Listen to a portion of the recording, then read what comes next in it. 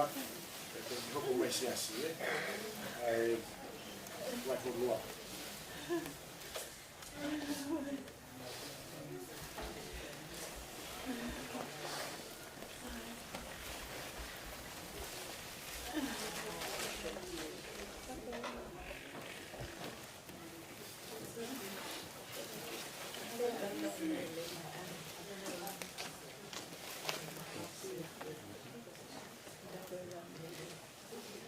Saya tu mungkin kilo de panau, seperti mai fekau, começa que mapa para ali pede no feito ao pai no tu para que família, a escolha tá que pai que lá que família, tá que cara que pai no tu é a sua aí agora pure como se assim na quarta por exemplo que família que tá lá vai ter autonomia aí que foi area por aí não que tá o pai no tu como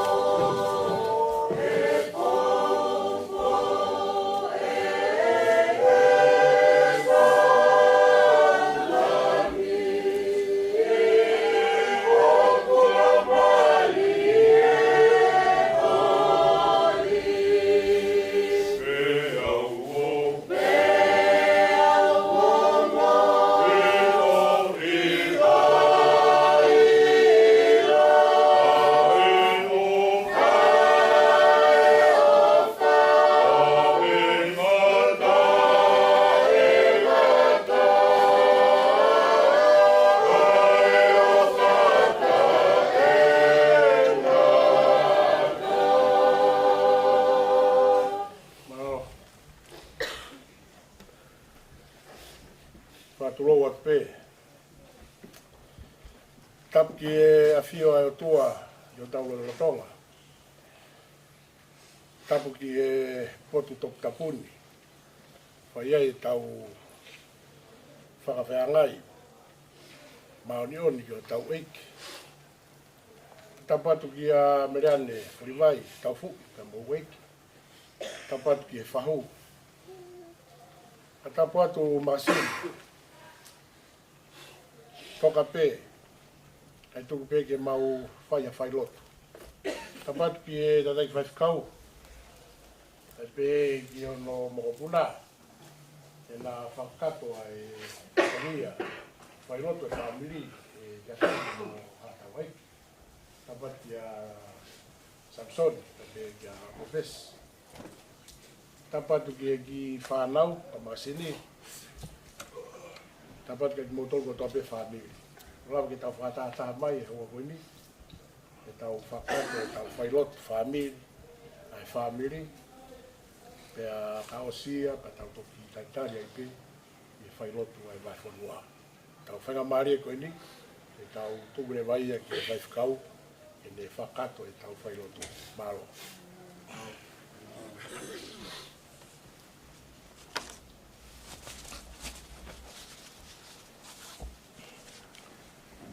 Kore pe ke u whakaturo watu.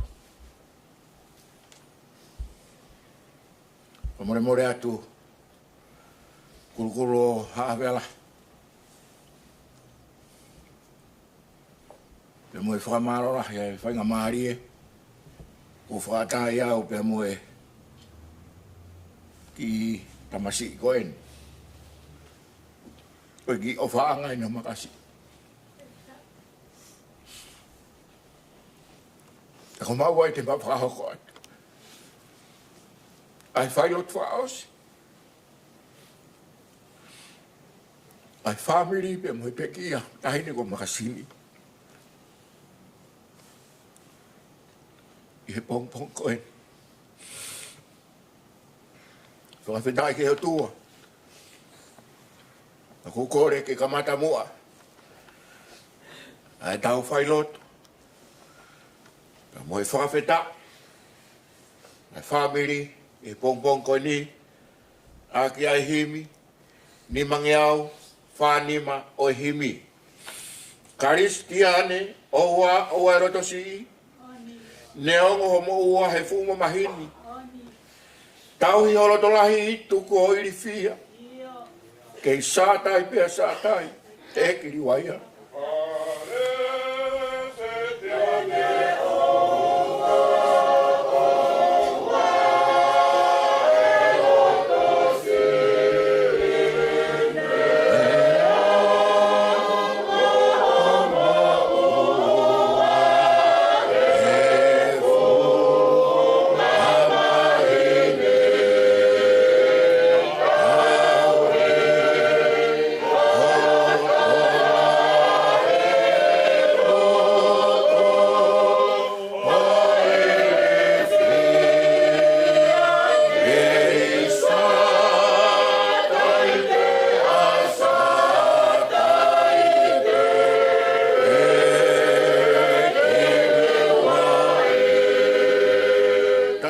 Fakamaau kune ilope, ina se tangata ko e tangi pe moto.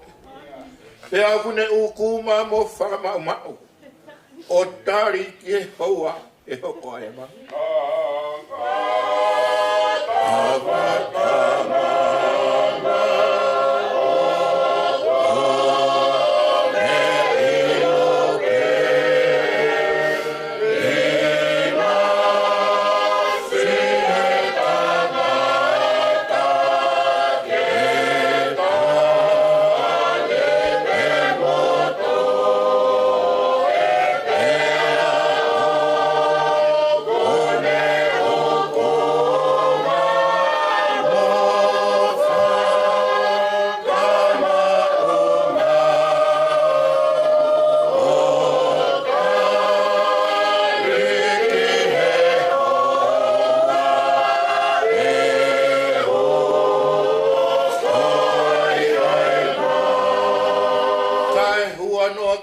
Ouau Tauelangi.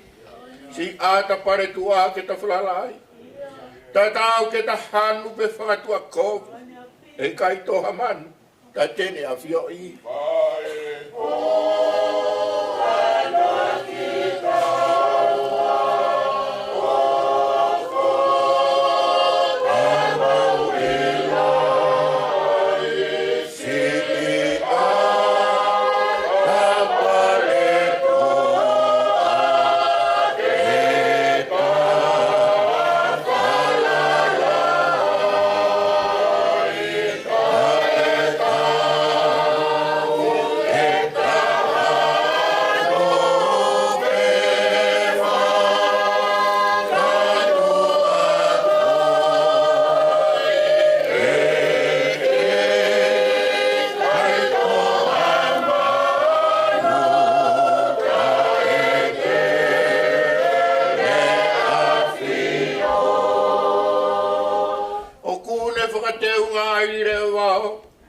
Mea kai he man punau ki kai ke ngalo. Ina Sione tu whae lango mo he. Kai hua noa ki taua. Sione whakapere he.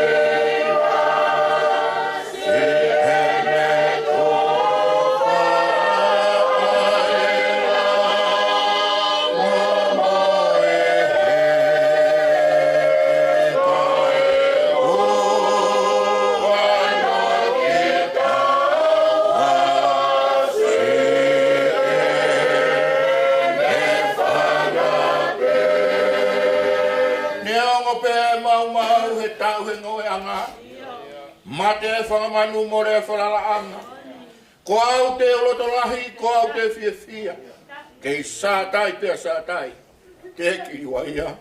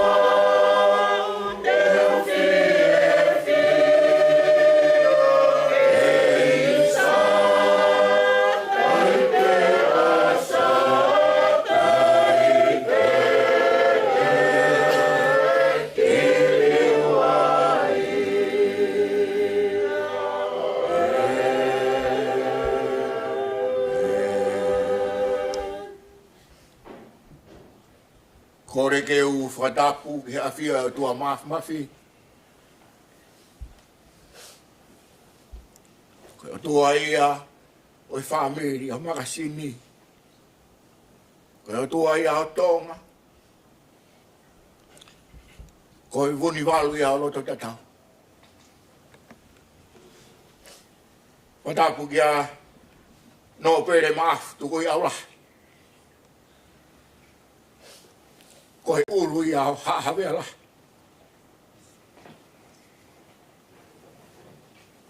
Taha ia e haa kanuk polu. Atu i kanuk polu. Nana po atu weane furiwai. Tau fuki. E he ki he whahu. Ta moi whana waho eiki.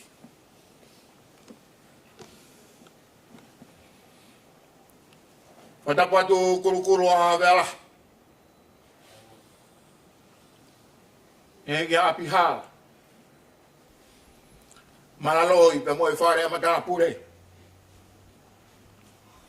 E ko whatapu atu Samson.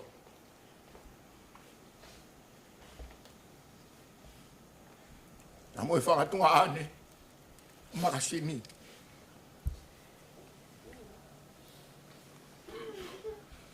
Ko whatapatu kasanita. Mo whakatoko ua Makasini.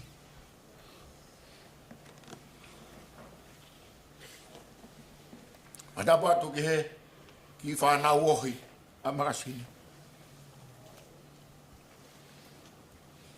Kasanita a Sione.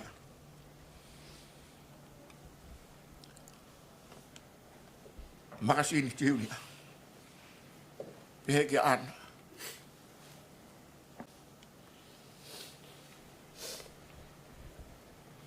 Whadapuen ki huku kau ngā whailotu.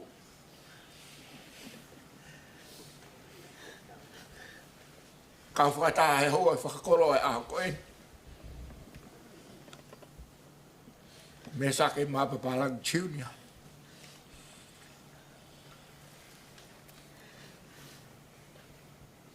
Ka whita ke o tua. Ai ni whakatutu hao. Ya makau ai hoa koe ni whakakolo ai whamiri. Katapat ki ang whamiri. Kai ngā wapihala. E me hu whangalupe. E peke kai ngā malaloi. E maka ko pauri ne. One suni wape me haumare e ia. A kou whatapu heni. Mawa. He tahi ne o e aho. A koe kaunanga e o tua. Koe whae whita.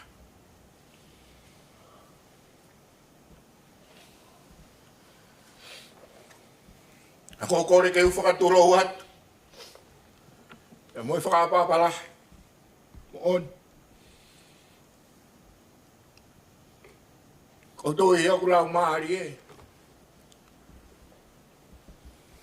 Neon koe sino kere pe no Makasini tap mo koe Makasini. Kapau ere ama Makasini pong koe. Koe fia lah.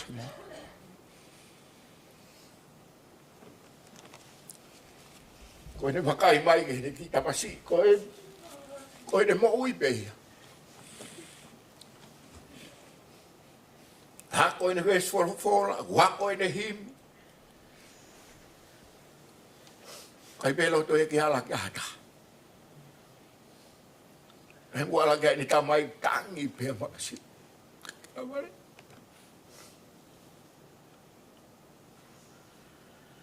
Kasi ni me ape hau whanetoria.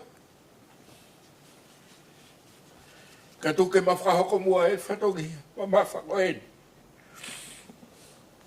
Ka whitai ke o tua. Kulu o haawela. O whongi mau he pong koe en. Ke whahoko e whatongi a koe. O koutui mōni pe i hoklau maari e. Koe ngahi lotu ko toa au tau whai. Tau mehe kamataanga. Isa. Ne taimina e. Toka whare e.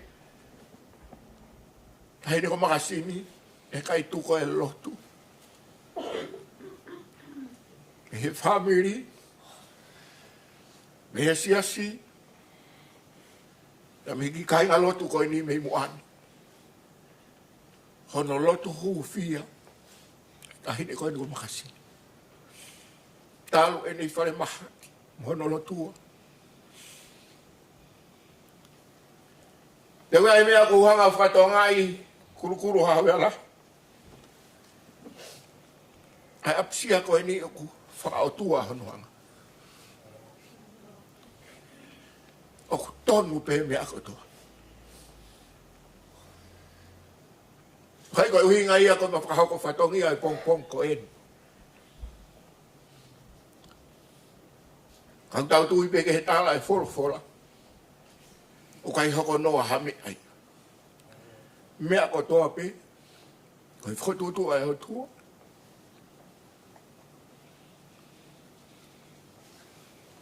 Ako hou ka moni. Si mutua ko hen. Ai whainga maari e Pongipongi ni ke ngau e whatahatu mo ki Tamasia Makasini koe ni. Ka kou kore whamore more atu kuru wa hawela. Whaturo atu ke hou eki, me koe whahu. Tupe mua ka pau te ma. Whakahoko atu e ki Tamasi koe ni pa mou loloa ia, kou tuhe kai ke fu loloa. Kai tupe mua, whakahoko atu e me sake. Ai whakire soni na e hako ki ai Makasini. Pia au kene ki him.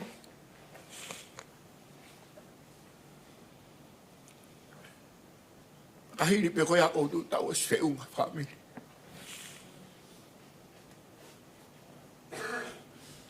Wafu dai ke tu ai whainga mahari. Kune om, ka kou kore, e ka mata pe e me sake. Tu nolo sake. E whakahoko e ne whorofora. E tau whai mo ne ki him. Ka toki whai pe au ki lawe nou pe. Ka kutui kua tau Fetu'u he aha koe ni. Ka tau tari atu hi polo kalama hoko. Ka kou kore whamore pe. Kuru o hawe alahi te ria na. I te ngia ki maua. Loa e ki Tamasi koe ni. Ka tuku pe mua ke si ahano ki whainga mahari. Ke ka pau nai mo ui whine koe ni. Oku fia pehe taim kotoa. Oku lawa e me sake ni wholofola i hen. Whakame a me sake, whakame he wesiri ana, whakame mai gatu pauto. Ta koe ne hao pe o si o pe. Ka lau haki re kau ki laka hako hao whenga ke whahino hino, ke lau e mea whakarerei. Koe natura pe o e whae fita. Ia moe ofa mo oni. Ia kou tui koe misilahi e me sake a Makasini lahi. Kau kou kore. E ne lau pe, e ne wholofulatu, ka ere me sake. Te ke lau ka mata ho o same te au taha Fetu'u, Lau ke re o lahi, lau ke fanongo kotoa ki ai, ai whamiri pe hao o ka Makasini. O Makasini o kui he wan. Ai ke ongo ki ai, ai ke re o lahi, Sa, lau.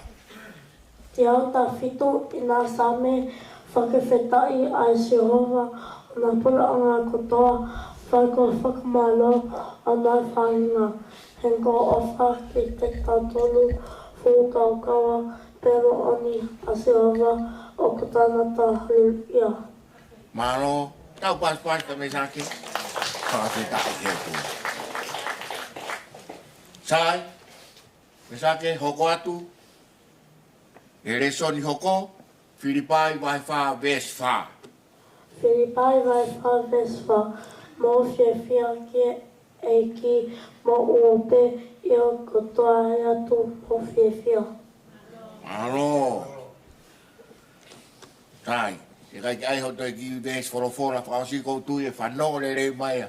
Kulu e tene mau i ngahi wholofora ko ni o alu moia. O kohoka take ne ngahi whaifatongi ae. Ai ange ki hiwange me sake, o ki hiwa koe ni mamore pe mo kau whataha mai pe koe whaki mea koe ni nei ako pe Makasini, rau whai mau pe me sake he mau whakame. Whangea wono noa, o kore ke tau e hiwa e at pe huat pe me sake koe ni ki hiwa mau pe, te tau hiwa ai, tō ua pe tō tolu, o spatu hokat ke ne vesi lau loto Sa, hua me sake, tau kau me kama. Kau moe fakamaau ia tau mai aku mari kau ai kakai ola ina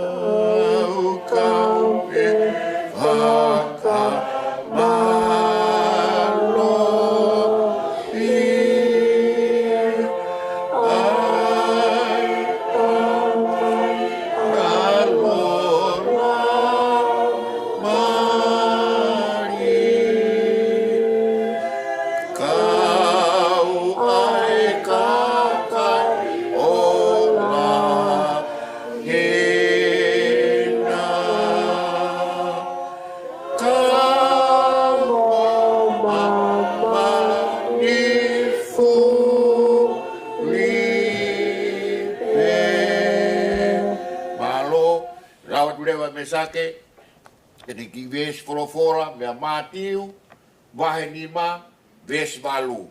Koutui ko ki ves yeni, whaama pia Makasini ke lau mau pe ki foi ves manako hino Makasini. Pia whiunga pe hia moe aho i tahinen. I tahinen ma. Anako ke helo toko ma. Ka mu whanongo mai kai whakau kate mesaka. Mātiu wa nima, ves valu, lau. Matiu Ranima Vesfalu Vanu ia o ko ki tautolu o ko maau hena loto uma mata ke o tua. Malo, kita ke o tua. Malo api to mesake. Eke ko e tuku ahe na fai ko to whakakai ngā mai a kuru hawe alahi. Ngai besa me sake tau tu engata pe ka to fa tu e pe to fakamau e hoko te lau na lahi ngai besi ka tanga fa no pe na mo he kai ka ko fa pe ke fa no mai pe ta hine ko Makasini tape mo ko Makasini u kai ke he ni ko mo mau tol u ke he bat pe na mai ke mama mai ha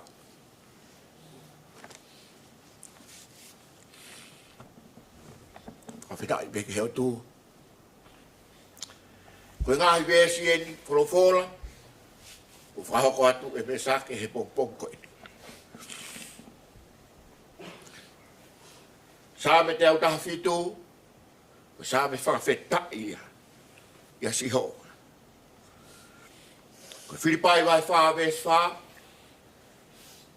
Ko tala no ai ke do ta mo fia. E fia mau pe ike eki. E mātiu wahe nima. E tala noa e ke toko taha. O maa hono loto.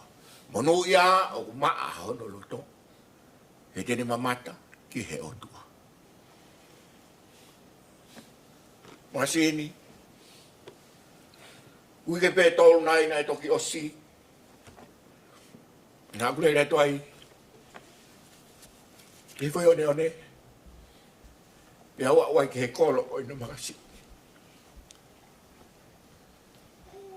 Engata ngai a o turiki. Pui fonua hapai, whareloa, alo tu ai pau hifo sio. I matata hai koe nui koe one siri wa. Hau mare eia. Talo fanongo hono tau o hake hen. Ko toksio ni Fetu'u ko ia. Te ke usia Fetu'u fa pe. Ma hono one. Pe asini sini hono tahi. Ya no fakau mai ke he tahi ne ko en. Ka more pe kai nga me hupanga lupe.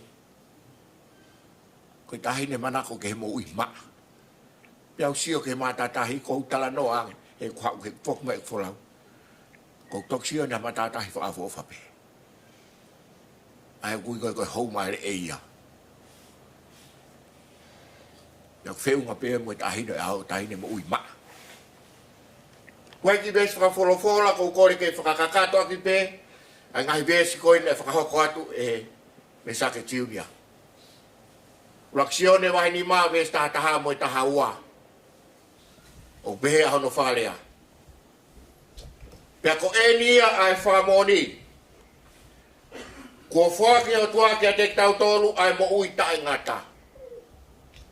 Pea ko mo ui ko ia o kutu i hono alo. Ko ia une mau ai alo. Ne mau ai mo ui. Ko ia ikai tene mau ai alo e o tua. E ikai tene mau ai mo ui. Family. Ko tu ule olahi au pito. Ai rea Makasini. Ki a tek tau tolu. I Apisia au tau. Fiohi ai he. Le olahi au pito. Whamahino ke te au e wholofola une ako ki he kitamasi i. Pea moe whalahi o wholofola ko whalahi pongpong ko eni. O une omi ai whakakau ko eni. Ke mahino ki a te tautolu omi mea Makasini. Ke oa te tau mū noa, he nofo u tau whai koe ni. Ke tau ilo, koe tau nofo koe ni, o ku whakataimi pe. Koe nofo te niti pe ni u tau whai. O whakatatau ki e tala ai wholofola, o ki ai api u te uia e heo tua. Pea koe api ko ia, koe apia, o whakaamu ai o tua, pe pehe kia Makasini, ke tau whakataha ko toa ki ai. Tau ilo ko toa pe ke he api ko ia. Ko he vani. Koe api ko ia, ko he vani.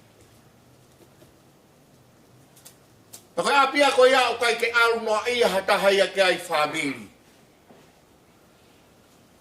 Apia ko ia, kai ke hange ia, koe tau ngahi, more pe toke tā, re mon tau fui, ai pasporti koe ni, ai me ken pela, koe hot peo ai ke te puna ki tonga, puna ki nusila.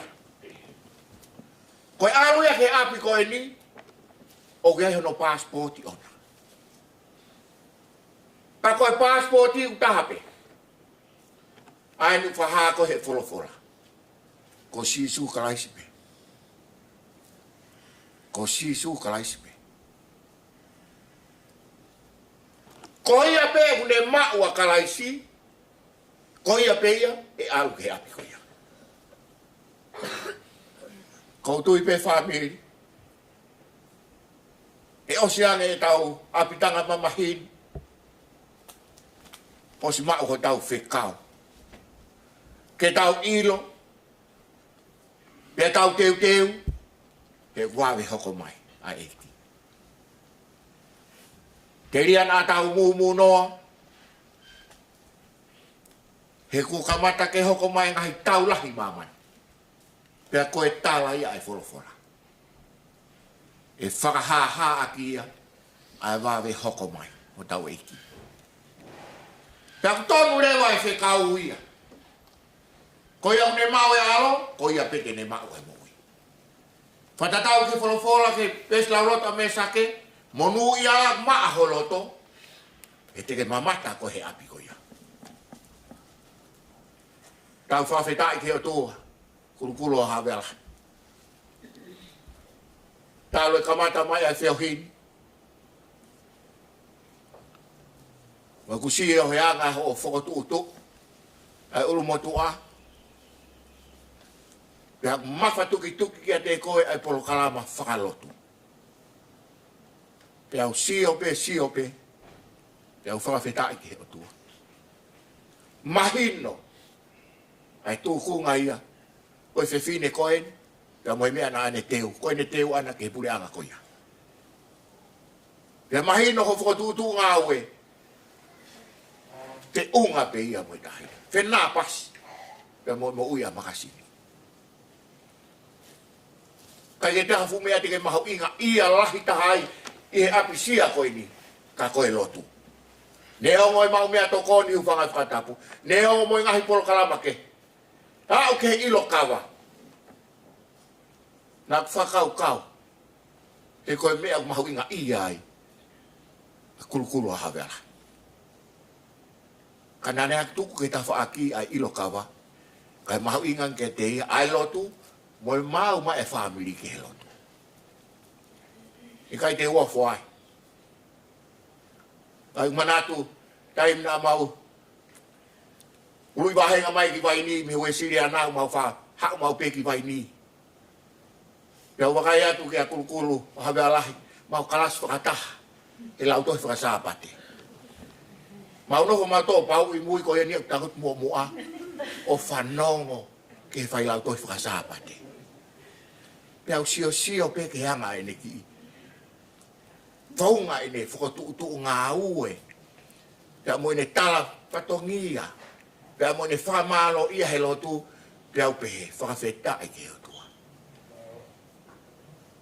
Nā e tonu pe. Ai mea e nā ako sio ai. Ia kuru hawe alahi. I vai ni he taimi ko he lau tohi whakasāpate. Mau wa inga mau toi mui, kai tangutu ia whanongo ke he lau tohi, ke whai lau toi whakasāpate. Tuke peto ki ose mea, koe mau hanga peos ari ko na apio tolo mai mau tolo mea. Ka mau lere, ko na wapi pehe apsiasi, o siriana. Kai kehe kulukulu, hawe alai whawhena i ke o tua. Ko tau ao ngai. I he whamiri, i he whanua, i he siasi. E tu ue a koe ni whamore more kai keu. Pehe ko asani ka kou fie fia me. E u whai whakatonga i o whai whatongia. Koe tonu atu. E kou whamalo atu kukua. Kou nofo e Pongipongi ni ho whongi au. O ku ofo e mo i koe ke o manaki.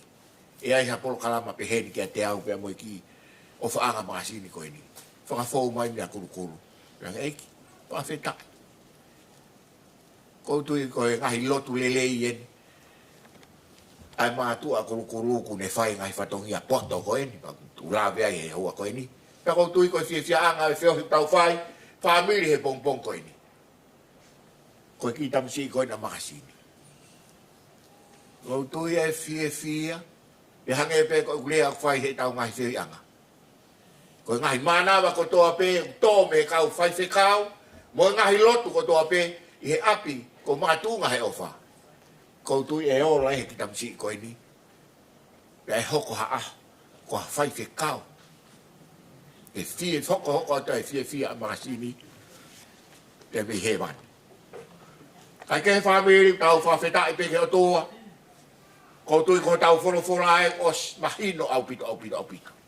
Kai ke te hame ai e whakapuri ai, pe whauri lātai. Koe fekau o kuape. Ko maua kalaisi, ka ke i he wani. Ka taha mo Makasini. Pe, koe kai teke maua kalaisi ki he o maui. Ko tu he kai teke toi hanu. Na si mau piho whainga maari e ke fanongo ai. Whafofo ngātu. I maua hai, Pongipongi koe ni. Kulukulu hawe ala. Ai whakawheta i pia mo i whamalo.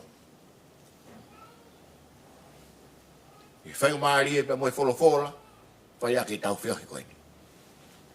Wa tauangi heo tua mafi, ki ne whai tāpue kina, ko he tahi ne mereane. Puri vai, tau fui. Ka pehenge tahi ne whahu e Pongipongi koe ni. Whawheta i heo tua, whalangi mo whai. Whawhawha e kātoanga. Tona, ai whakatu'u, mea, whanau hau eiki. Whahu e whalangang. Yang tau mea. He kutono e whakatu'u o whai e heo tua. Ko kalaisi, ko iau ni tataki. Ai whiohi o tau whai. Whapapalahi atu. He ki polo kalama koe ni mo ki wholofola koe ni. Kai keu toi whakaloloa. E ulahi mo ngahi whatongia o hanga mai Moimoi, e he ke sias, e he ke maapopo mo e whamiri, ka kou kore. Tuku ke ma Fetu'u ngā he. E Pongipongi koe ni, pia mo e whakatulou atu, mo e whakapapala. Amen. Kore ke tau hiwa, i he whangea o nongo furu e himi. Isa. Tau hiwa, i he whangea o, hiwa ngo furu maa fitu o himi. O kui ai ha pure anga ku te upehe mamao, koe pure anga kawhakawhawhau. Hono tui koe lami ko heka ki he ao, pia Aofia i ne ngahi tau. Koe pure anga e ni o ku hau, oi koe pure anga o ku hau. Ke teu lau maarie, na kua wawe tau pite, malanata, ko hoko mai ai hau. Oku ai ha pure anga, oku teu mama, oku e pure anga kawhakawhau.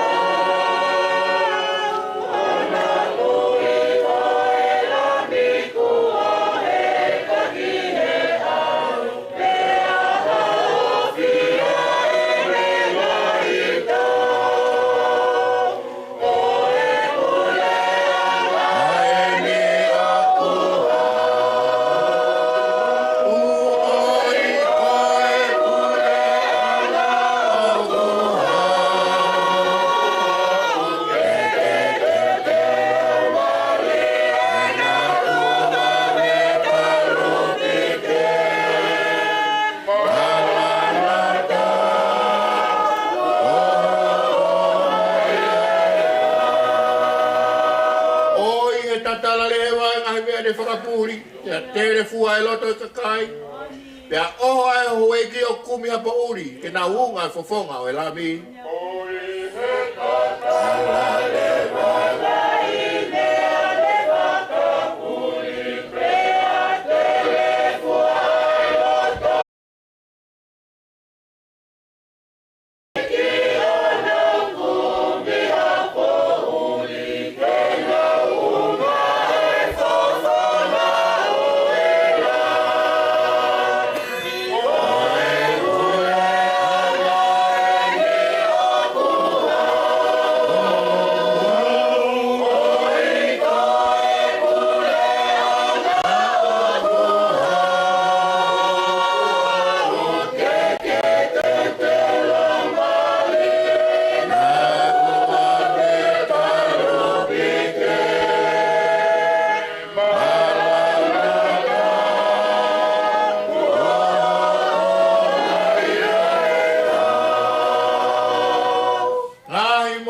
Hiki aluhi foi fanua o ngangana e Fetu'u e si kakai e whenga holo he more e tuunga ne whalala i aho nau lau maari e Ai motu kua hiki aluhi foi fanua o ngangana e Fetu'u si kakai e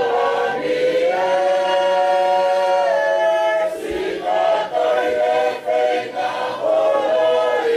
e more ai tuunga ne whalala i aho nau lau maari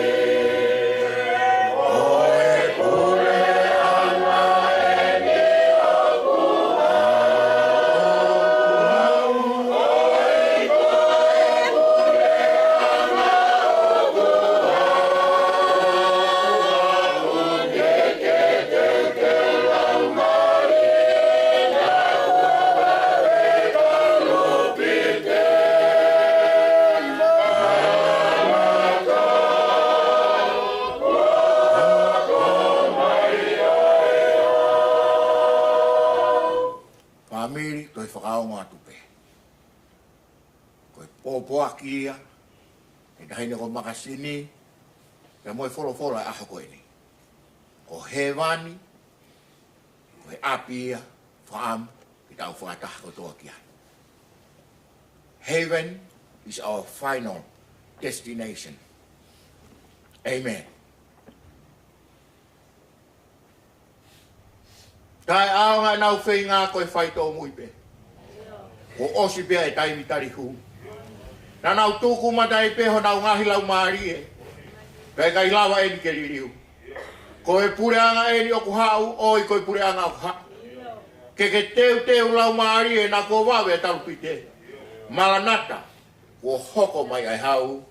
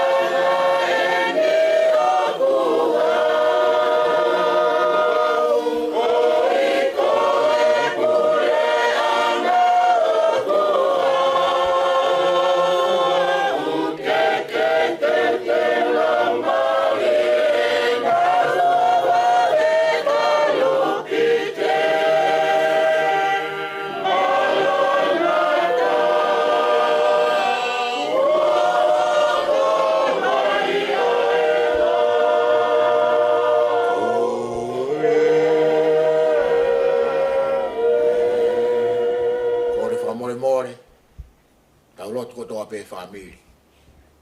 Toi ngai polo kalama e ahoni, Pongipongi, mono whakai ke heka, tau awe ke heki. Awe ke heki, i whamalu pehe tau mea whakaiki. Koe whiri, o ku whakai lifu. E ko se tane, ko ne mea au whai, koe whenga peke mau, whenga peke veu ki, pa whenga tamati. Ka taulo pio awi ke eki, te ke pe fili o pena Aofia mai. Ke tau mea Apisia.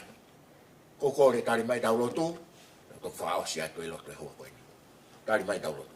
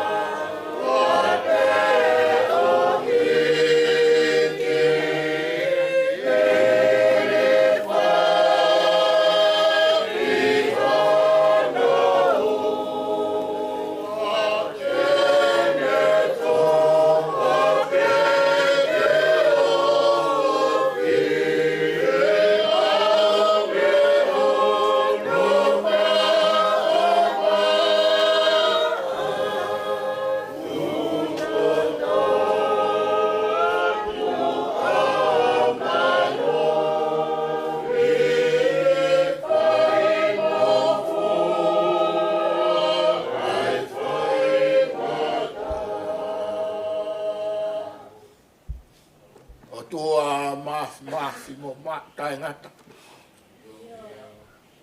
Ko koe ai ma oni oni. Ko koe ai ngeia. Ko koe ai langi langi.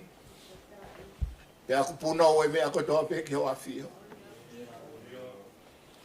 Whakawhetai mo whakawhetai ho maulau maari he pongpong ko e.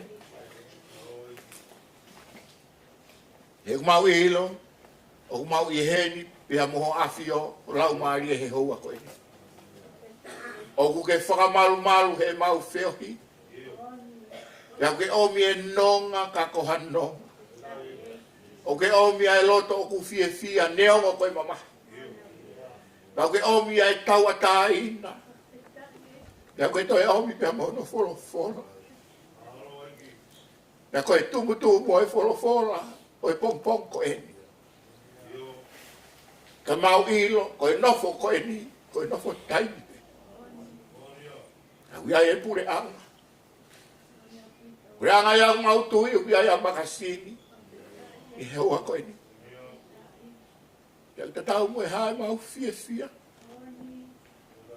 Hae hounga ki o mau lau maari eiki. Halaha mau tau eiki. Hala mau ngau e tonunga ki o afia. E koe kere mutupe. Mo e ki mau to. Kai whakawhetai. Mau kau he lau. Ia mau lau he kau. Koe o whatata pe o afia. Hai e o tua. E hou e ki. Haine ko mere ane. Hai ai he whahu.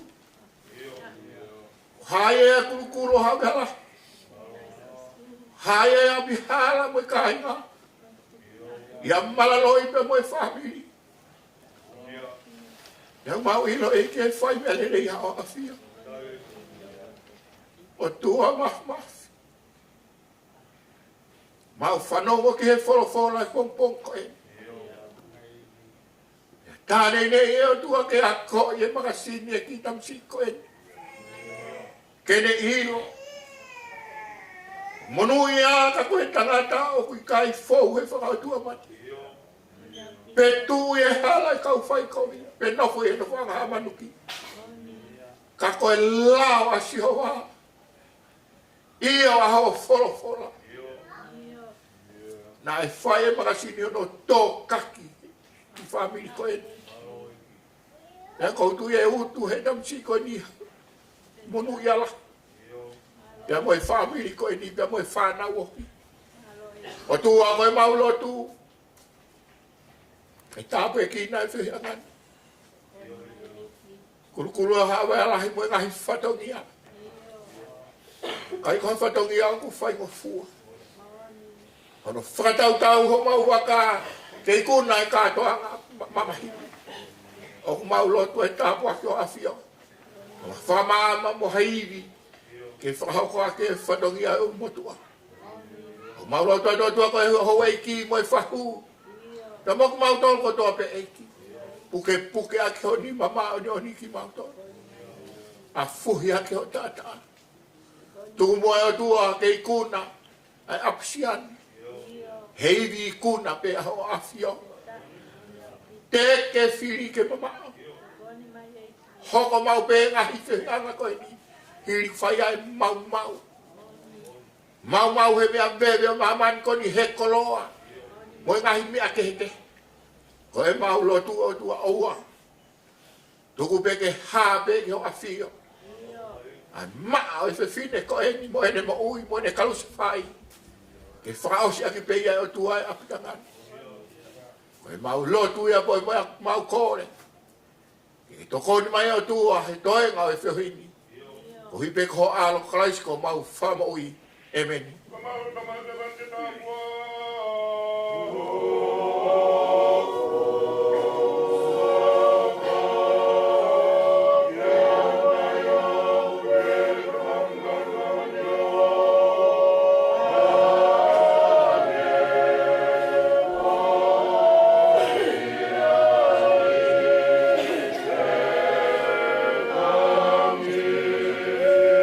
Yeah.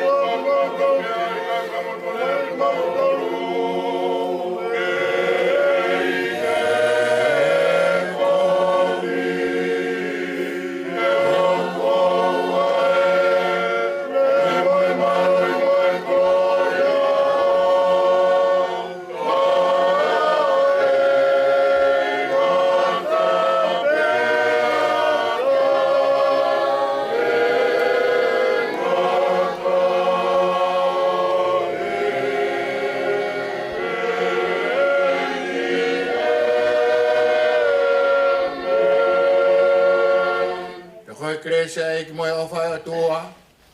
Feo yo lau maari e maoni oni. Ke tutuku ia moe feo ini. Ke ona ke hiki ka nofu peo ta engata. E meni. Wa more pe kuru. Pe kore whanawhana maa me sake te aipi mo ke kirea he mai kaka Makasini. Pau tai, pai pe hau kirea pe ko posi koe pe te tuanga rewa whakamari ke a kukua a vela maro.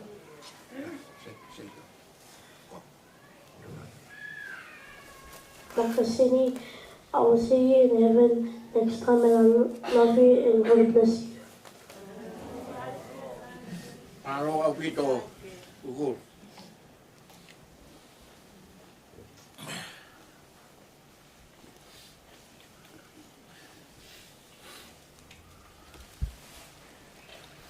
Whakoroa pe whahaki whamaro. Toka pe Makasini, toka ngā. E pe whahu, e mreani. E whai pēr whamaro ki e tau whailoto e whamiri. E whiawhini, e Pongipongi. Whamaro atu fekau. E beheki o mokopuna. Mona bito e whangarea ke whai koe whaana. O whaanga whakene o Makasini. Ai i tamsi koe ni. Me sak, Sione. Nā hoko ia kwa mea ke itaia ni taia mo ana mai ka o matatau ni puka Makasini ni ki whanau. Na mahalo mahuruange le me sak e reka. Sione. Whamalo atu i e whailotu mawhana. Mo whalau maari. Uhanga e me sake Sione o mai lau maari e ke tau whailo. Pea whialau peo no kumea te tamasi ko sisu mahalo peko e tō koe. O whai mai ne whai ako ana he kau tangata eiki o Jerusalema e apo ia.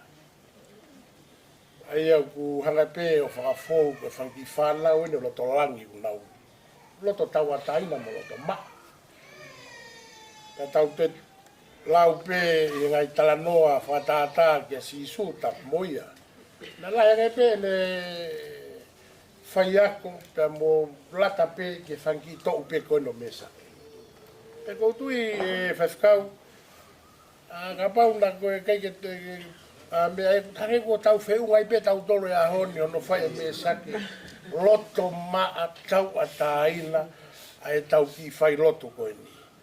Kaige, ko whamalo atu e me sakereka, i e whailotu, i e lau e ngai vesi wholofola, pang mōni whoki, ko e mo ui pēr Makasini, ke a ko i pēr no ki moko puna koe ni, ke e lau e wholofola. Ke au tau whanau, ka tui ka pauna e tapo Makasini la e lava ke rea mai, whia lai. E koe mea pēna neanga o a ko i kea no ki moko puna, koe wholofola pe, lau e ngai vesi lau roto. E me sake ko e fekau ko whamalo atu. Ange ko lawe i o pou, te whotutu pe ia.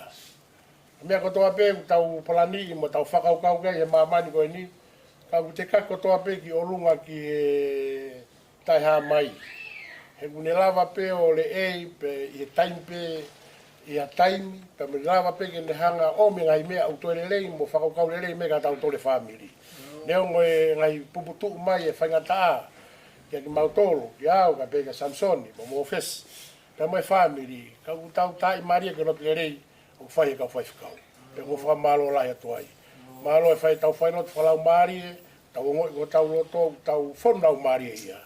E hanga e me sake reka, o lau e ne vese lau loto, pe me ngai himi, ke tau lave ko to ai, e whiawhikoeni. Whamalo atu whiawhikau.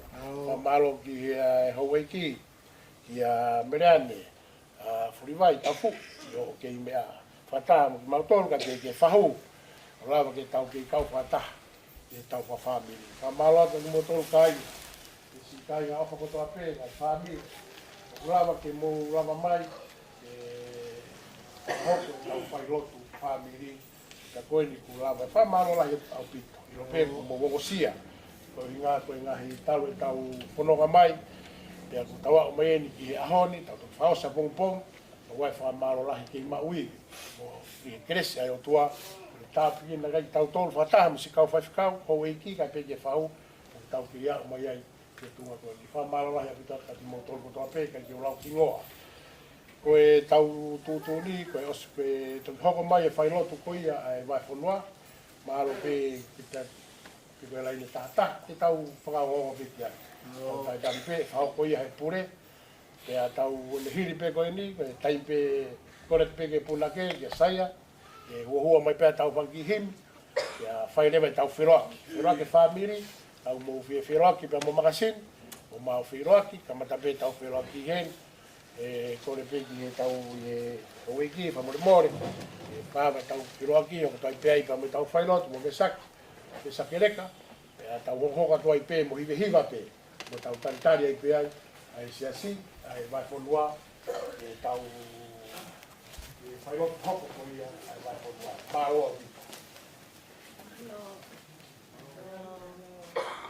Whamore more pe ke ngaro ki e whamaro heni ki a Paula Moimoi, e pe whoki o Nohoa, lawa whoki una yen, e ave tau wahi ata koe, e ope, e mamata mai ai a sene klahi a mi toka.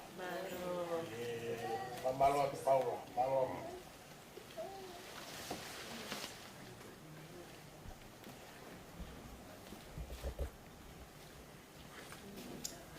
Oh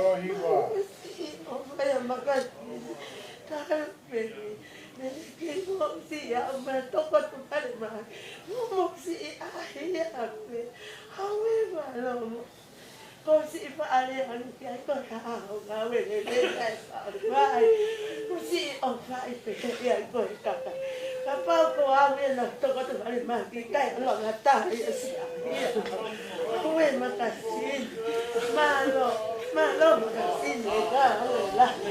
Awe ko tala pero ko tala pero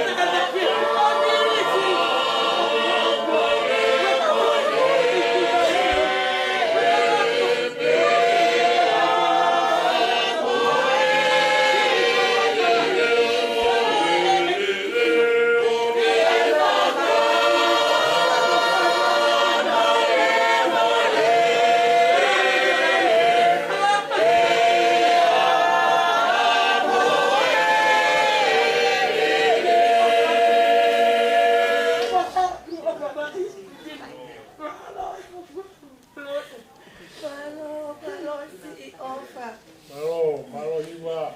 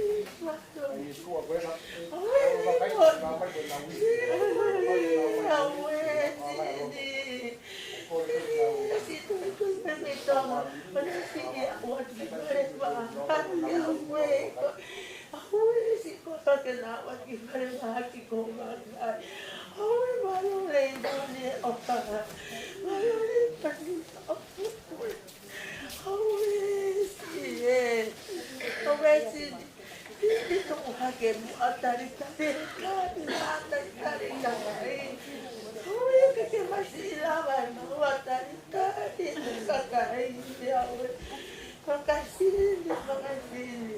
Oh, tao chỉ một người hào em chỉ ta tôi hào áo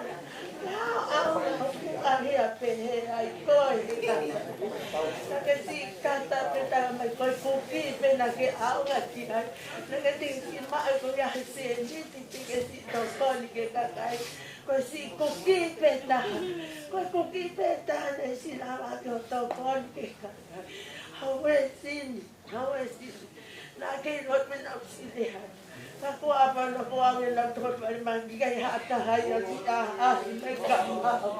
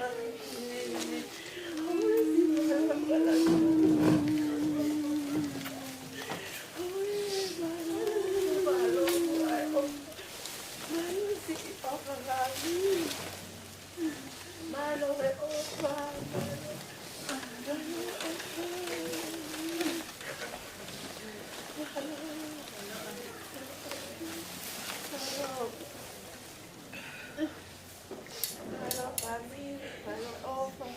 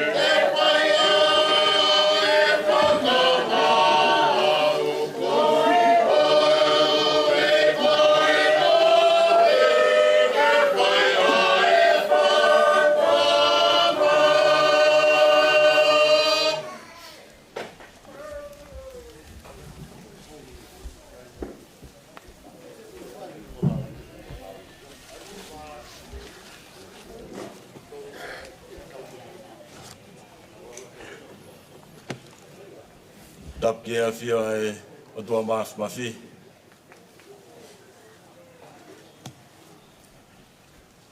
Tap ke hou hiki. Ai whahu. Na wat, Tokaikolo have ala. Tap ke Bekia. Makasini Tauelangi. Kung muna whātātaha i mai ki tau tolu he aha koen. Tau whawhita i ki tua mafi. I tau tūta mai ki he Pongipongi koen. Hoko ato e tau whawhiao. I si kaunanga koen. Kore bea ke whai he tau whamiri. I tau hiwa i he nima ngeau tolu ngafuma nima o himi. Nima, tolu nima. Ki tau hiwa. Koe ofa hulu si ofae mamao i atamai kotoa. Kai whenga hoku loto ke tatai, laula, maalunga, moe loloa he ofana. Hulu si ofae mamao i atamai kotoa. Kai whenga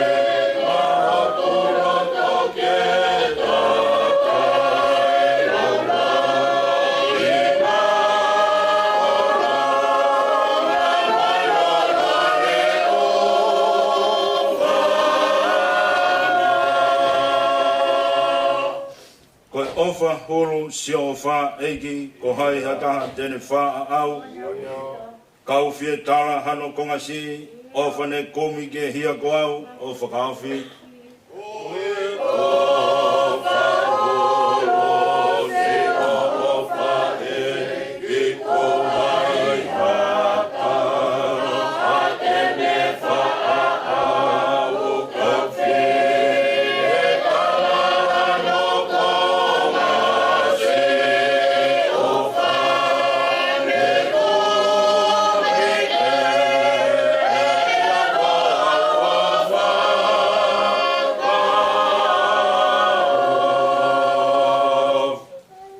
Siso whakafonu o whau o taki ke matawai mo oi. Ke toto utuai o nofo mau, pe au mata i ai pe e tui ai a Fiona.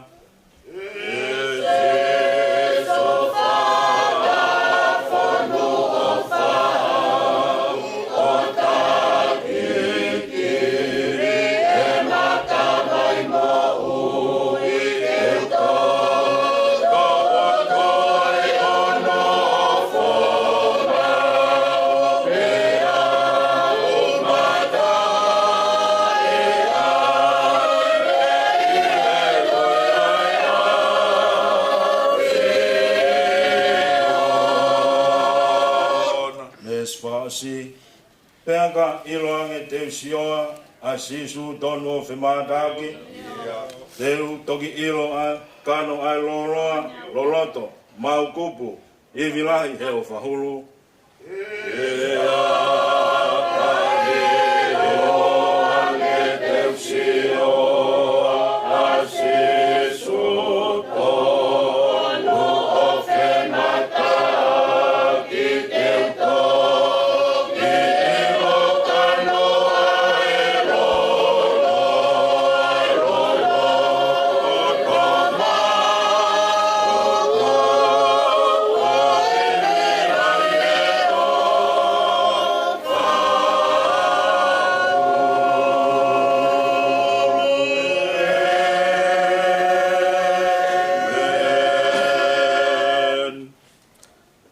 Same te au hong fulma fitu.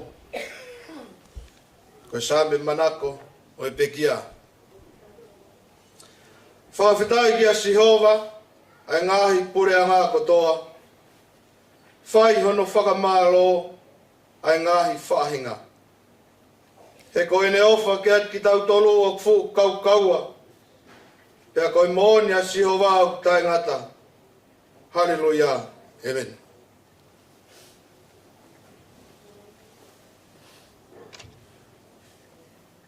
Hono ua o e wholofora, tau to e fanongo kia e ahoni. O to o ia me ipseria Paula, kai loma, walu e wahe. Lau ia me hono tolunga furuma ni ma. I hono tolunga furuma hi wā. Ai au pehe ahono whakarea. Ko hai tō hatahan, tene motohi ki tau tolu mehe ofa kalaisi. A mamahi, a whaingataa, a whakatanga, a honge, a takabe, a tūtāmaki, a hereta, o hange koe lau e toi tapu, o ku osia tu ai aho, mo e whai ho mau tāma te i, koe uhi ko koe. Ne lau ki mau tolu koe whangasipi pe ke tāma te. Ikai. Ka i ngahi me ani kotoa be, o kutau i kuna noa be ia teia, nene o whai ki tau tolu. Seuke, o kute tui, e ikai lawa e he mate, pe koe mo ui, pe koha kau angelo, pe koha kau pure, pe koha ngahi mea o kulolo tongani, pe koha ngahi mea ka hoko mai, pe koha ngahi malohi, pe koha ma olunga, pe koha loloto, pe koha mea e taha ina tula. E ikai tene lawa, ke mo tuhi ki tau tolu, me he ofa ai o tua. Aia o ku ia Christ Sisu, ko tau eiki. Amen. Ke tau toi hiwa, whaangeau ni mga fulmani ma e fulfulahimi. E Sisu o kou wakai, ho ofa ki au. Koe toki ofa ne fungani, tae lava ke malau. Koe uhi pe koa.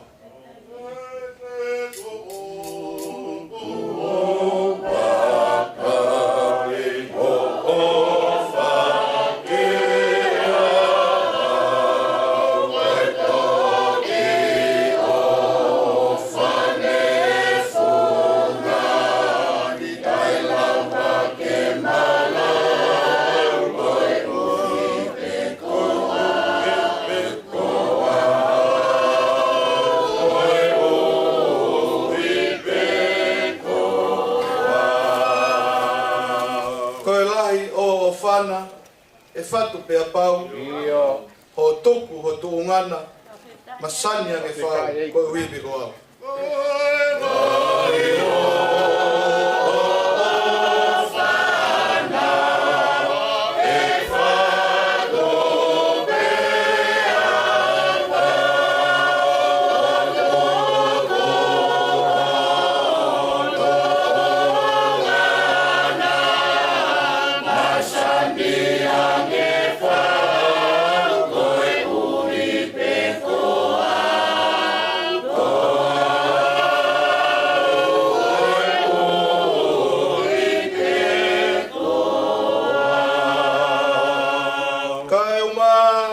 Te pu, ko hai e alalau, o hoko ko ha mea efu.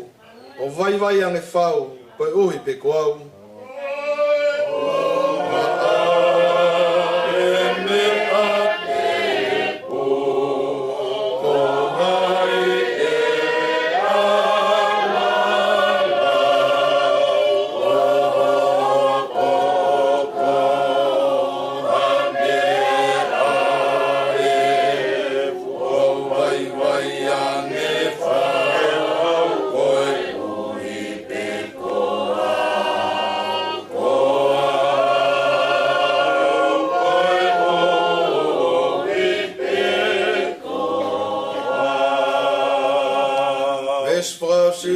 Ofa ka koha ofa e, ho ofa ki au. Ofa nei kai ke mamae, ofa ne whai ke au. Koe ui pe ko au.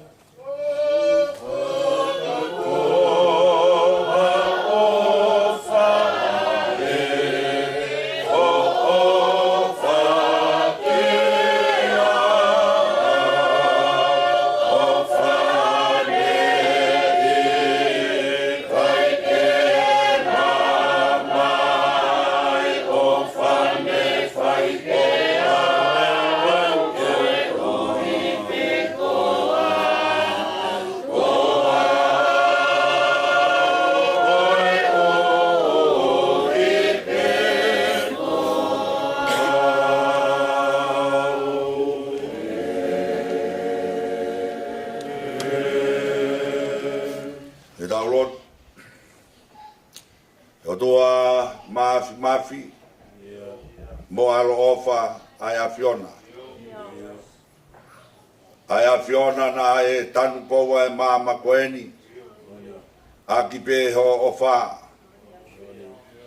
na ke whakatou katea i ho wholofola ki e mea whatupu pia hoko iai tā lunga pia mo e tangata tapu mo a Fiona ke a fei taulalo o ke hifo mai o ke ngau hiki mau tolu a ki ho tau kupu pea me hefu mo e kere kere o si pea ke ho ki ai ai manawa o e mo ui pea hoko ai ai kakano auhani ko koto mo ui taru ai ai mau luta ai mama koeni o tutai i e poto pea mo e mafi o e Afiona kana e muaki he mafi ko ia na ke whakafonu aki ai ofa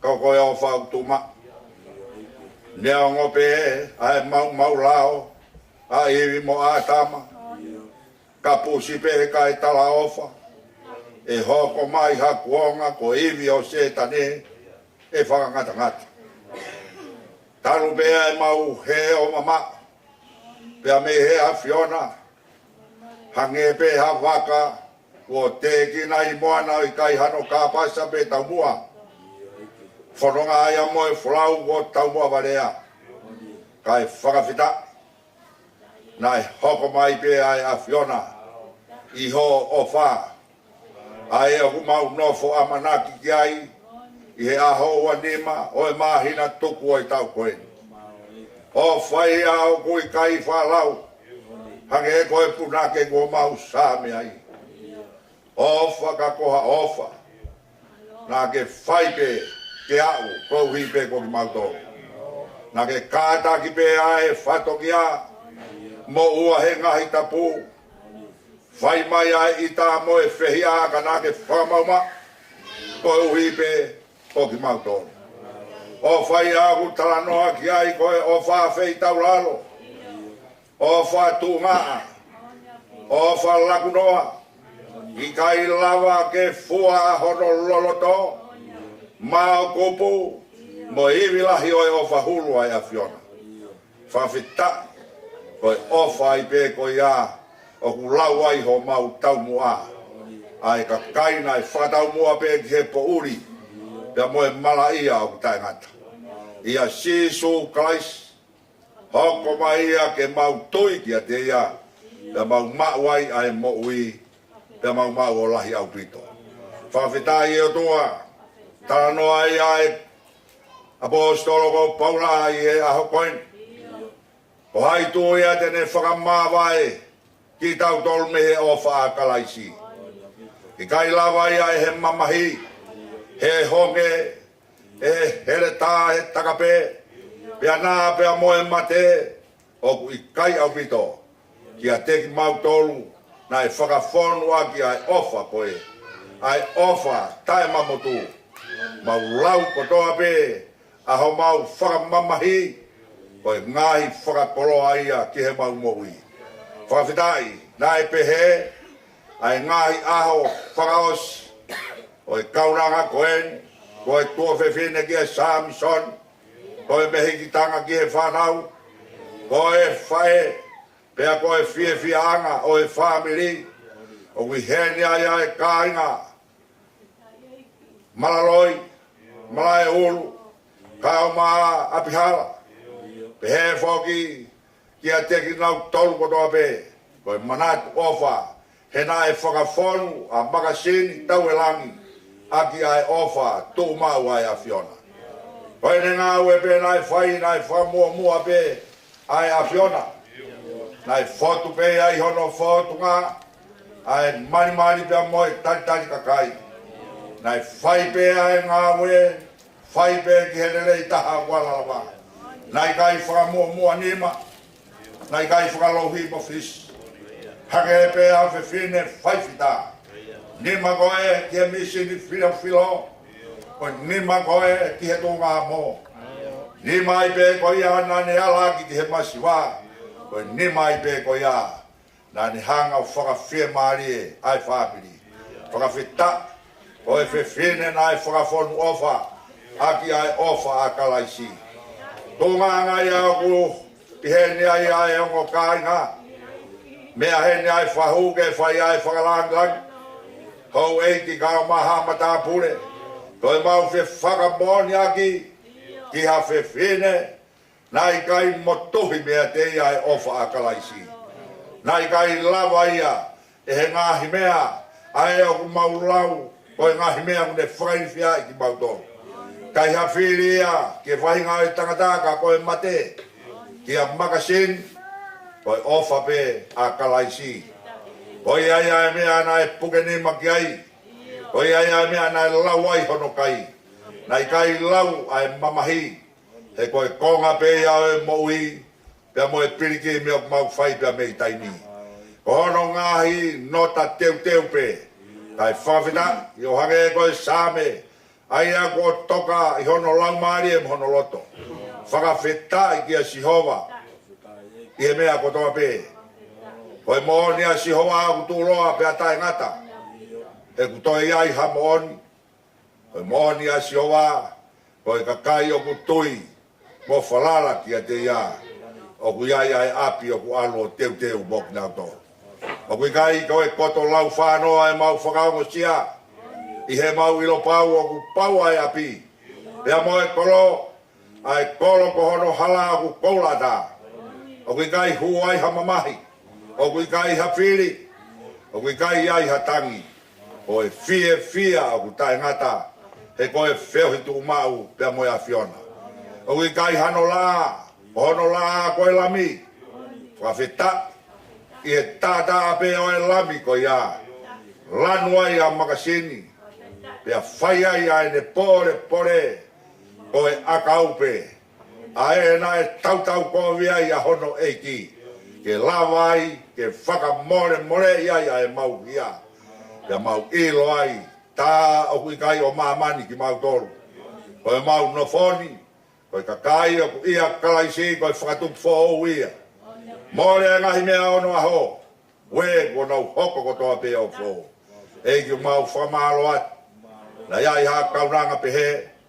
Nā ke tukumai e family. Pe auhi ake i he loto whare. Mamahi o e loto mo i tauhi whanua. Whare o hahavela. Pe au mau whakawhitai ai. Whai ai hiki whanua mai ke whanuan. Tau mai ana e omi o mohe. Na e omi pe o a o whai ai ngā we. O hi pe he nānau ilo. O ku fua pea mau taimi. Ui kai te maulawa ilo ai aho, te moe hoa. Ka ko Makasini, mau ano taimi. Whai ai ne whakalau loto, ki he Aofia i e taimi ko toa pe. Nai kai tū oni ai tū konga o e whaingata. Ke whai ai pia ne whehu ia ai o whakalaisi. Ei ki o mau whamalo at, malo o tak whanua hao. Ko whai mau tolu. Ma wao mai toe pe ai vai poeta. Ta mau whakaek heka, ai whorau. Ai whiwhine koen, te mau ui pe koe whiwhine whaifita. Tala mai koe whiwhine whaifita, o kui kai whai ha pore. I he tala wau moi hoi fua. E koe ngahi mea pea ku ha molofia. Ka koe whiwhine o Apisia ke si hova. Koi ai au ku whai hono whamalo ia. Masine o mau whawhita. Nei ai pe ho mau taimi. Whai ai whailoaki pea mo koe. Leo mo koe whare mahaki, koe whare oi mamahi. Ka koe matapai pe ia. Nei whai ai ho whakalaulo toa ai eiki o ku tau mai. Eiki koe a ku tū tawhaki. Oi a pe au whai ho whanonga. Pea moni pe ai punake koe. I he mea kotoa, koe fu koloa. Ke te ofi ki he eiki. Tene nofo mau, i he mea kahau. E koe kāinga tai mahiki. Koe mea whete ne whama vai ki tau tolu, ne he ofa a kalaisi. Te tau o he vai, moe loto a whi, aku a siri ai pe, a ene piki. Whakawhetai, pia toi whakawhetai ho maulau maarie, ia si hova.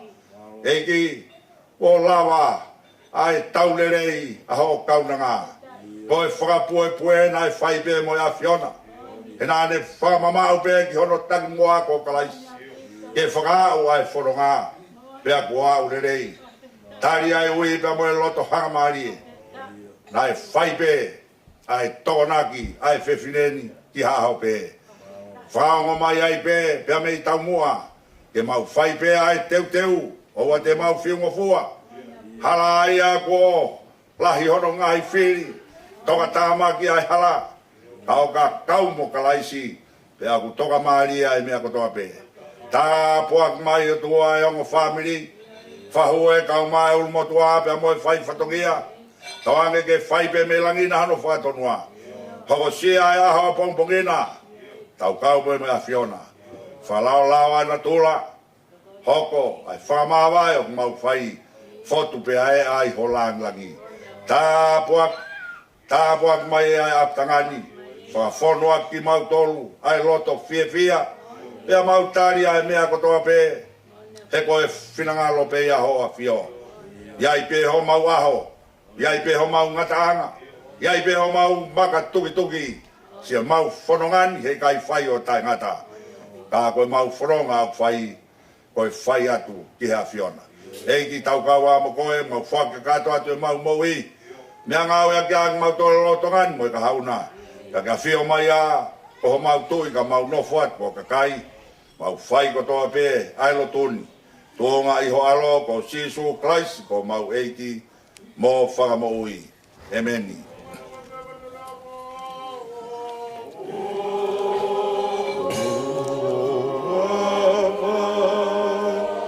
Yeah.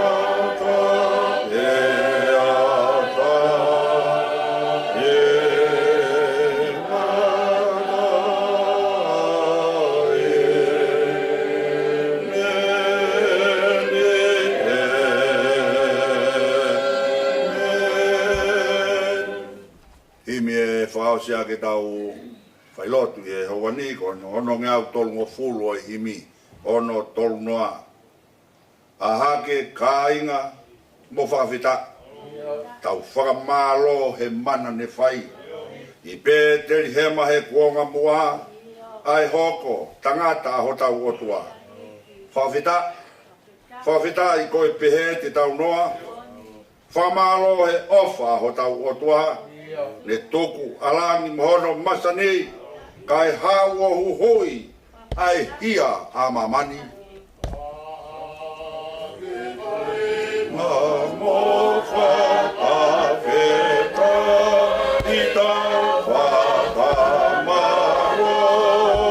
e mana ne whai i pēteri he mare onga oa are hoko tangata aho tau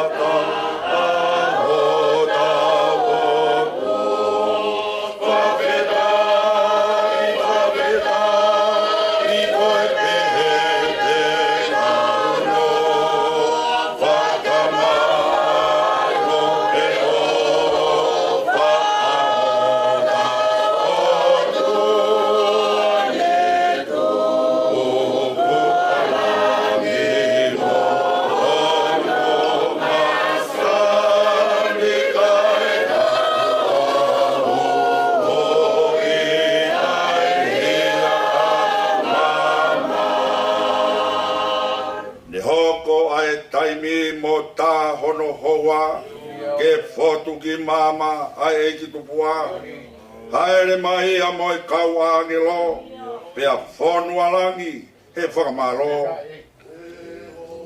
o ai taimi mo ta hono ke fotu ki mama ai e ki tupua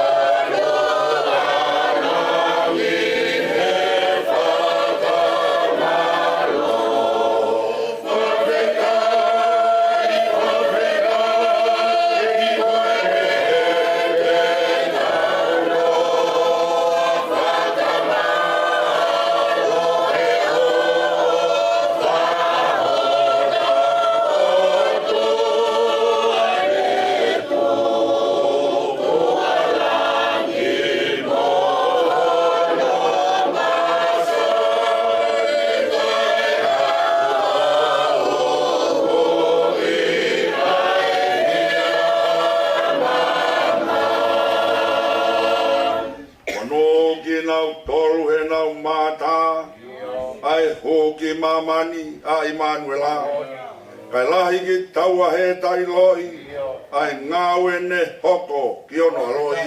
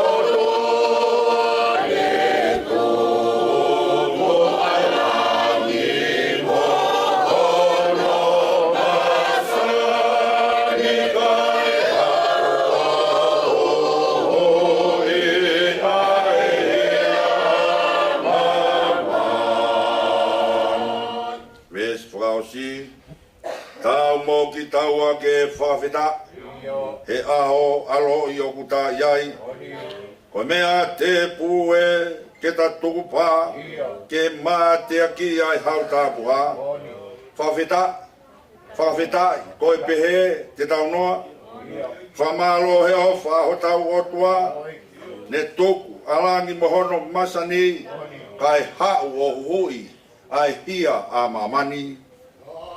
Au moki taua ke whakawheta, i he aho aro i o putai ai koe mea te pue ke kakuku ke mate angi ai haurarua. Forfetai, forfetai, koe mea tau loa fakamaau lohe o whakaroda o tuane kuku alangi mohono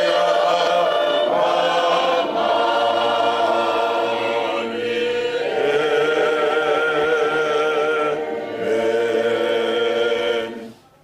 Koe keresia o tau eiki ko si sukalaisi, moe o wha, ai o tua koe tau tamai, moe whiohi o e lau maari e maunioni, ke iate ki tau tolu kotoa pe ia, pe a whai pe o tai ngata.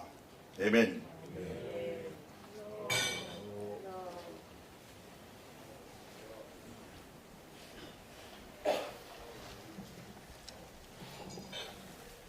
Aku ngombe.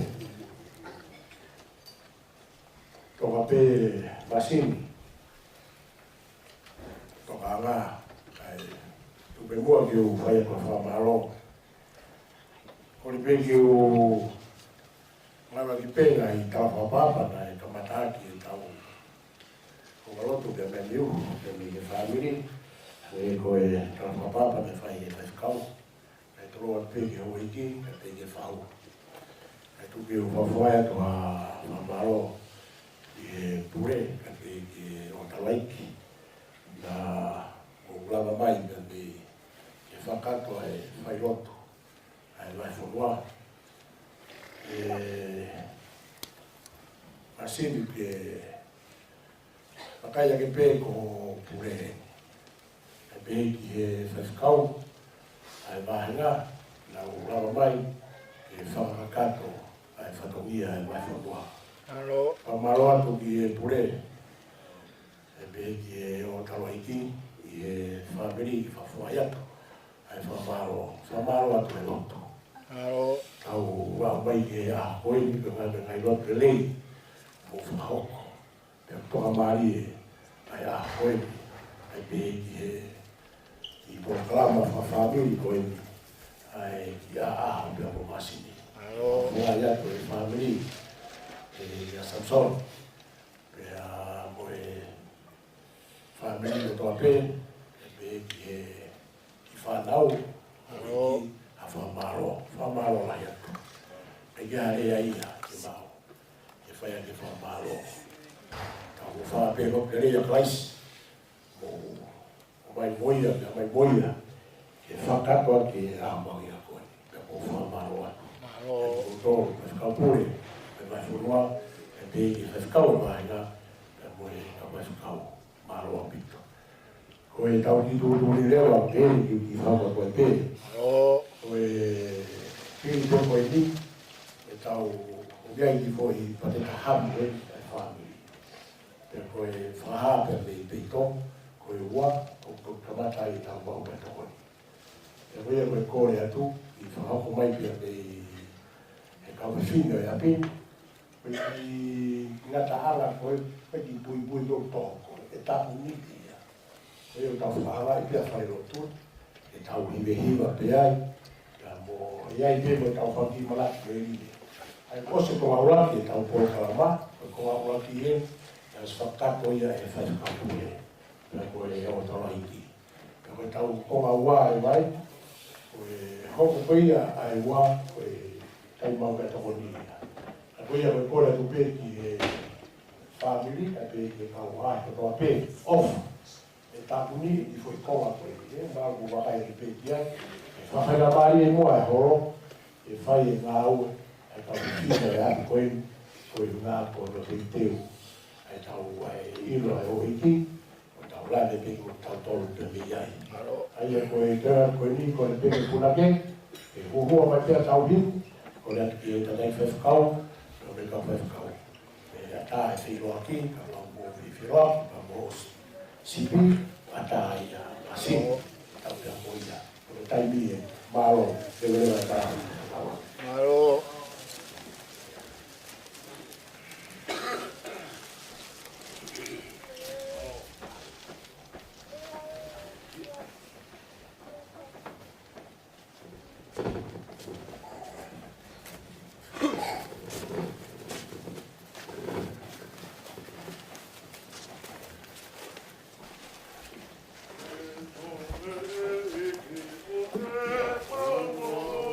We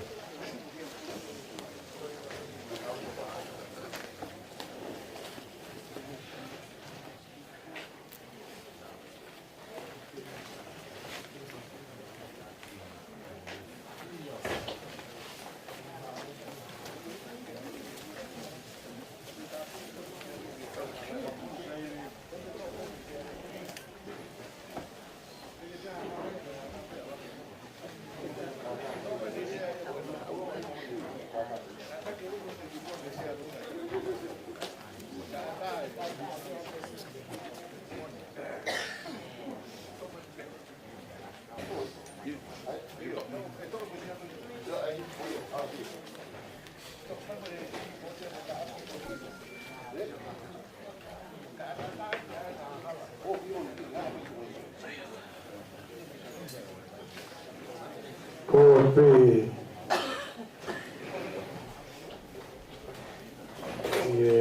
grande de wiki se fahu fahu wa pe ai ko ma wa de ka ko ka ma ka wa ai wa pe de la ka ka pues capaz até ka que iba até ka wa de a pe de ka Agora ele vai botar o aqui para a pleni. Apoia a peo que se é para a pleni. Vamos manter a dia. Ele vai estar atento ao para a pleni.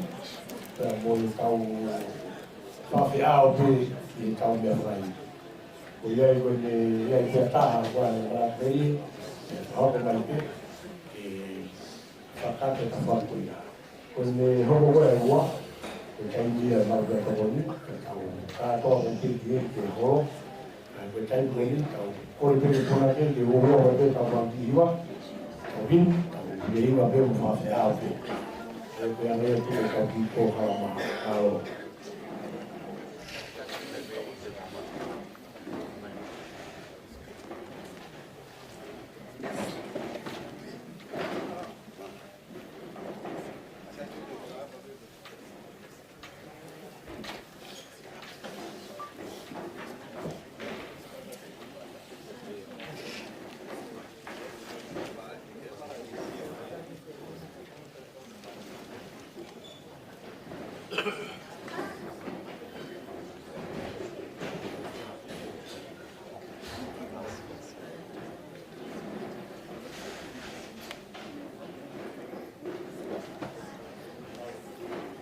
Como agora é muito, e falou, tudo falava, né?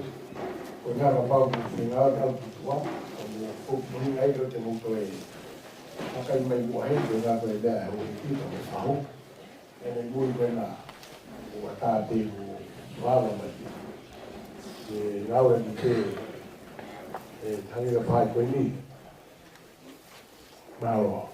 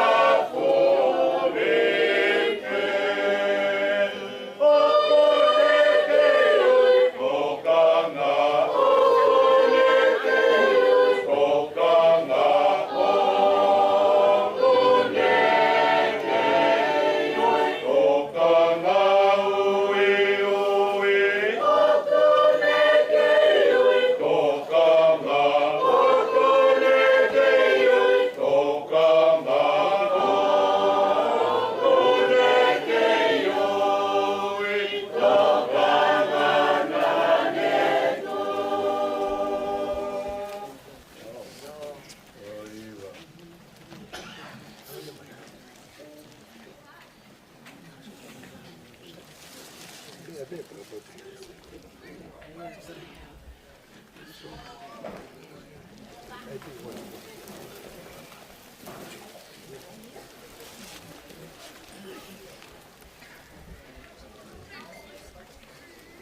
whakatapu atu kia koe Makasini. Ko uhinga ia mauwhene. Ko whakatapu atu haine meleana. Malo. Ho mea mai. Ko whangalangi nai. Mea honi. Ko whakatapu atu. Nge whamiri. Ko toa pe o kuhia ni mo tau ngā mea.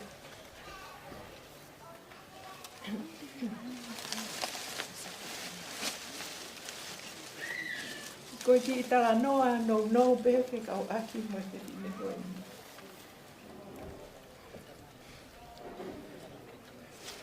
O mo lau pe a toko wha a soni. Kana ia i ane whanau ana ki mua. Ko nau ingoa ko mo se kau whana. Ko siska kala.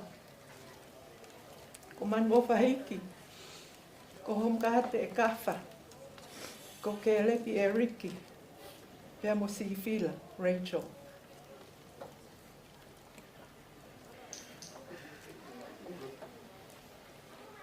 Ki mua pia ne toki hola mai ki Asteleliani. O tokanga ki konga o ni whanau heni. Kana ane ka mata mai. Mei mai ni moha asini.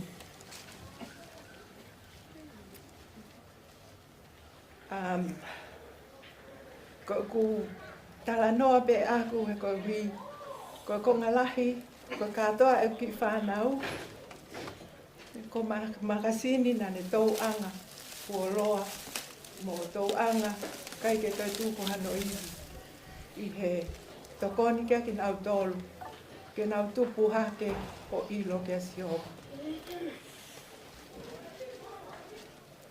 Na ne awe ki nau tolu ki he kinti kau polisi. Na ne awe ki nau tolu ki he lau tohi. I vai ni ki Tauelangi.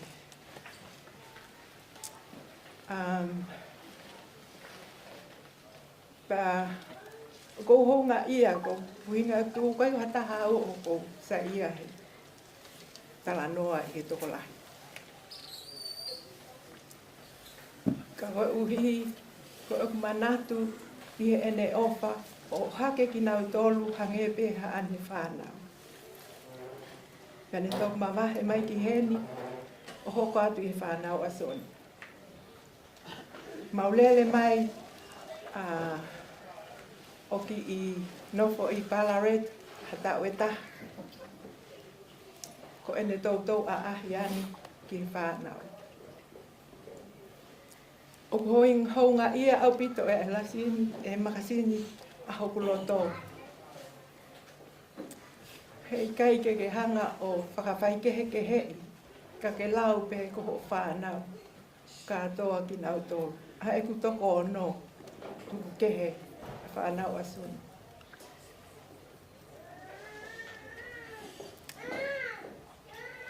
Na ikai ke ne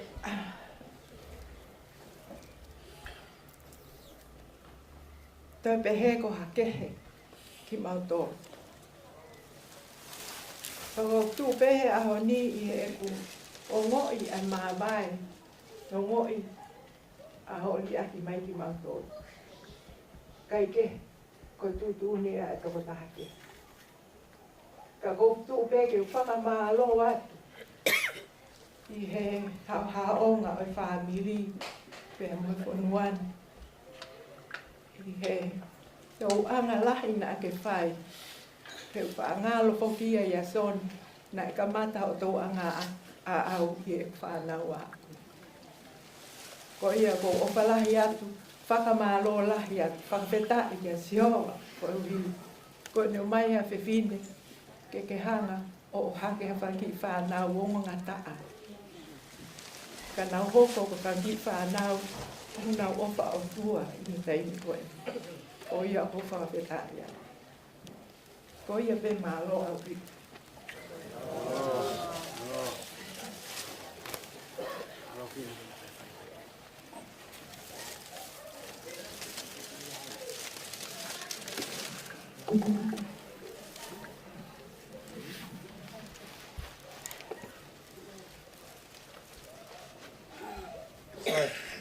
Whamalo hoki whahu, ngā koe manat melie.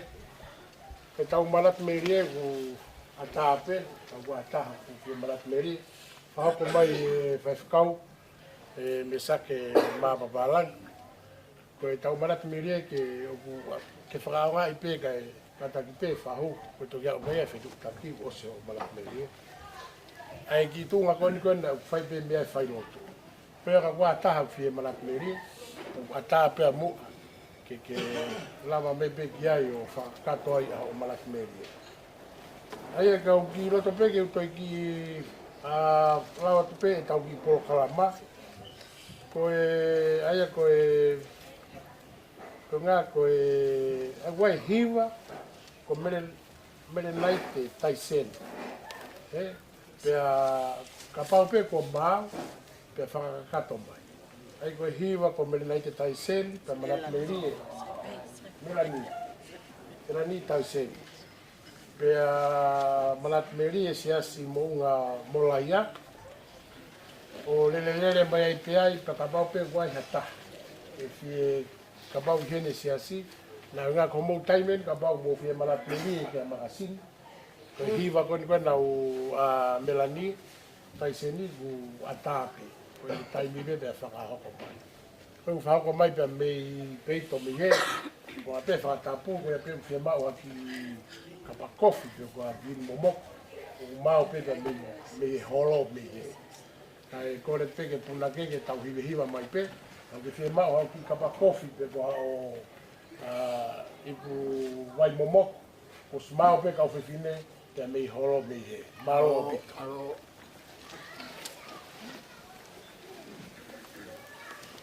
Oh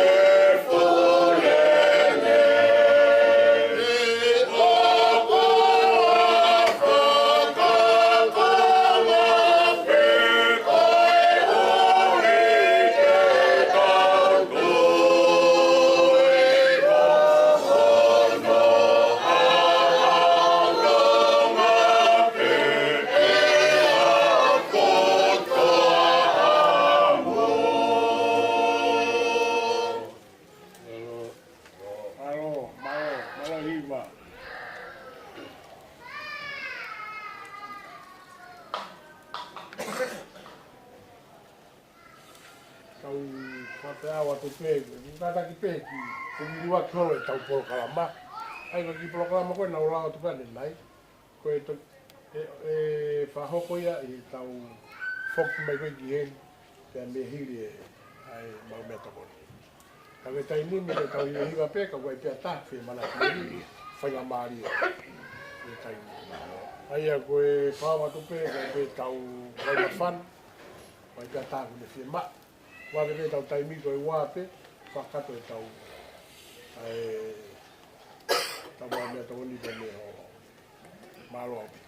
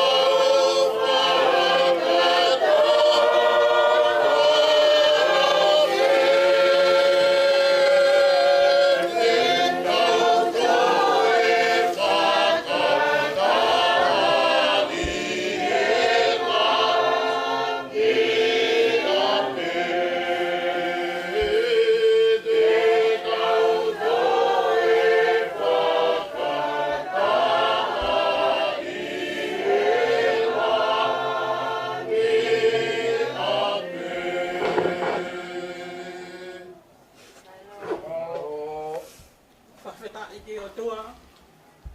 Aku na whio, tau loto ngā. Ka hufanga pē he whakatapu o osi o lufai. Ko whiwhia ke whao. Ke whai beha ki manatu me rie ke toko ua koe ni.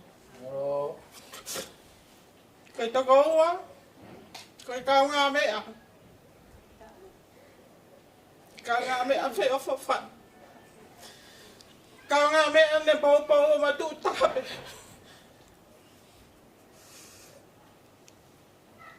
He koe ne ofa. Ofa tatau pe. Ki heu ki tamaka umar whanau asoni. Kamata e makau mea fekau ngā ki mo kaunanga koe ni. Nai kai toi lawe o kumakeke. Hange behe hata whae taha mo tamai taha. Koe kamata ngā e tau nima e ki whinu mo tua taimi. Ko tau whango fulu eni. Tau ene tolu ngō fulu ma fitu. Me makau ngā mea. E range koe lau. Ko whamawai ki maua he mate. Ka whawhetai. Koe kaunanga ia koe ni. Kau ngā mea koe ni. Nai nofo ki he hiki. Koe anga e mga awe. Ko whiwhine na loto la. Pea tokoni la. Pea nima malo. Neo nei ka iaha ma mea maua e ma. Ka ihe matu whakataha. Na hange o kumalawa e mea. He koe mga awe nei ka ke mapoto mau he whakauri. Nei lele hake kakai mo e nau. Sopingi he ka. Ka mateke lalo ai ngā fustosariote sopingi. Pe taime taha ko talangi ai. Whao ke maa uia. Tama e koe ha. Lele hake kakai ia mo e nau sopingi he ka ta teke sariote a tau. Neango ia ne kai ke maa. Tuka ke hamea. Pe ma ngau he siasi ngau he lotu. Neango ne kai kia ma mea. Kala e matu whakataha. Na e lama e mga awe. Whawhetai koe. Kau ngā mea koe ni nei kai ke toi pehek whai ke ilo pe e soni mo mere. Kaku ne whi mahu ha mea ke mari hono nis ki tonga. Ta mea, ka pauna ke alu. Koe ia teo alu. Te hoka te ne mari ta mea, ka pauna ke alu. Ka pa teo alu. Nei kai toi lawe ku ma kehe. Ta tau pe ne whai whatongia kia te amo family. Nei ki me loto kovi o family, nei alange pe ia take over. Ka ko ma whatongia nai pehe. Ka walata au ke family soni. Mo mere, take over. Te mga au e whakata. Pa ko whewhine koe ni, ko whewhine iwi. Koe ke umau e au e iwi e tahine koe ni. Tahine pe nia nai nofo ke hiki, pe ako mahino pe ia ke te au. Koe ku tangi pe aku ia, he mamaawa e. E koe fuoloa e matakanga ua. E ngau e siasi. Leongo nei kai ke maho ana mea mau. Kai whawhetai. Nau lele atu ki he whale maha ki, he ne fua i a ipa o peat ki ai. Hei, whewhea whakalau maari e o keiri fia. Tara mai e oste teua. O peat whawhetai. Koe me tau whema ki ta fanongo ki ai. Makasini, kou ofa lahi atu ki a koe. Alua. Te whawhinga pe ke lawa. Whatongia mea nake whai ke sinileka mai ne tama. Te si ofa yo sinileka ne kai ke ne. Whai eia mea. Ka whiwhine koe nene whai pe mea kutuka sinileka. Ke pota re kai ha mea. Ka koe ni kou sio. Ka mata e ne a koana. Pa koe ia pe ki manatu me lie. Ka ofa atu ka moto katoa. Ofa atu Makasini. Alo.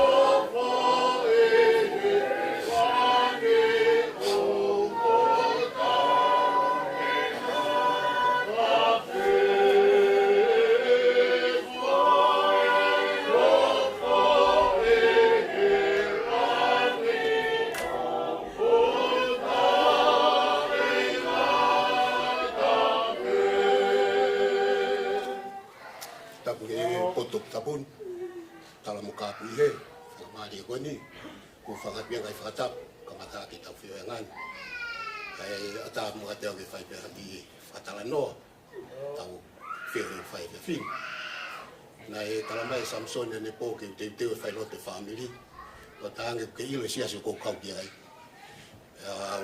ko mau sia si la te si la pa to fa lo tu ka ma ko ki fa lo tu en fa ya tu ya no ko ki mo to fa ko William tu la pintau ya ko e fo ha o fa tangata Makasini pa ko fo tu ai Spain me tahi vai veiva ko lele mai fo ngai fa fa tangata eu kai pa pote ni ke le ai au I lo pe ko fo tu anga ko tu pe fa pe tala no ya eu ngai ai mina fai ai fiori des ke mo ia o matua a ta sai ki a ui ke se ne tu si ke mo na fa la vang ki Spain mo fai fiori ai me family ya na ma we tai lai au fai ku ki ngo we ai ki kumala fai nga ufi fe ka ta ai Spain ko ngu ko Fetu'u mai pe na tala mai e Makasini ka te au ko tai mo mai pare ti lori pe tohi pe me asoni mo mere na hingoa wi tohi pe me Makasini ke wi loi pe ko tango ki e la tama sile ka fa ta hu mo to tama I ko ke tohi ho hingoa pe ho to na ki ma va ya ko mana te tai na lele mai ai ki Fetu'u pe ko ni ai Fetu'u soni e me sa spende così o ko we siliana pe kamata pentikos fo ko ma to pe ma to na o ang desene ni foto ma pole ke ma wo mo kiva ya fanongo Makasini ba luang o ma fa to la mai be siliana ta ko na fai mai ki hiva ai o va fo pentikos ya hiva fa ante ma we siliana ta ko fie fo ko fe ko ma te hu mai ko ke o fai hiva tu nga Makasini to lui ya ga ki fa poli o fusi hifo kola e ke mai ko fe ho ka te le mai moto ko la no amo fa ton no po ka ai le na moto ko kia fa ton i ko la ka ko to fe fin na pe he na ka kin pe ya ko ha ya ta en off ko mau tu tu nga fa na mau tu mai me ai ko tala no pe vai na tolo ni he kawatonga fofo nga mo ye na wilo ia o nga ka hingo ko di kuola I Spain ka ko tai me ko fai ai ikai nga foa ya ko malaloi pe ko malai o ka ko fu ke lo nga ki te ke si oi foa o fotu ya ka ko au ko ai pe tanga dai ko ilai malaloi ko ya ka ko to de ka ko pi alu holo ki kai nga mo ni tu Fetu'u pe tai ko to pe fai fatonga ko fai ane posi ko tau kai nga foa he ai ko fa na na tu pu me ai mau tu puanga ko si tanga dai ki William Solomon Pitau ko pe ka melia me futua pe ai fa na ko ni ko si ka ya sene ka na Makasini no pa to ngane to fa ka na to ya ko si mama ko to fa to ngane mo o ta ke te se ne ti ko se ne ti pe moi ka pa tai ko to pe ku ho ko me a family ku kau pe finga ke al ta no ni si fa e pe ta ta ko si ni ma to an bien o lu ngai Queensland al pe mo son ho ko lai ka hai siento ku le pe al ya le mai pe se ne mana tu to ya no mai me tonga ta hiwa halfa te ki fuki tonga palo mesi anga se ne te tu sio pe tonga a ho tu fuki ki tonga ala tu sio ka boy a ho pe a on fo la ma se ne ti yen ko e fa fia po fe fine se ne moia pa ki hiki se ne ti pe moia vere ka se ne ko ki lo fare ma tu fa fia pito o hen fa fonga si matua fa ai tangata e fa nau o tu a hen pe ia o mai Samsonika o ma sanita e si fa tu fa file o Whamalo lahe pit ke taine ko mere. Malo pito mere. Ai ofa. Hau pe mo i kuku ba ko al pe ka mere. Tapi ko at pe ka po malo. Ai ofa. Lai au pito. Mau ki family. Ka ki lau ka ke. Ya sa tonu no. Tau ke te koe. Mole yang ki mau tolu. Kai puli e unga ki te koe. Ai anga fotu au vai. Whamalo lahe pit ke family. Tau whiroa ki e honi. Whakawhiawhia pito soni peo tau mai ki whiroa ki moe. Whiroa ki moe. Ena e au ke taini ko tangata iki. Hange ko blawe na ina e alu ki leka pene a koe nofo. Ono Makasini halari. Mari ai pe ai na nofo toko uai. E toko lahi mi fua pe ni nau ilo na tau kau tamai he whanau. Pana alu ki sia to mate ko ia me tanga lahi taha. Ya lui whanau ia, te taingua na whai e pio kālafi, wakai asi tamai aku. Na ko opena te tamai ki tu o whai rea whafofonga i koe, pia utang ke wao rea na kau tamai. Na koe mooni, e ko hina ka ke ilo i hai mātua mi foa. Ka mau tupungu sila, mau lahi hake, o fia ke ho he mea he whamiri ke ilo, koe foa mo e fotua ki mātoro.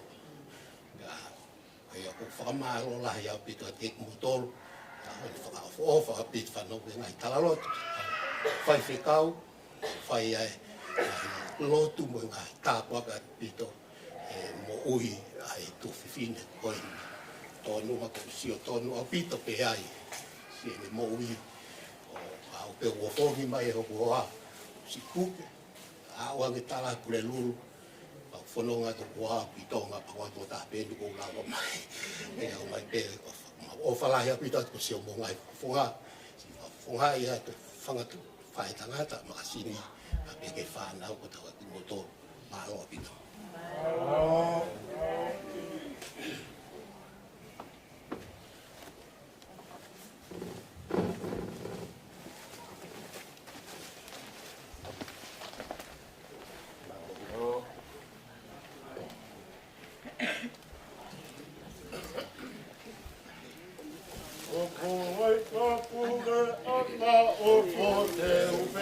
Mama,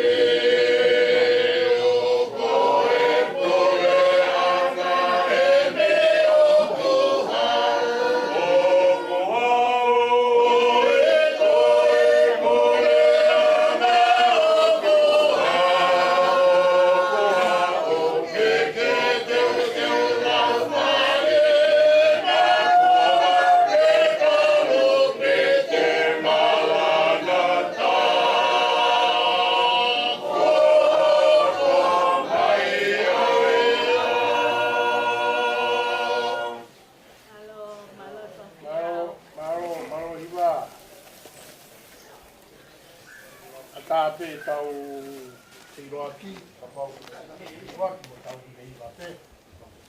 Ko e rawa tuke, ko e roa, e tau mea te ki e hoa pie, tau mo pau, e kei mia wai ki hoi pate tai e whanau, na te teo mai ka mia. Ko e kai ni, ko te kapa kofi he, ka mo ki momo, mo ki o mawata. Roko e Ouau ko no kai ni tau whawhiao te pehen, ko e tuke kuna keke, mo ka pēa lai hiu. Ua tā te marakmeri, ko e tau whairotu renu tāta whairotu ia e Tokaikolo, ko ia i ko wātai ko ia ko ushago de la kau, ko i tama ka whia ki la kau, para ki ko ware, ko e tawa marakmeri,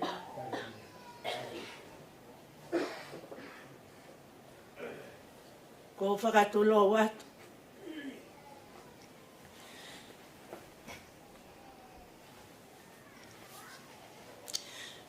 E kokole,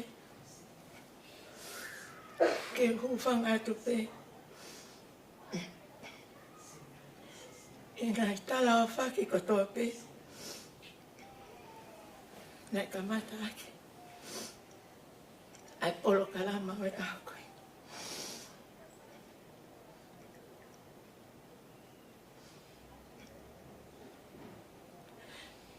Tupe mo ke te au.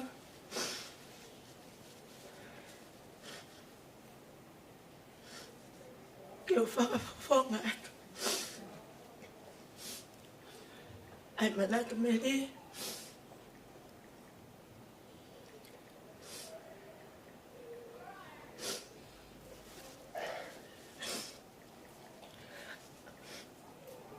A makiloti. Kai unga ki mautoro. Ai toinga e whanau.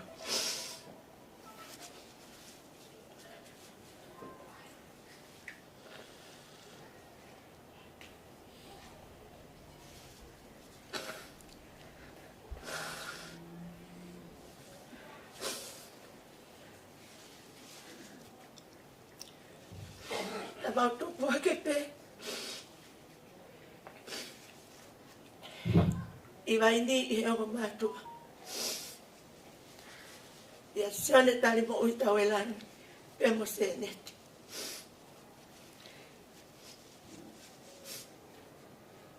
Pe koe anga ni e mautupu ake. Ana maututupu ake pe, o alu hake o maulalahi, pe kamata e mau mo bete bete.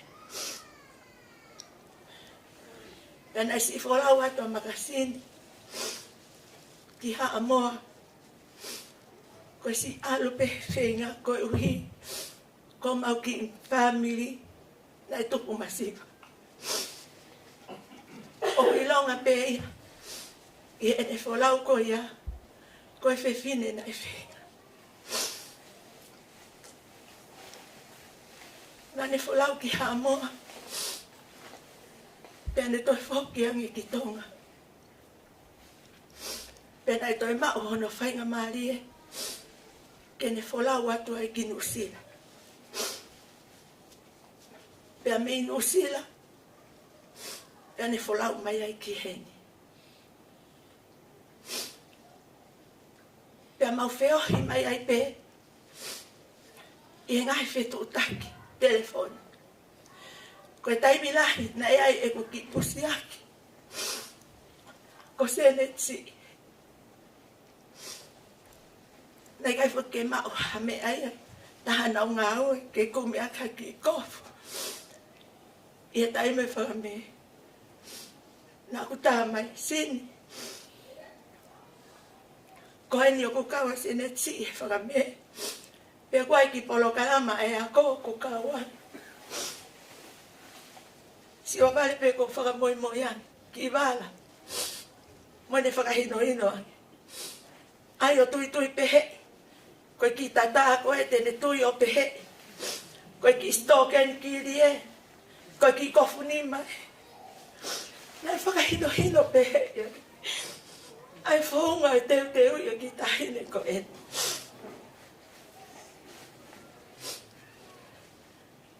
Pea osi me ai whanonga mai. Whai pe Fetu'u taki. Hau me ke ene puke. Whai e mau ki i hoa lotu au kai. Ko au pe, pea mai tau ke te ko e, ne lawa mai mei Amerika. Ko e mau ki i hoa lotu au kai he pule lulu kotoa. O wale pe ko huange ki ai. Whai e mau lotu au kai. Pea whai ai pe mo e mau pōtala noa. Pea ko eke mai sini, o ko ke whewhe. Para mai eia. O ko sai au pito pe au ia. Ko le ofo ki ana e maa lohi pe ia. Ai tala noa. Pea na aku lele mai he tau. I agosi o tau ni. Hono whakahai. O ku si to koto i whare mahaki. Ko e ku hanga tonu pe me nusila. Ho ki whare mahaki. No foi. Neo mo na fai pe kau ne sia tau hi. Na ama kakata. Na ama fia. Fai e malotu. Na ama fetangihi.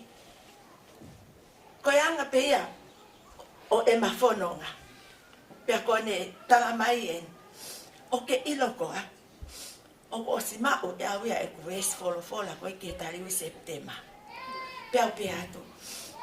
Io, tala mai ea. Io, koe ki vea sien. He koe ke le si pe ko mo ui mei ai. Koe mea i ho o moutui. Io, na ikai mea te ki mouto luia. Ka koe fuaki me he otua. Na ikai tupu me ha ngahi ngā aue. Koe uhi ke oa na ia ia taha i wha poli. Pe osi koe apea. Hua ene ki hiwa. Tamai eia.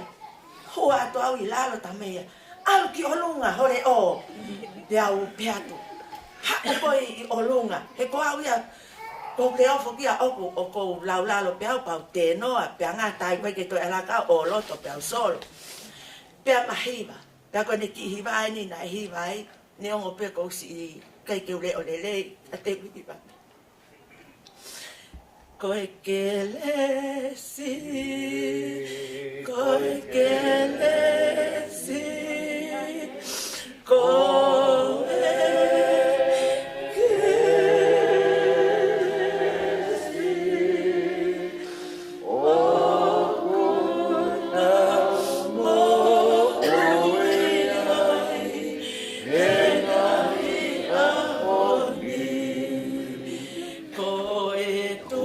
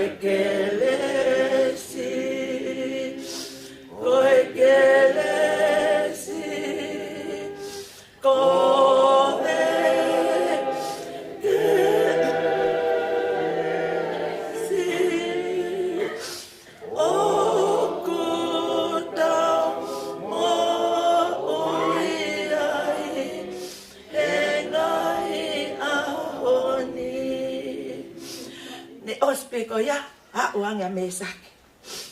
Uangnya peko mesake, ko tala ki ia ne o matu.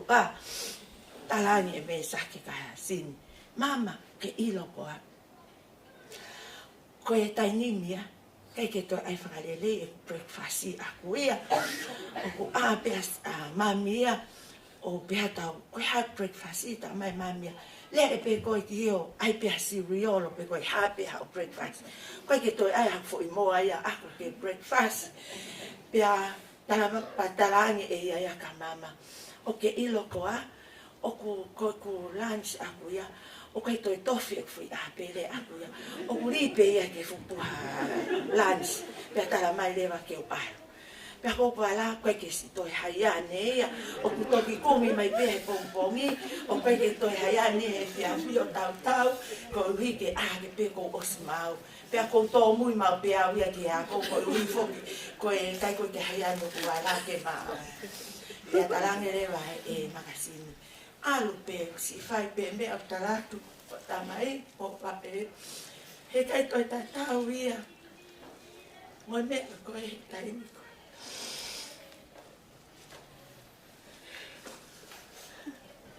Ko au ko puke. Kai ke toi lawa fai ha me. Koe hape me o kua o ke o tamai mo fai. Fai pe ia.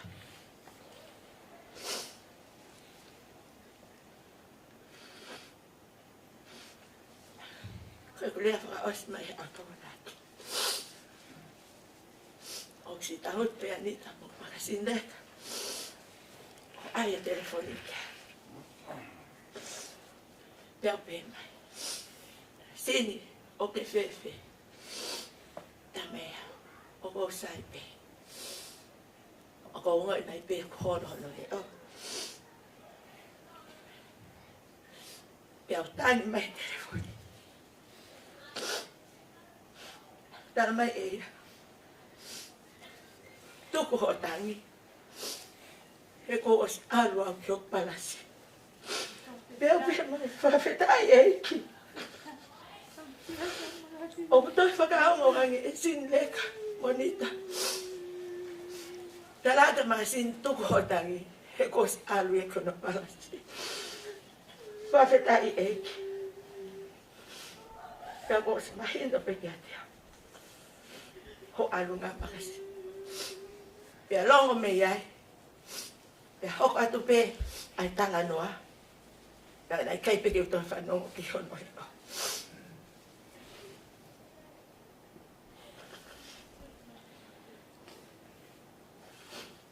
Mele. Ko fakamaau lai.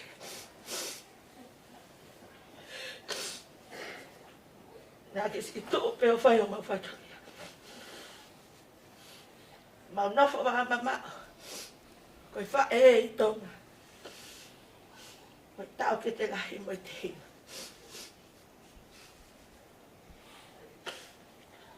Ko kasa e o kune i Amerika. Pea ko au e i Nosila. Mau nofo wa mamao. Hala to kone ta. Kea mai. Ka koe uhiko ho o whamere. O salute atu. He a koe.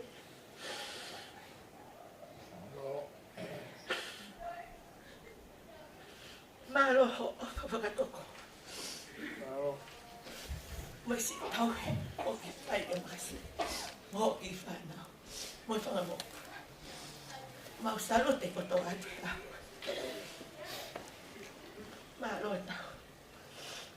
O Tauelangi peke o tō mawhaki. Ke o atu ke hairi o mai. Ke si hoko atu a ka whatoria he alawhanaka. Mau ofa lahi atu whamiri. Ofa atu.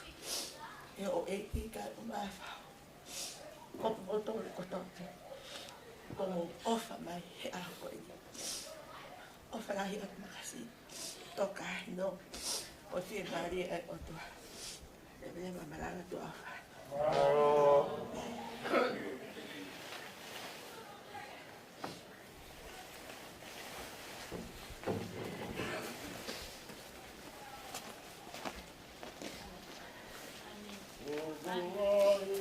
Ata e o kono a koto.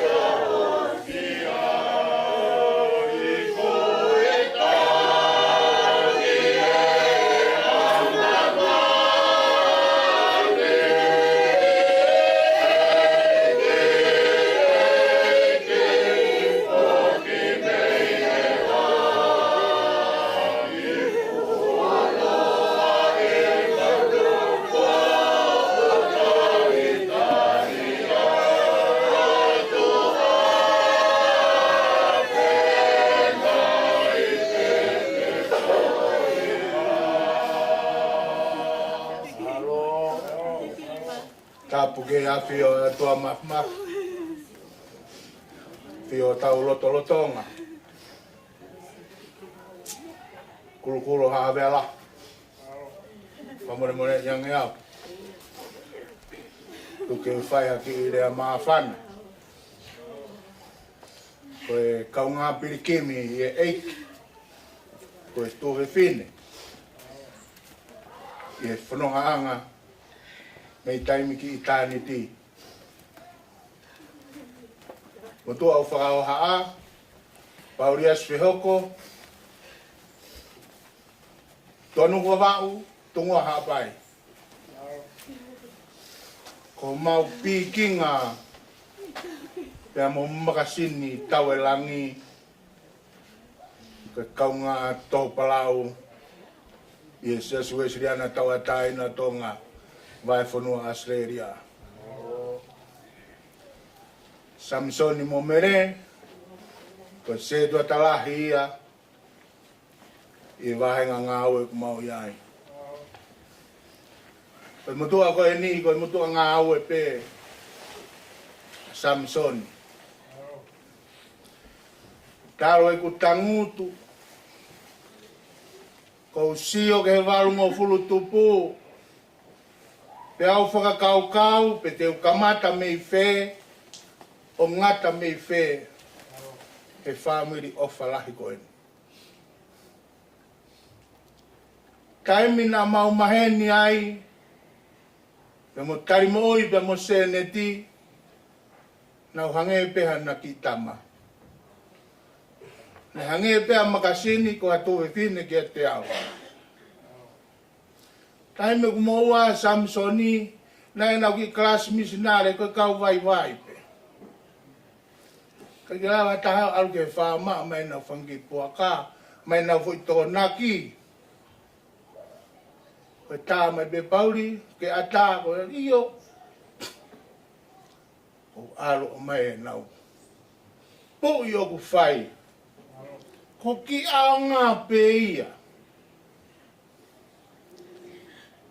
Hau hoku ongo tō whāwhine, hange peha toko ua o Makasini.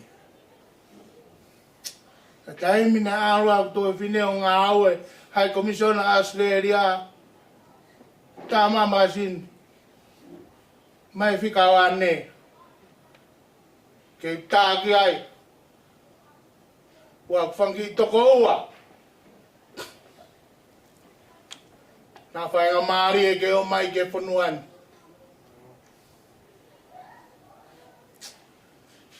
O e taha ko tangutu whawhawanga. Tauangi fekau. Ko whea pauri. Koen. Koen mea kai a Makasini. Le kai lava whakakato. I no whare kai he aho. Koe toenga ko ia. Nā tange tuku mai ki whawhawanga. Kei tuku arat pēu mo i paanga.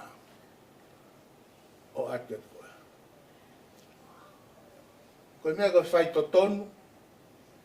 Koe mea koe mo i maa. Nā mau whelawe i aipa mo i whamiri koe. Taku kei hoko pe o au ke ahoni. Ilo e rei pe son mo mere. Ang manita, Makasinsi mo tenga whanau. O whakama te me ngā we, pakakila i pere, tāma fo i hopa, au me ka posoni. Kasi kuku pe e Makasinsi, ai ki mea ke almoia ka Makasin la. O family ofa, o fetongi ofa be. E uhoi a moi ai toko taha koe ni. Pena nau saia ia te au. Koe o mai e paanga lauafa. Ke u aro o whai e whakatau. Pena u hao be mo i we teo ave. Kia se neti. Pena mo tari mo ui. Na whakati tonga. Paula te konferenisi, mai tai moi. Tāku vai ni, a foi ni kita hilo ma me no fai porque fai makailes ai me mahilo I ono api o danga tari moi o ku fanga kui e kuna tau tu mai me kauhala po e si e fae sa na voi kamanu amari pe vai ni na no vai ni ka mo nga afi fai tanga tak fae tamai tari moi ta ko vai ni pe ko ia o dang ko iro le leipe na ke si ipe ko fa ha o pe ki vai ni o mai a sa miu ke o ha ke fenga ke wa ko piula ana e mao yo ko to ke no fo pe no alof a honi ke fine anga ton ko en ko fa nga ta fareola ka mai go tamai ki kam Sione taimbe uma Fetu'u la ke ai mo Makasini ona tau tolo mo fulu top ma Makasini fa mai mo tamai ke na mari ko pe kuma ta Makasini o fa o ke ofa pe kai moto tau fa miri e tau nofo e loto a hiki Pako kei tu pe ke popo ke tonga ane I ngau e tau fai. O fa ke fanga tau fa fine. O fa ke toenga e fa miri. Kai ke halea lelei. Ke uwhaka hau ngai aki. Ai ngahi koloa. Nai la vea se o ki fa miri masiwa. Me kaunanga koe ni. Kau maano tonga ane tamu mere. Kai umaase ne ongo mātua. Na hanga e bea tamai mo fae ko ofa de modol flawa Makasini ko matangi mari alo to tatau mo atu kama utoki fanongo atu to ava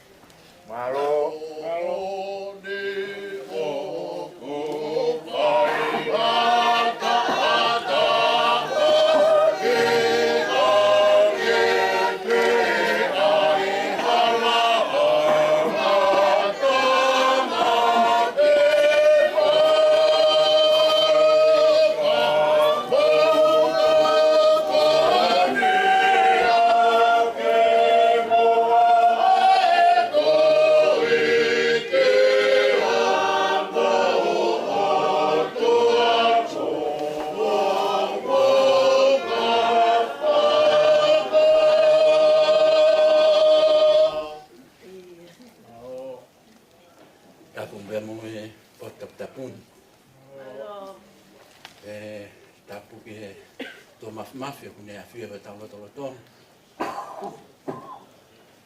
Wale peke ufanga he watapu kakato fonua pa Latu. Fai haki manat meli ki fe fine fangalonga ta o wingoa ko sinamon tu moe ya ko eku pikinga pa mo Makasini ha ko fangata mai me ha pai o hu ke ko lisko tu po na nausi mo ui he ki foi ni mo tu na ma we ui mo fangata ko wa si fa fanga ki na to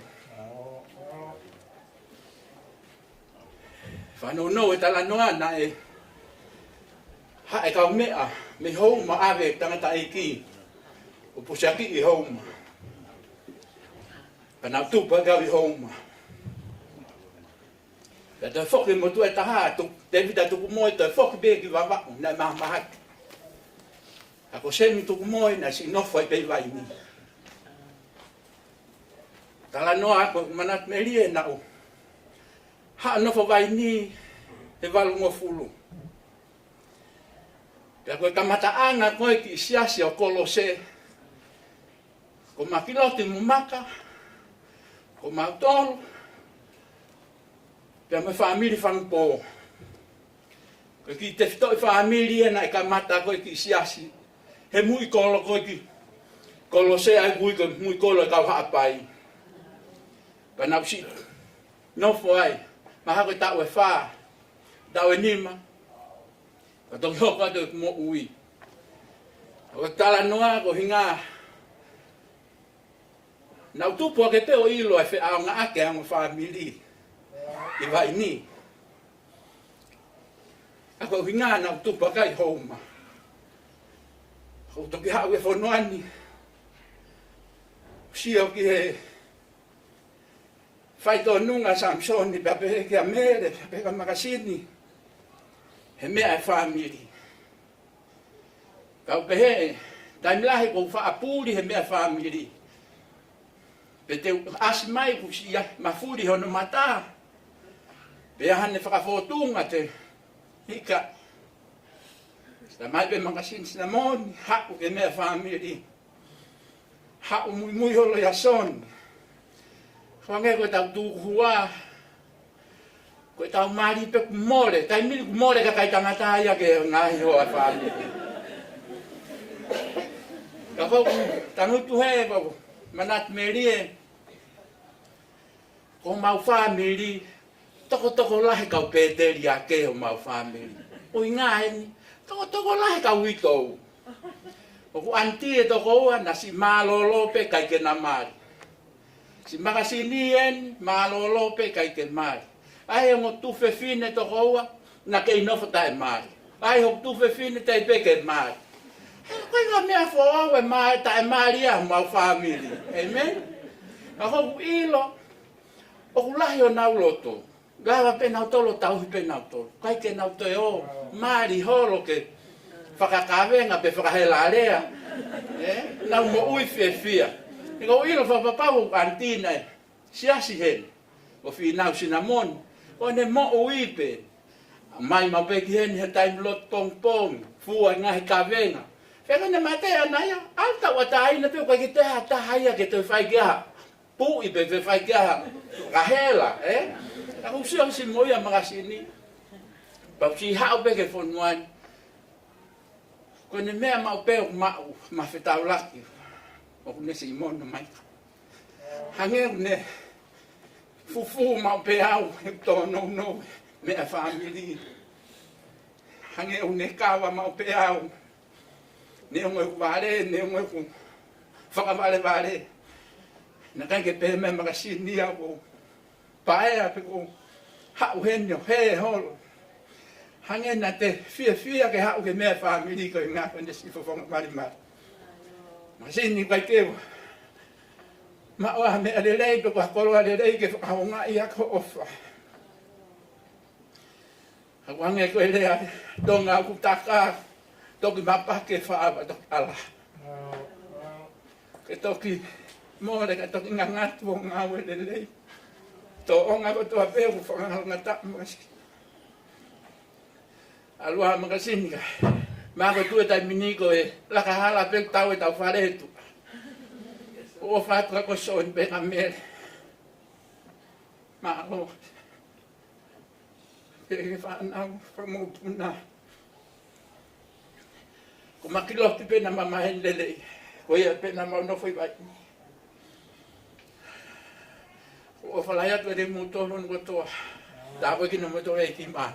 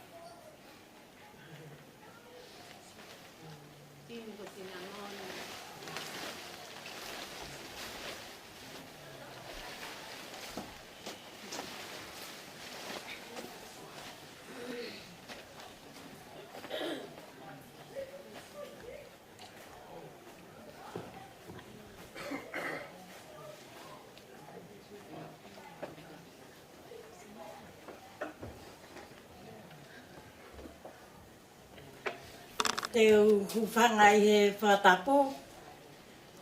Hei kai e to e whai ha whakatapu. Ko whakatapu e whai he ki mua he kau whai fekau. Kai a tā mua ka te au. O whai ki tu o mama au atu. Kai whai ham ki lea fakamaau. Moha manatu ki he tōtahan. O te kia ke whakaha. O moone a lau. O kai ko hame ane ke ure ai. Ka te whakaha a hopono ngā. Mo e Fetu'u ai o ko hau me ai. Ko ki kolo o ko hau me ai. Ko e kere a maka mo e vaise o ta me batu. Ko whae me uiha i he haa kini. Pa ko ta kai whala i he huphangalu pē. Ki he whoi pere a se neti ko tuina wai Tauelangi. Ma o ki whanau tō tōlu. Pena koe ku hau a ki whonuani. Koe ku hau o sio kai ko matua mu fanga to wa una hen. Pe na to fokiang e tahine lahi. Pe to hao ko ene ofa ki hano me hitanga. Ko tu pe ho atani ke fa fonga a ho hoa. Ko no fo ane afi ho ko mai e hao. Tala a hok lo ngari e.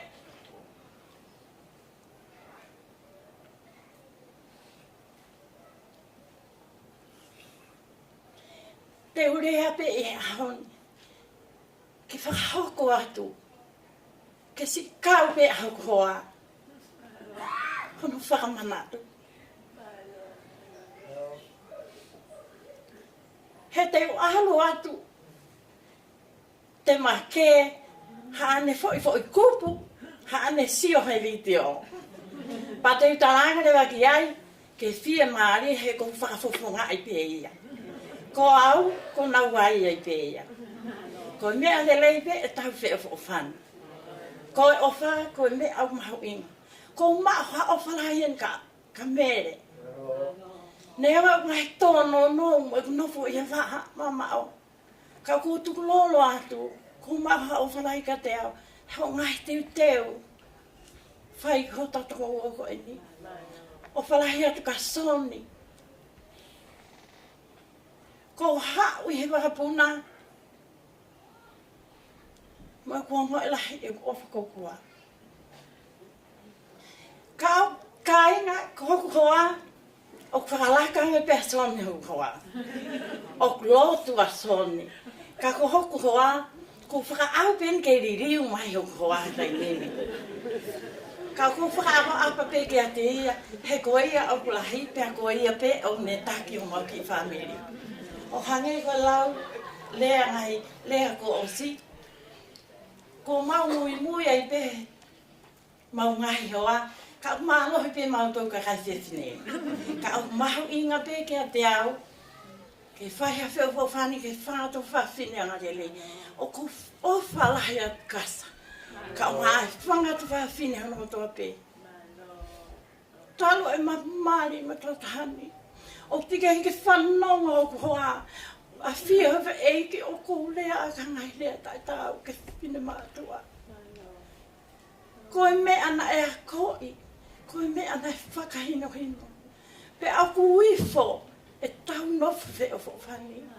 Ka ako kei mao piha o whalahi kia mere. O whalahi au pito ka mere. Ko ngahi olu nganga le lei kune taki o kai te ofi e whai whatungi a ka mere. Mahalo fulahi pia mere ko ta ono ni mai. Ka mahalo ko ki motu asi i pe au ia mere. Ka ko ma o fakamaau heni o whalahi a ke whahu. O whalahi ke hau eiki. O whalahi ke family o nā wai. Tau tau ki whito pe ko wha. Kia whangatu whawhine alele. A o pe ki e tō tahani. E ne tohi ange pe tānge. Ko e mea nā matokoni ki e tō tahoni. Ko e vai ko e ke neinu. Pa ko ai taimeni i hokoa. O ai ende te ki kahi pe o tala o te ke ai ko ke ngari ware. Ai pe me a ko pe he mai ke alo pe ave. He te ke tau wa i ko e ta wha ko ia pa pe he whanga tua whine ko whine ta o te whine kōpia. Ka ko hala ke mamao ko whika olu aki pe ke whine mātua ko e ni o a oi pe ka hau mate. Pe o ko o kei ofa pe a hau mani o a oi pe ka hau mālolo. Nea mo tai tau, mo tai Fetu'u, mo masiva o ko mau. Kau kei mau pe ha ofo. Whakaapa ke o a kau maha ki whanau. Kai tau te whito pe e ku vai haka ke whanga tu whawhine. Te ta vai haka pe mele, ka o lewa pe ke osi e ta mo oi. He ta mao e taua a whia lahi. Koe mao a whanga tu whawhine o kuanga lelei, pe a ko naki pa whai whakaapa. Ka kau mo ko hoa ka uma soni he mea ko whai whakaapa. O ku mahu inga e ka te au a mea ko whai whakaapa. Ke tau kei puke pe a eanga whatonga o hau ke aoni. Ka ko maho o whalahi atu Makasini ka te koe. Kai ke lahi toko ni ia. Ka ko au ko wheo whani pe mahu inga ka te au. Mo o whai. Mo whelo mo ake i hele lei. Mo ngā oni oni. Ko o whalahera toki ki mo tolu, o whatkata, o whatkasoni. Ko tū pehe ahani ka inga. Nā wale, o ksaiange tu ahani ke kau, whawhuwhonga i o koa.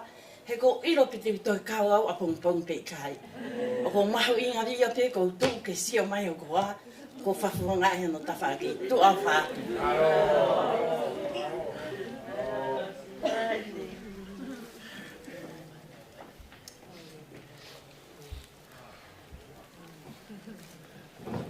Malo atu pe, i ngahi mrat merie. U toi pe tau hās honga pia. Tau au rewa ki konga anu hoko. Ki ata pe. Ki ata pe tau mrat merie, ka wai pia taha ku ki mrat merie. Pia ata pe, kore pe ki punake, o Moimoi. Ki hua mai pia tau hiki, tau ata pe taha ka wai le mrat merie ki Makasini. Hange ke mrat merie na fai Paula. Ko Makasini foki na ne fare kai. Pea ku kola he pite kau ngā au e sima. Nau ke tu taki mai ka te au i he kuai pousi ko ia lau ilo si maroloa Makasini. Ngang lau mahen gere mo Makasini. E taim koe na lere koe le di wharekai. E pa koe ke puri ha tahe kau ngāu e. Tata te whito ke kakai e kau tamai tangata ngāu e. Koe nau ngāu e ka toki o pō kai ke wharekai koe Makasini. Nau oho vare au pitu. Nau whahoko mai pē nau ofa. Ke whahoko ki e kaunanga koe ni. Nau ngā koe konga ia ne ngai tarei. E na e whalere ni ki wharekai. O si mahen ai mo toko lahi. Toko tāpe. Merie ka pa wataha. Merie. Maro. Maro kau.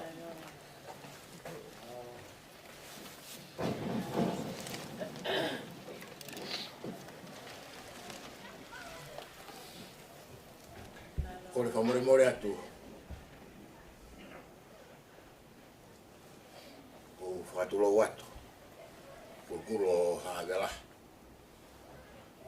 Ai tu pe mo ke kau pehe ma fana. Tala noa e aha fifine koen. E te au kai te ufiu he. Te ngai tala noa merie.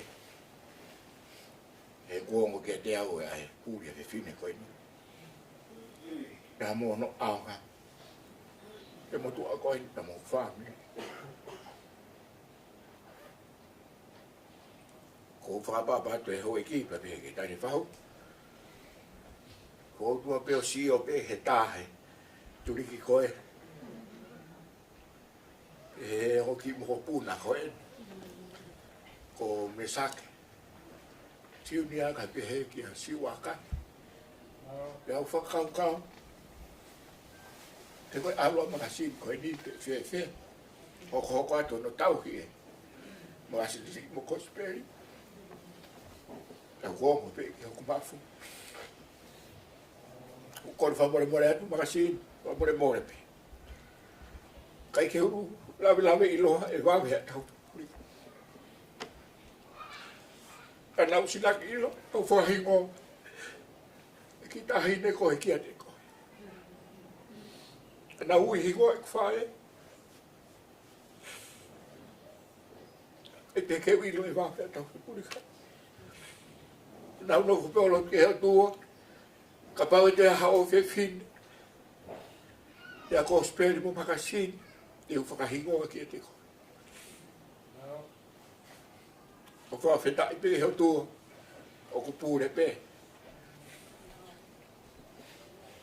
e ke ko fia pe e family e ko kau i e fio koen ya te au kai ko toi ke he au koe whami.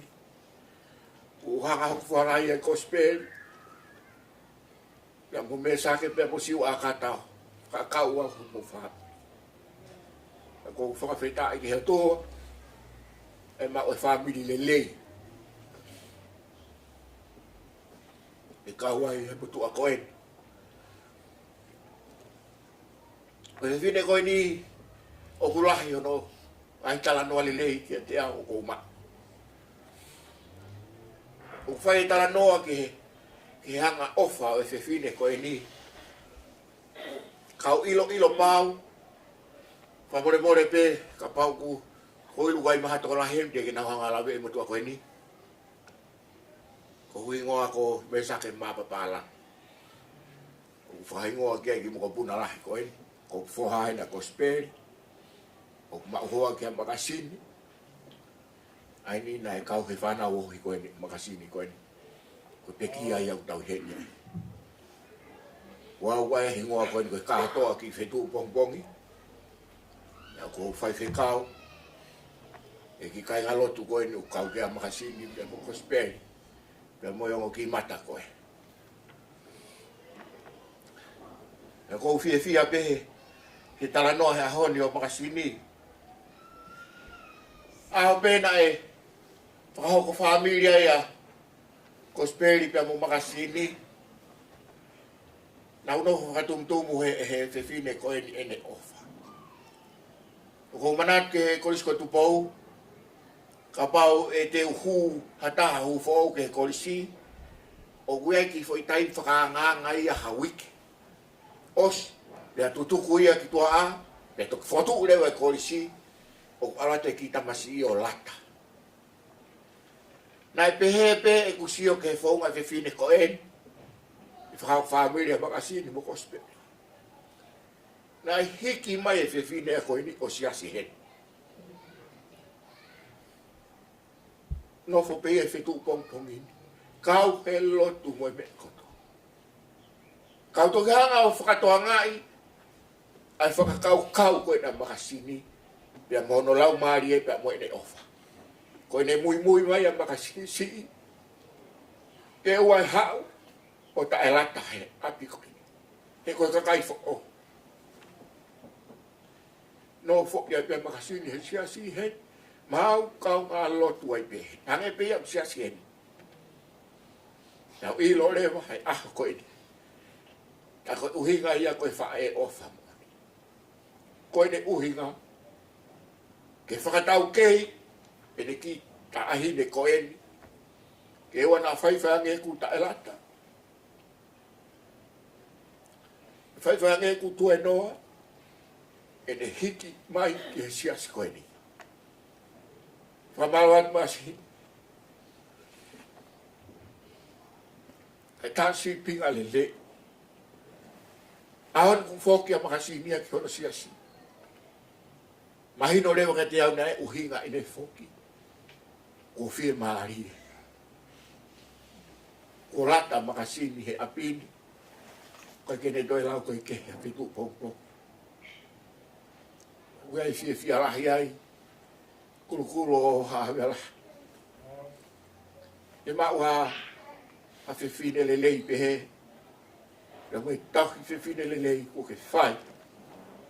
Tau tai maari ai e mutu a ko eni. Hei tai mina e hawa Makasini. Ko e fo i pe i he talanga taa ko eni tamsi ko me sake. Pea tala mai e Makasini kiate au. Sake. Patu mua ai tamsi ko eni ke a kopi. Whahela rea au pito. Ko Tauelangi. Sai au pito. Tuku yanki api. Tuku yanki api e maki i mohe ai, ma maki i nofo ai. Tuku anga me sake ki api. Aura ki be tai, aua tai. Hoto au pito me sake. Ko Tauelangi, pe hange pe tamasi ia koe na o si heu i bea me i tāni. Whakafoki mai koe tangata ke no api. Kai ke mato e whirea aku mo Makasini he osi e ngai mai. O pēni na uhinga ni o ange ke a koku. Pe koe ne rea mai o kore me ka te au. A koki mo e Makasini. Panga taa ki a te au. Te o mai au ako i tai ai tau ne whakai te eke ka me sake me nai whi hono tā. Tāke me sake nai tau e whi me hai tōki laro o he loto peko ta ke hoko kai ke to rea i lo u fai te ita si o mai ka kai ke si o mai ka te ne lahe tau te ai ka ko i lo ne hok ma ka me sa ke fok mai ka Makasini ko pa ko fu ai siana kai ke tau fa fe tai pe o toa ko tu e hoko tam si ko ni Makasini ko fai fekau ha ke fia e ngai folo na ke tō kaki ki a te hia. Ko tui tene hoko atu he kaha. E ne mo he kai ngalo ia. He kai ngalo ko he Makasini. E kuilo he tamsi ko ni ho ofai.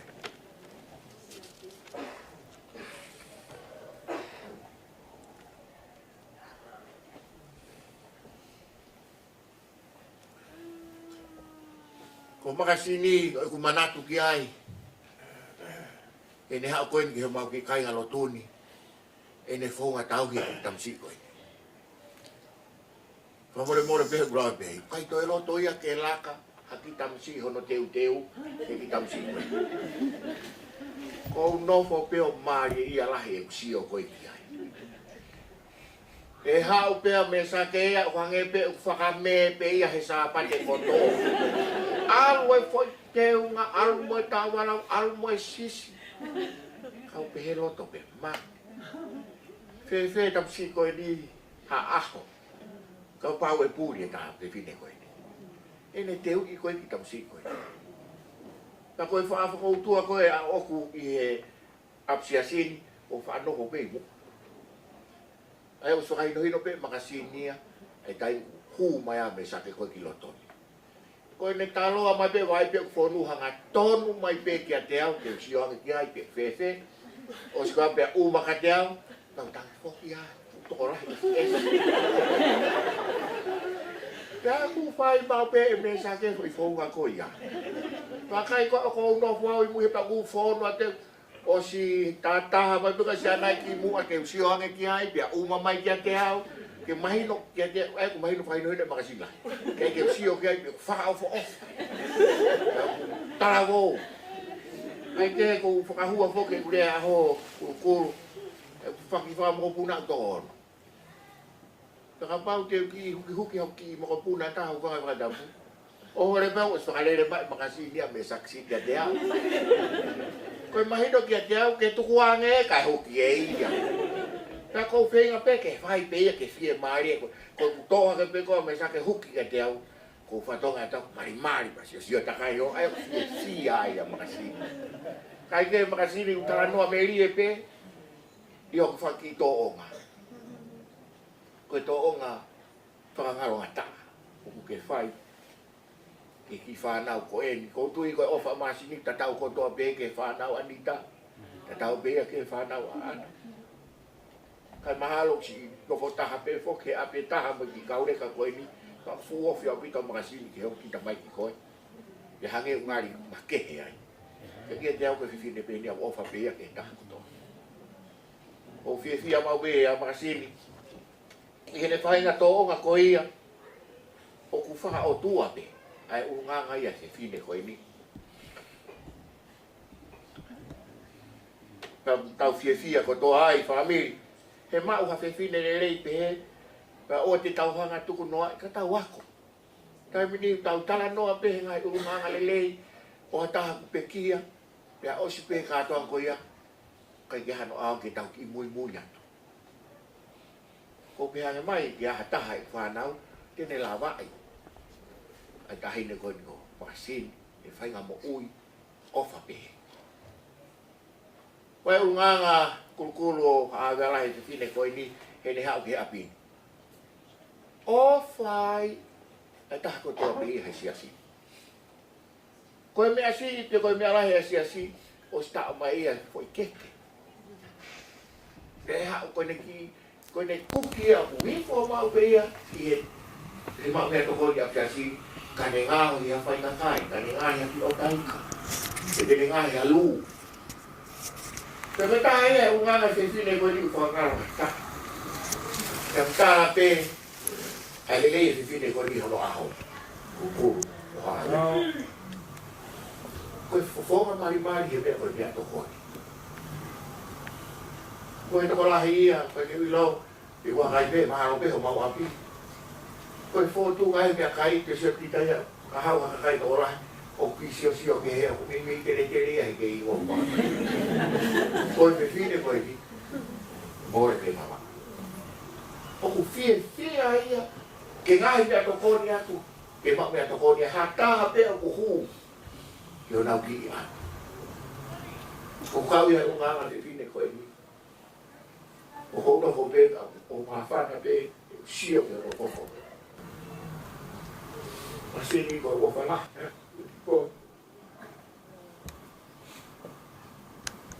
O whonga ia te ki. Siasi lahi koe ni, siasi Tokaikolo e Karaisio, Australia. Ia kukātoa ki Fetu'u. Malo. O whātu tawaaki. O whaiwhataungi a hiki siasi. O toi ongo ko ke te au ka ti siasi koe. O kau ke a kosperi pe Makasini ko o takia. O tangutu pau sio kau ke. Kai ke hata te koe taha ke ai ngahi whataungi. E koe kawenga siasi tala pe ka Makasini. E koe tala atia ki o puhanga kosperi. Ispanora kita belau-lau albe kasasta. Kaya kasi o pamay ho kumata ka ito ay alu kasi asita ko kilo pe ka me hoko ko ka ha ko family Ka po whakapeta e pe Fetu'u. E te whine koe koe tātu pe ha mea. Pakasini niti pe koe rukuruku o kuni mama. Kai ke loto ia. Ke tō laro ha mea. Ke ti mātua kau ka kosperi Makasini e mau ikai hau tu. Kai ke koe more lahi e kia te au whamiri. Ah, koe ni. Kau tui me o whamea Makasini e ho. Wata. E nai tala patongia. Ka mau ki po siasa. O mai mi po ki naua. Wahe ki kurupu i hiki ko o mai ke ki naua ke kau he kurupu. Me wai uhiga ko o mai ke puke pe ki naua.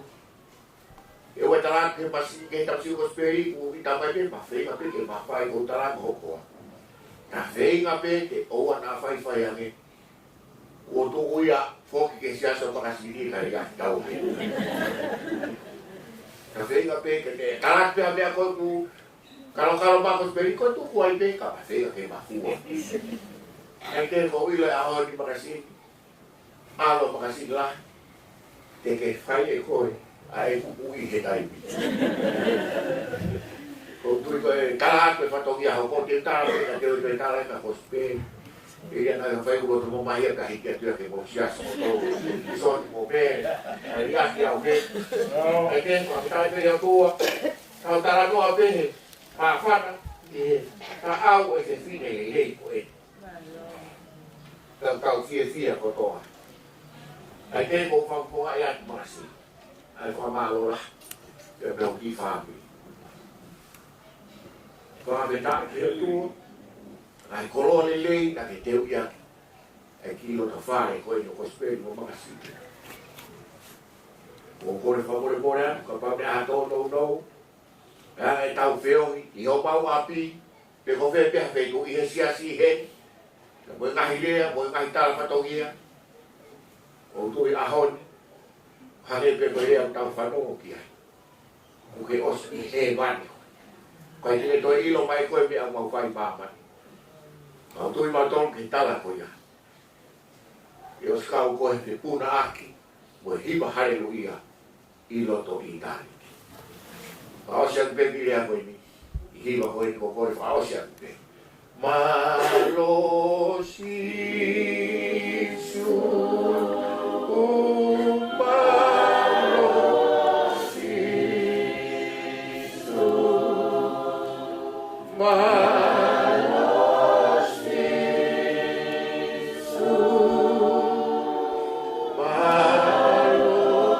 sisu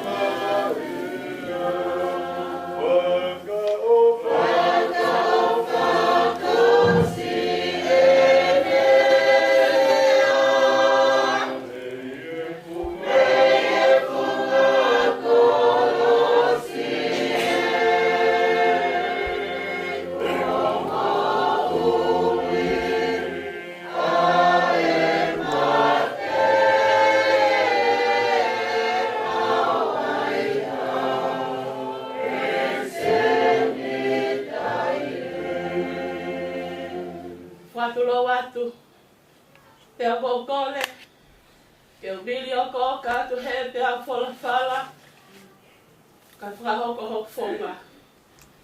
Tuku pēr ke whatapu ke Aofia o tua i no tau loto ngā. Pea kōkole, ke hula atu ai pe. Ka ki whina motua au ku whakahoha a.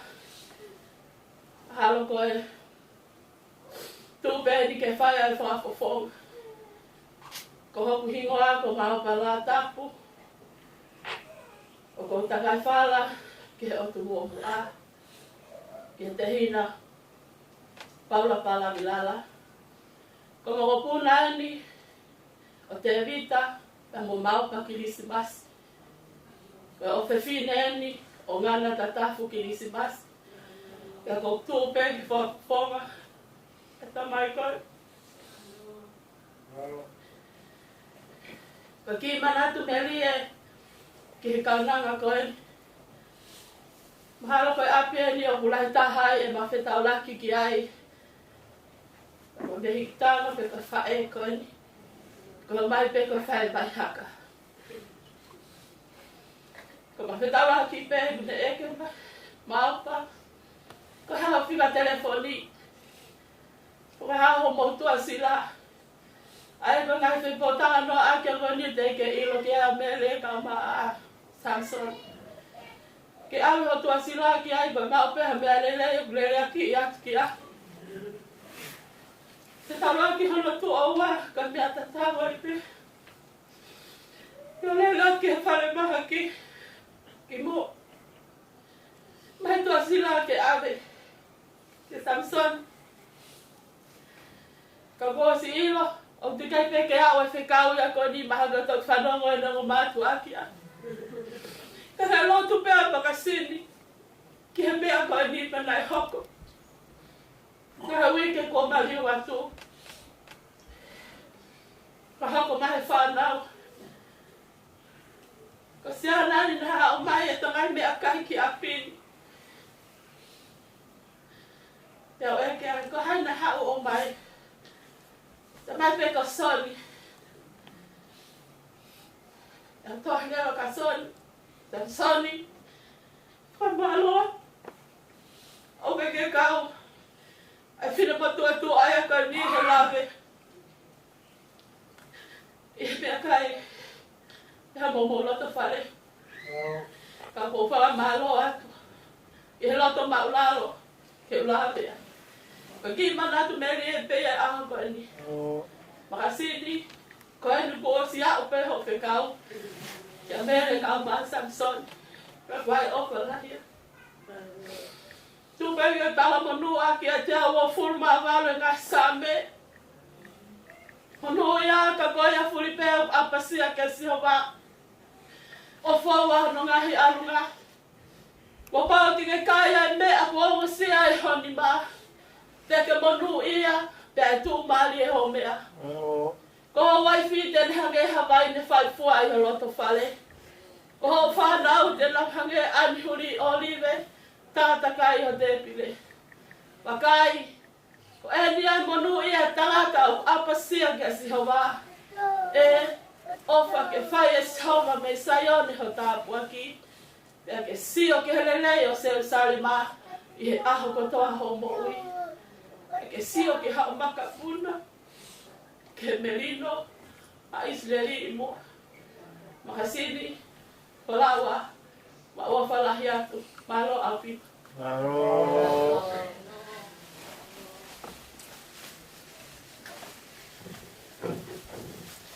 Kultipite ai taiki, oi whakakopite, o ka hoko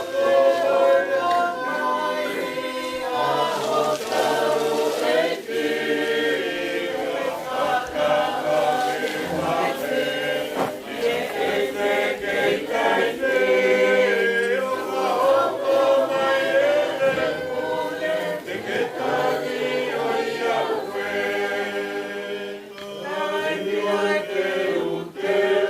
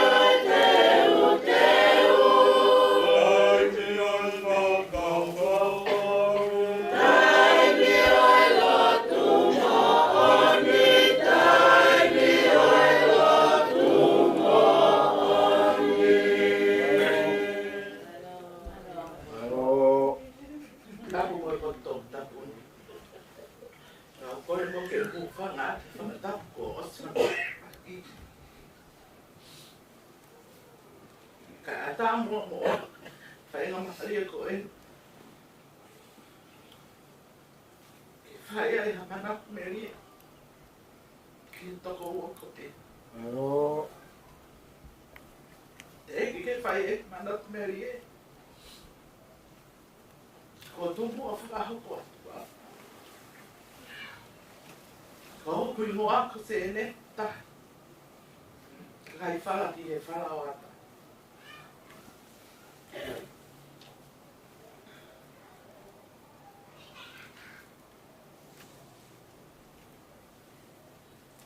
Ko e kukui. Mo e kui a Makasini. Ko e omu tau te hina. Mea koe whakahingoa au ka sene la. Whae a Makasini. Ko Makasini. Whakahingoa ia ke he me hiki tāna.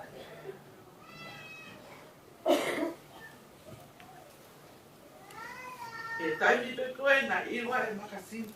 Ko sene ti au. Na e lau pis mai ka te au.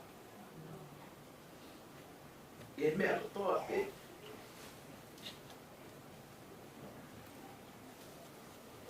E ne hao mei. Ne fofua hao ki e ni. O mau. Seas rataha pe i e spira. Taimi kotoa pe a kuni hana whakahiro i no i hao. Hanga ea hanga he mea au. Kai ke tonu mo tau. O kune tala mai ke pehe mo pehe. Na hange pe a Makasini ko hawha e. Kana e lahi taimi, lahi e tala hundi ai. Taimi kotoa pe, tala mai ke tupu e. Ka taimi, tene taha au. Tene tala, Tauelangi ka te a, ke kiate ia. Ne ongo ko e me hiki tala, whahingoa ki ai ko a koe. Ka ke manatu pe, ko ho o whae au.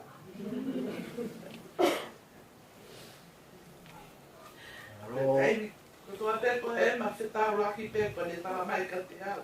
Tō si ke tā koe he taimi. Te au tarangi ai. Te ke tā ho whae. Kai kata te a Makasini. Makasini. Ko mate o whaatika te koe. Malo e ngahi tō koni whakalau maari. Ngahi tō koni whakawhae na ki whae me ka te au. Ko fakamaaau lahi atu ka te koe. Kai ki iai a ko anga ka te koe. Mua ati. Ke api ko te koe ki ai. O tari mai ki a te au ha a. Maharo e ma beni beha a tatoi whetama. Ofa atu ka te koe Makasini. Alo. Alo.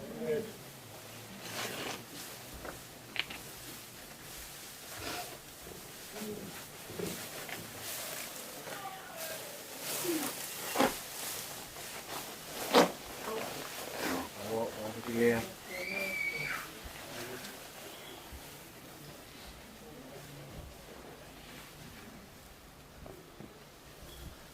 Bege, uomo kata viva. Eke hoko, eke koe kami, tene yoe, i makani, ike praiko, laui e mohu e Jesu, eke hoko, eke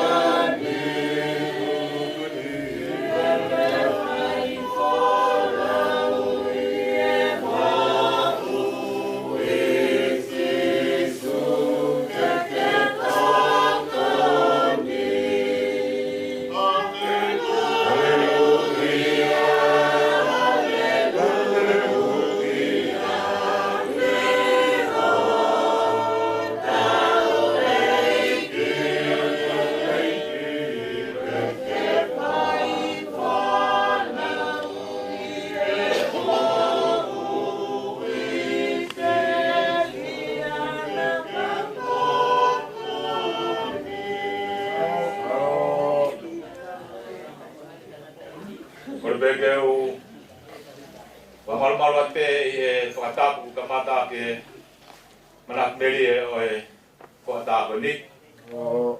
Ka e tupe mua ke utoe ki whakaha Ouau.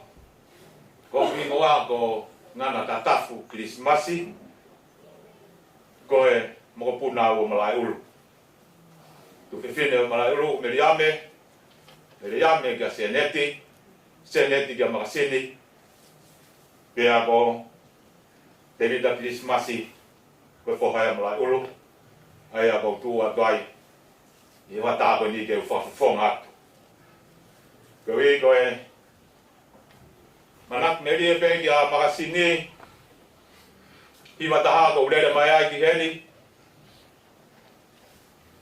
No fo heli pe auto e fok ki tonga i e tau. Tawal hiwa he hiwa no ki tonga. Pe tau laki ai mo tangata e ki. Kan e tala mai. O biai hono tu fefine i Australian. Pe au e ke ange. Ko hai ho tu fefine. Fin mo tu au sene. Ai ni o tu kwa e Makasini. Pe au hau rewa i he hiwa. Te ai ke mau Tauelangi ki mau tolu mo Makasini pe mo seneti. Na ia ia polkalama. Ai se sina fai meskoti he holo i meskoti. Rotonga ia ko i meskoti he taim ko ia. Pea ia seneti pe mo Makasini. Pea talange ki oku hoa. Alu ange o wha ke eke a Makasini. Ko hinga ke filmu tua ko seneti ke iloi. Pia ne iloi a tangata e ki ko te vita Krismasi. E alu rewa o kua whai ke eke. Ka ilo rewa e Makasini. Ko mau family ka kok mektanga. Ko au ko tofnanga au. Ai family ko ni. Ka ko tō ai he whiawhi ko ni. Ke kei whakamahino be fanongo be he ngā hirea ko lahe kau seneti. Ko seneti koe a kū tau a tolu. Na whaerei pēa seneti pēa tāka Makasini. O mai e Makasini a hingoa. Ta mai e Makasini ke hen pēa seneti. Whahingoa ho tahine ko seneti si aila makpila. Ka toki whakaiku pēkia tea. Hingoa pēa na ke wilo e au ka talamai talamai pēa e Makasini. Ko hingoa ea se toki tapu pa kou tui. Mea i pehe kau fekau.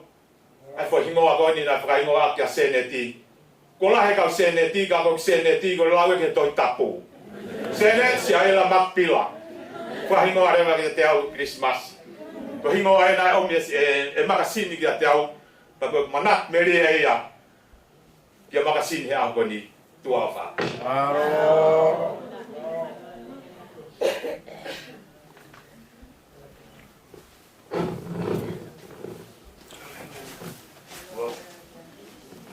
Aro. Kei taimpe, ko e pia.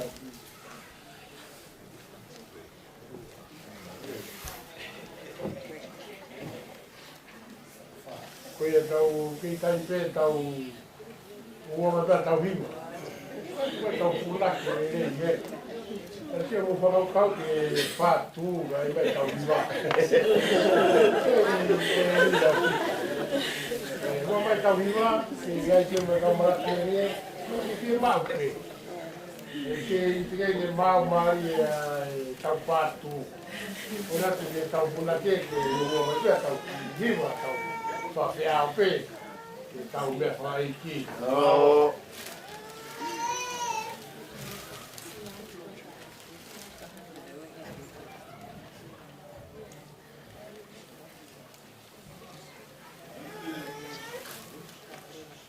Sione ui moai katai, Aofia, Aofia,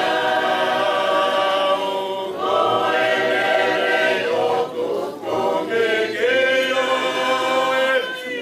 e kai mati mama, ni kau mapase amo angea.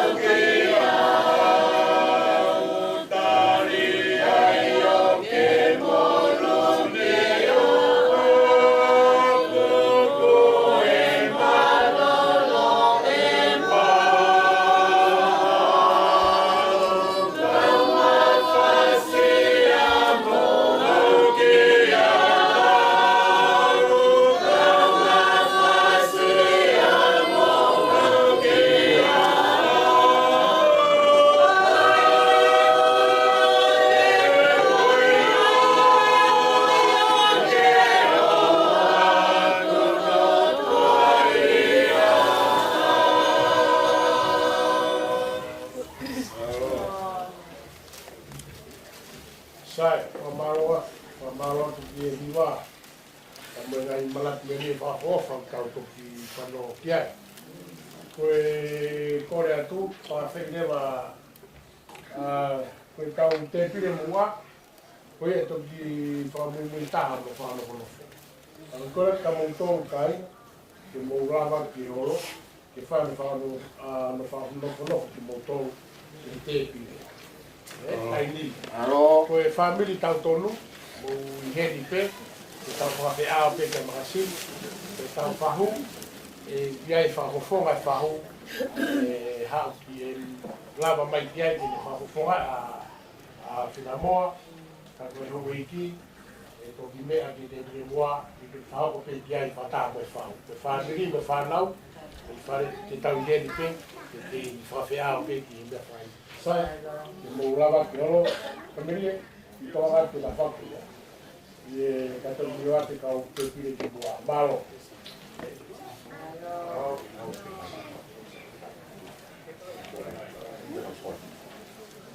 Ura mari,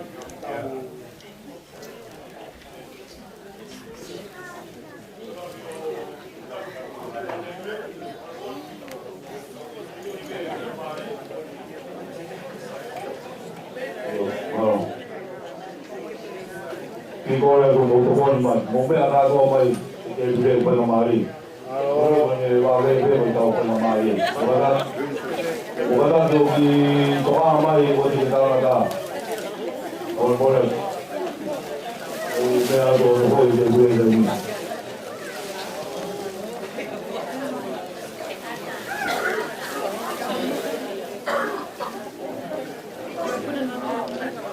oya malo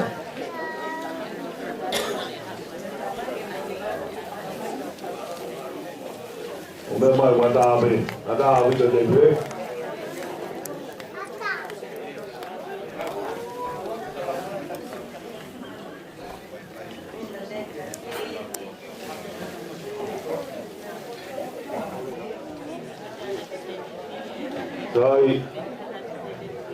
Sai ko bawa ko pergi fanau hiki. Ko mai a mese mai ka pebile. Pe mau mo ki rumah ke bunga station. Wai ki me to ko ni mabai. Ka pau be ko ki ka ureka. O mai he ki wa fa yo hino ke lau. Ka no ko rumah he. Mai ko rumah. Ka ko ka ureka ai ka ka ta se a ke ka kai la hi ma lo bi. Ka ureka mo ta ko ki ta ga na ka ke bunga station. O ko ke fakamaau e be. Fakamaau e be de bure mo be mai.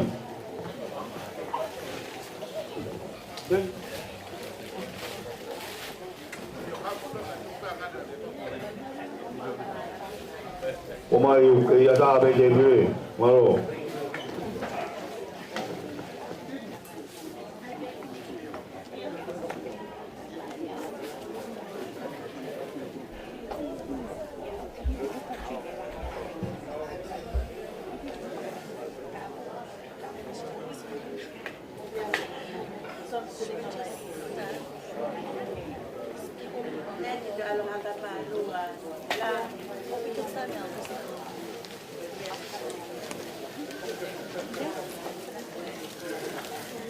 Malo kada ke ia ta be de bure. Mo to ko ni mai ko wi kai ba ho pa to ia mo be ai be mo Apisia be da tai mi ke ia ta be de bure. Malo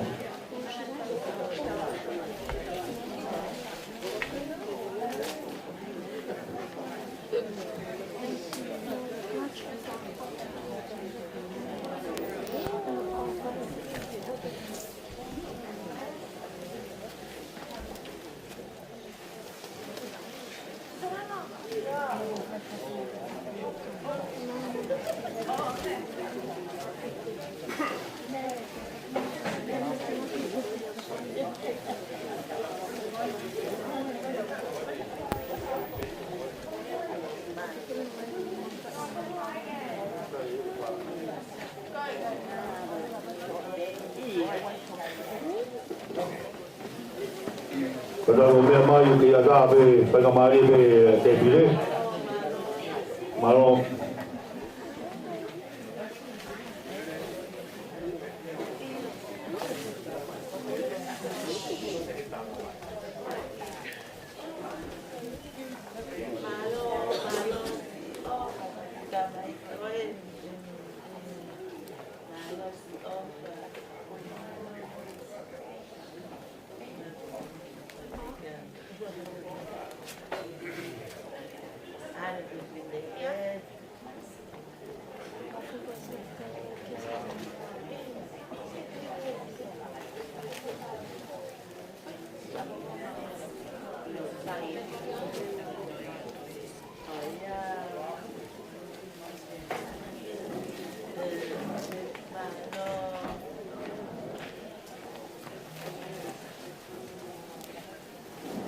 Ko moto uji peito kata ko tu pamai lau mea toko ni.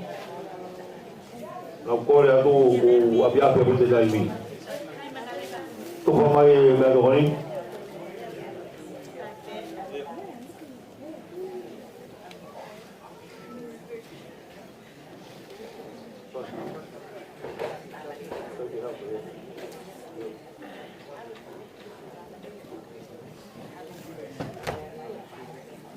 Wawin.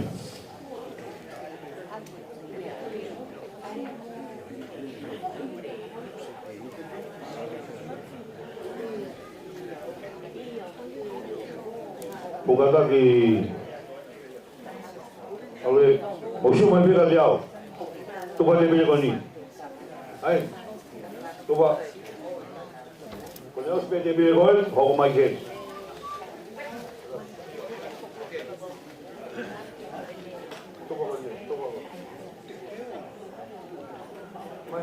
Mai dia mau siu mai. Oi.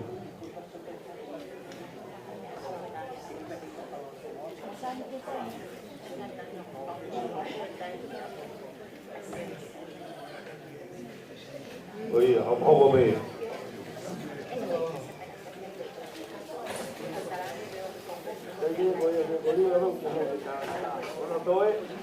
Ta iya be.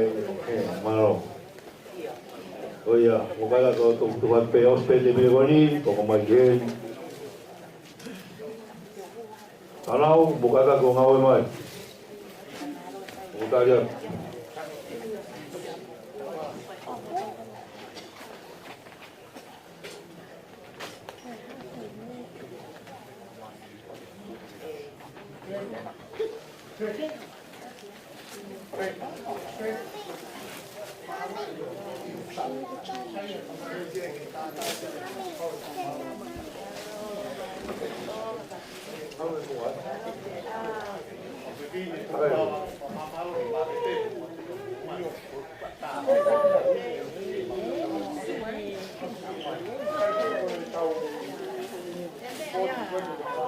Pongai jadi koni, halo.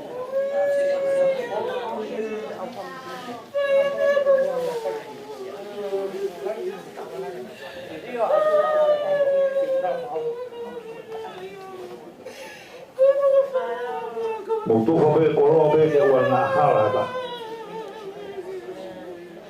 Untuk hal lagi tumpang mau kau lihat. Moimoi.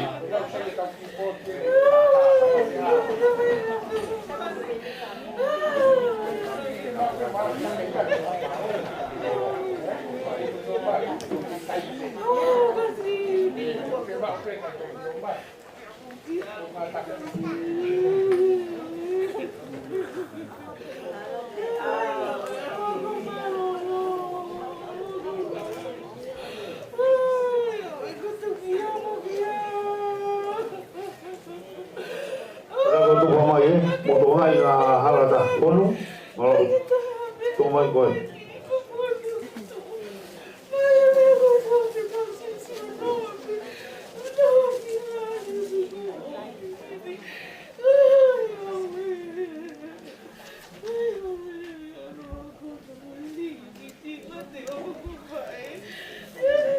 Oyo moto papi ke mau, mau kata tu di kata dia kalau mai au ini mau tahu mau kapal fekau malam.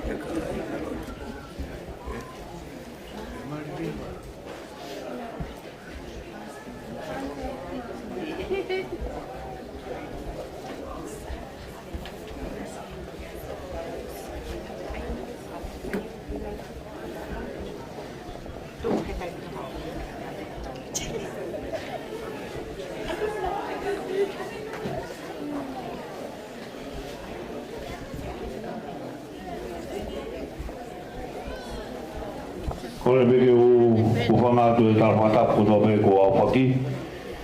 Ai whakakai tu e whatongi a o e hoa koe. Tangata i fekau, tai maari e pesi hoi. Ko e fekau i a o e sia wahe loto, sia smusia na tau taina tonga. Koe nu mau atu, mau atu. Taina ngā o e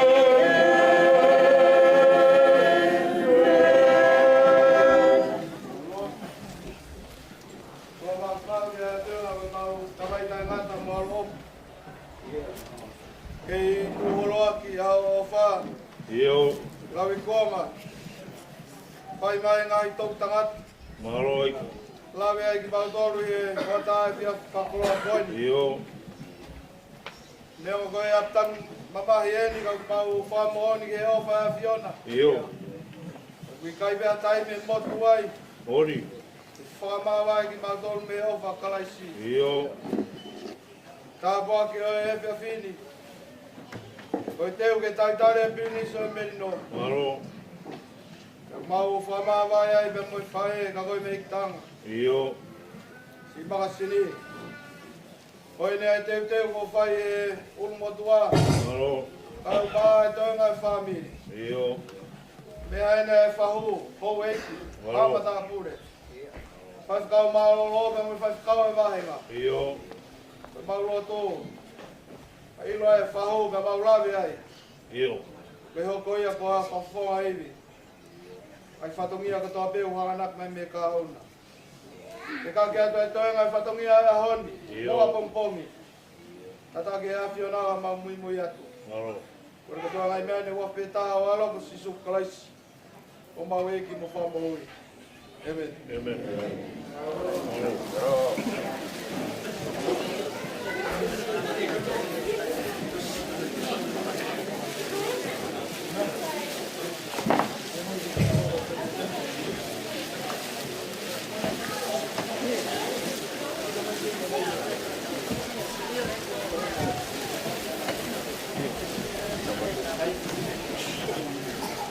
Akan ke mai me kai ke ni. Kalau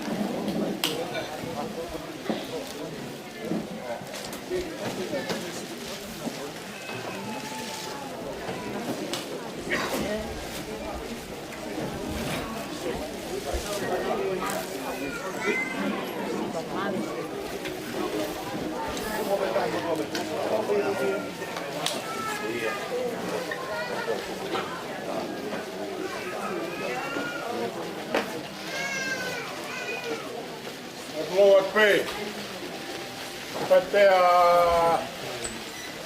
idea paolo pe ilo e weiki a pe ke fahu o Tauelangi Tega Maria ko ni ke u fai pe area pa mo pe family a fakamaau ula pe fakamaau u pe ke u lawa ki pe ngai tala fakapapa ko to pe na tau kamata pe me Sione ya mi aneu me fai lotu ai family e ko fai lotu ai va fonua no fakato e pure lawa pe ngai tala fakapapa ko ya kai tua mua barca fina mari ko ni ke fai atu ha fakamaau pa mo ya to e family e fekau ke pe ki si kau fekau também ngai family o fakoto ape mo lava mai mo tau kau nga kau fakata e fakau e kau nanga koe pea mo ato pe a fakamaau e tafu e kainga nau lava ke nau ofa mai aki ai pei mea tokoni koe ke me Tokaikolo te tau kau whakataha mo tau tolu i e fiafi whakakoloa koe fekau tu tai whietu kua pe e fakamaau i e lava ke mo lava mai o mea hene o e kipe mo e whahu mo e ngā koe mea whakai koe Talu e kamata e tau me wike ko si. Tau wholonga mai. Pea moe lotu. Pea koutui ko toka maari e ngai mea ko toa pe. Ko hinga ko lotu lelei ko ia. Me talu hono kamata mai aki. Whamaro atu ke si kai ngā ofa ko toa pe.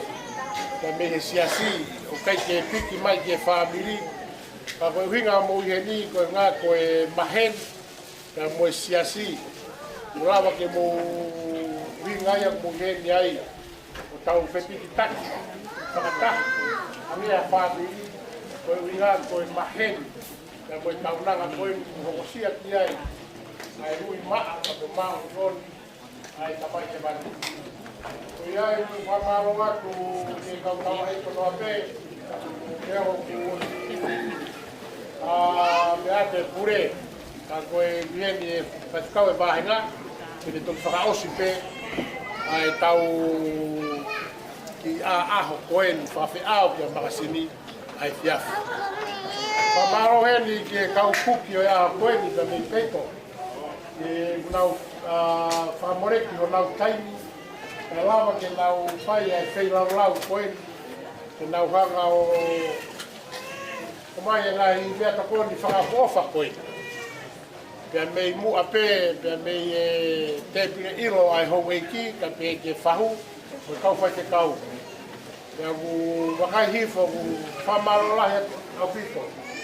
Peito ki a rile ke kau pure kuki, maro i si whei mea takoni whakapofa, mulawa ke tau mau mea takoni ai ke hoa tā koe ki. Atu hako le whamore more pia mea te au. Koe ngā na ku ngai hato whatongia, o kai ke tuha mo tau, mo anga ho mo wakai, e ngai kainga o whakotoa pe, o tau heni whakataha pia moa. Na whamore more atu na mo Aofia, i e talo e tau heni a neu. Ka koutui mo koe tau lue pe koe ni mo mau maari e pe. Koe tau whanonga pe mei heni e o no ai whiawhi. Koe tau mea toko ni, e tau se mai peka ki moutoru, koe hiri pe koe ni, ukataa pe ke tau lava ki Sione, e honga tu pe tau whakawhiao, ko hoi au tike ke mau ha mea toko ni, te nau hoko mai nau tonu, rahi apito teo, ai kau whiwhine, ka mei peito. Hoi ai, ku wai whamaro rahi au pito, mea me teau ka pe ke Samson, mea mo fesi. Ko tisi, mo e whakatu ngā ne. Ko winga ko e tau hendi, whataha. Ka mo ki mautoru i e hoa tā koe ni. Whamaro lahi atu au pito. Ka mo le mori pēna ki ai ha taha e Aofia i aha koe ni. A koe o singa maari e koe nerei taha pēni, o e whai whatau i aha. Ka mo tungatu ka ki mautoru. Whamaro atu pē ki ho weiki, malo o kei mea hendi whataha pēna mo whina moa. Ko winga ko e whakamufonga, e tau mea whakaheiki.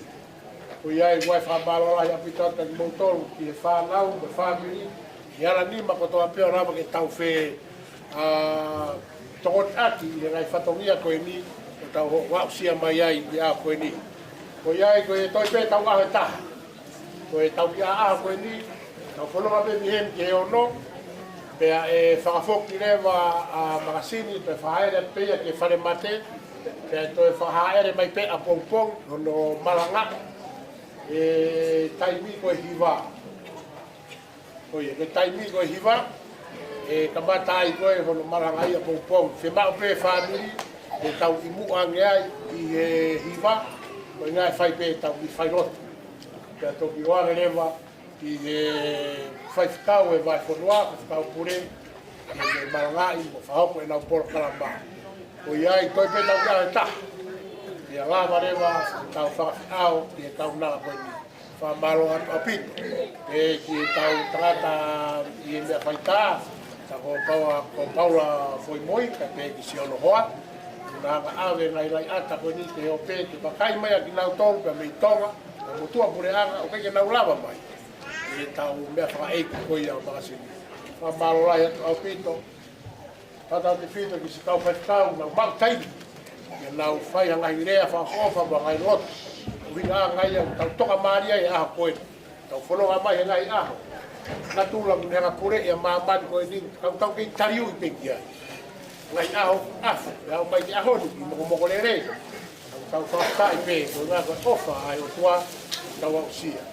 Pēki si tau whiti eku, tau kau whakata, whamaro atua i ngati moutou. Maro atua au pito ka mea te au, i whamiri, i e hoa tā koe ni, maro au pito. Tā pe ngahi rea, ka wai pe ataha ngahi rea, pea e toki whaosi pe na me te kire i Ouau, ka tau osko ia, pea tau lava ki Sione, ka hoko mai a e tau ngai whaimiri koni unau kei whare lotu, e mauhangi whamamaro.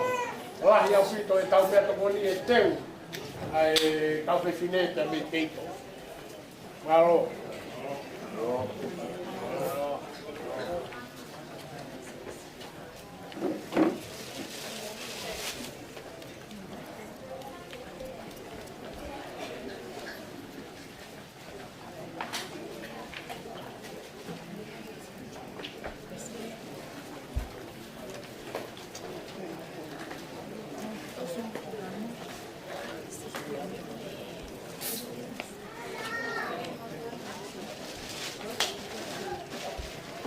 Whatogaha mai pē me tau te whine koia te pire mua. Me Latu i toki ose tau polokrama ko ni he o no. O pai ke toi hange nia koe tau i whawhairotu mai koe. Ko ni lava pē fui hoa ilo koe ni. Pea lava lewa ha whahinga ki mua ki ikai. Ki tau i pēa mua he ki whaipeo no whakalelei. Ko i ngā ke toi hoa ilo hoko mai. Kore atu pē. Ko e tau te pire kai o runga, ko hou e ki pe, ka koe whahu, ko nau tolu ngau mo wakai ati ai. Tā tu o wane pe ku lava pe ni, ku auha o runga. Ko e wha. Kai, toki wha o pe, i e osi ai o no ai pia. Maro, ko wha toka lato pe, maro.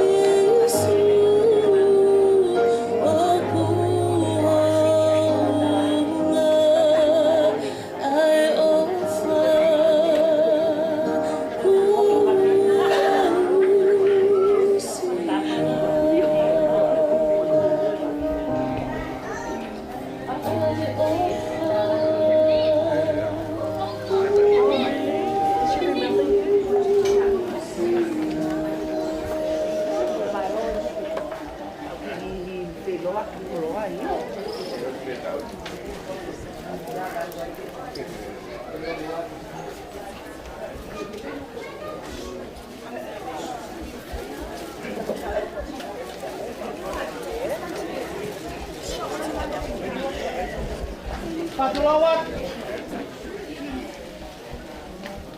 Ole beke o kufana he ta patapu o se kaki. Ata mua ke hawa tu he o pai haki mana tumele. Ke tahine ko Makasini. Whawhetai ke sihova he okulele ia. La tolonga o ta engata ni alofa.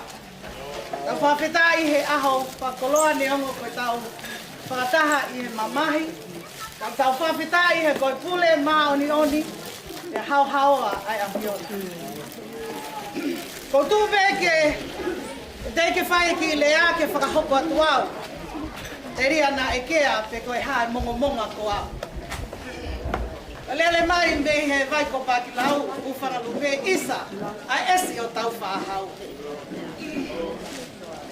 Koe anga e mautuku ki a Makasini. Koe whanau a sosa ia maafu. Ma wo mai katoa me ai. Ai a koe lahitaha ko le sielinaa. O viai ia havea tama koe whafofonga ia maafu. E hoko hake a wakauta atu, o viai ia Samsoni no Makasini Tauelangi, ko na mokopuna ia o naua. E hoko hake fefine ko Mirika Pauline, o ku haua iau ko mokopuna Mirika Pauline, o viai pakilau lasike, o whakamokopuna hene o tahafe, o tupou tahafe, ma wo mai katoa me ai. Pea sisi tahalewa ko mele ilai sipa, aini go viai ai ulumotua, pea motua meri e tākapu. Koe kau whewhine nei taha peho nau tungane, viai e koe na Samsoni, pea koe ia ho mau ulumotua, talu mei tuai. Whamolemole atu o ngalo ai hou eiki, pea moe whahu, o nau whakataha katoa pe ia Samsoni, ia pakauta atu. Kawai mo whakamokopuna mei kanokupolu o oli o saia vaea ka whakamokopuna kau ki nau heni katoa. Ko whamiri koe ni, ko whamiri pe ai taha i vai ni. Ne nau matawhale taha pe. He mea kotoa pe o kuwhai. Ko tangata pe ni a Samsoni. O pao mea Samsoni nei ulumotua. Ko whamiri pe o kuwhani. E nei mahina pe mau tupu hake. Nei uunga taha i kau whewhine mo nau tunga ane. Pea, o aini koe mau kei whaime bine o au mai nei ulumotu a Samsoni he whae. Ka koe ke toi aha taha nei hoko hake rewa. Pea maaloloa te whine eki, pea hoko rewa Makasini koe whae ka mau tolu. Ono whakahino hino ki mau tolu, he mau nima ware, moi mau whai tō ohi. Pea moi mea koe koe tae whai ngā ue, kai tuko kai whai ngā ue. Pea mau o ngō i lahi aupito, ai maloloa Makasini. He mau hanga hoko, mau ilo ka wane i heni, te ke ngā hiki ki mau tolu, kape ki mau tolu, tuku e, ai e. Koe anga ia e mau tuu, pea mau whawhitai he mau kei toe mai te heni a mau tolu whanau.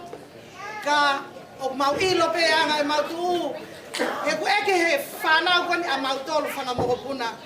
Mom, how you guys stand? Don't act too long.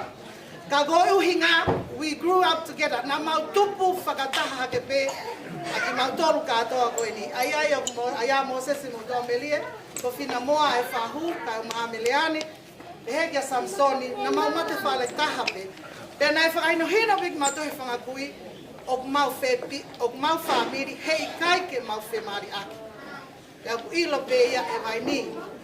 O nā pehe ku mau lau, o ku mau lau eiki, ikai. Nā mau tauhi eiki pe. Koe mea pe nai ilo ai whamiri koe ni. Nai hiki pe ma aftu koe au lahi. Koe hape mea nai hawhai fekau, pe koe hou eiki i whanua. O ku mau lere pe mo tari koe. Aini koe whai e Makasini mi Samsoni. Pea o wongo, koe rea koe ni whafonga me tafu. Ia mese. Kau maa a whina, te he ki he, ono tau kete kokna, ta utu mai me ai. E kia me mau, mo whamore pēna kuaha tō no pe ku mo whie ka ia. O mau lelei taha pe ia he koe mea pe ia na ilo a Makasini. Ke whai ake oskia veri ngā pia, whai ake ai lelei taha. Ta tāwai pepe koe hae mea mau mai. Te tuu peo lele, ka te whai ake ai lelei taha. Ko ia, koe manat meri e peka Makasini, he kai ke maulawa ma tō whakamatala. E ke maulawa ma tōlu o totongi ho mau moua ka Makasini. Kai ke maulawa, ta kone puri koe. Koe Latu peke a sihova ke tokoni mai ka mau tōlu, ke whakatontonu ho mau ala. Toka a Makasini, ka mau whakatontonu atu, ke mau wau atu ke kolo o te teu mai. Pea whakatontonu moi ulumotu a. Mo whamore pena iaha lea e tō mamafa aka mo tolu. Koe poto pe a niu mui. Pau fia mai sa mea koe a me sa ke junior ke lau ia e ia tau lau to te au ia tonu atu e maulu motu ahe a honi. Ko ia me ka inga whamalo lahi atu o mori aki ho mo ngā weka mo lava mai a honi e whakakakato mo apo o Makasini ke gaha me mau koe lewe e malanga kau tatawa kua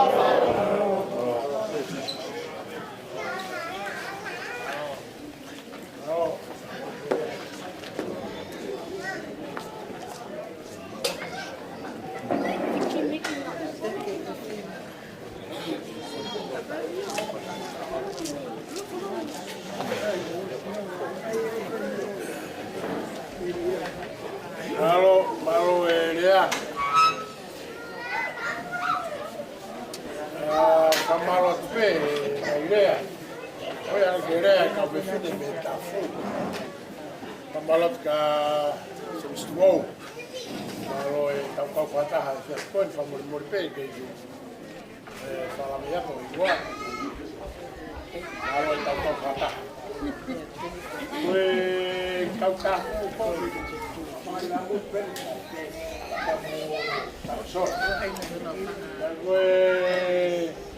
Quando mi fanno andare a un che le quella che non si quello fa la petta. La canata petta, un moto a Samson. La fine si taha con tu puoi.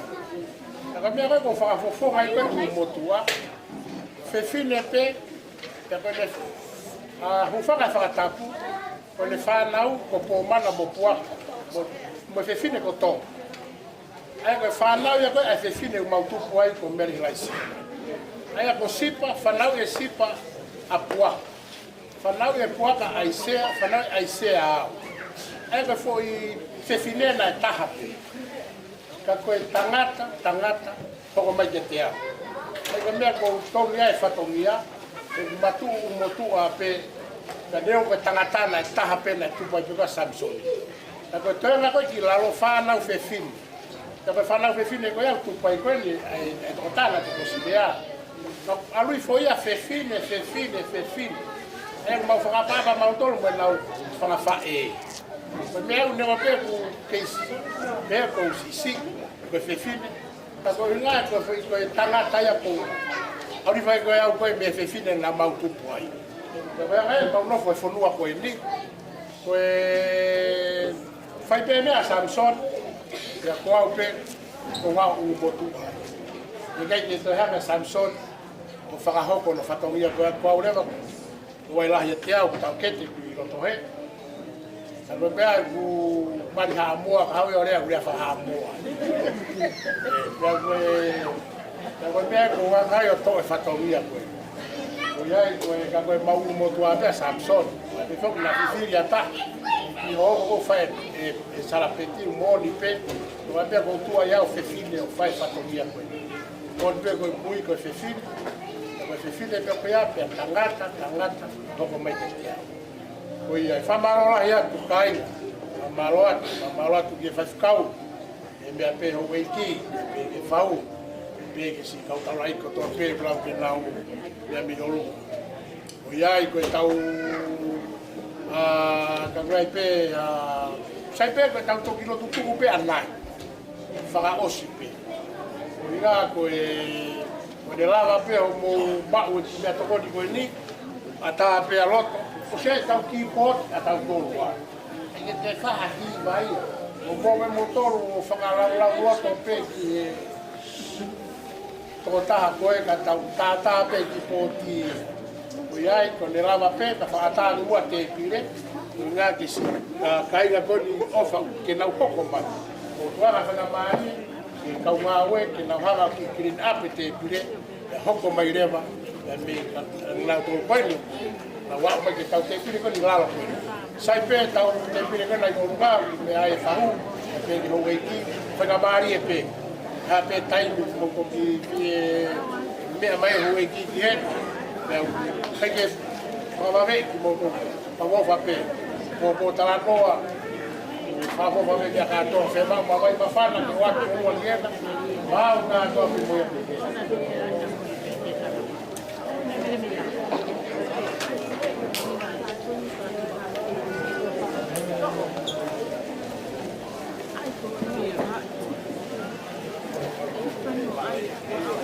Awa tu pe ke o fekau. Mo to pe. O wa pe ka pa ni pe pe. Ai lo tu kwai na ku lo ri.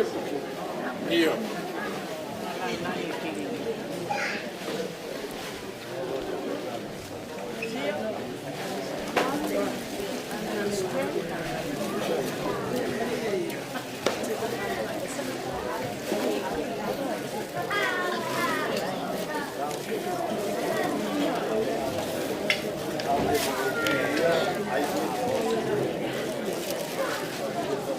Tapi Aofia e tai hā mai i tau Tokaikolo tonga o whapa watulo wati e hiki a mai whahu te whoke kukuro haweala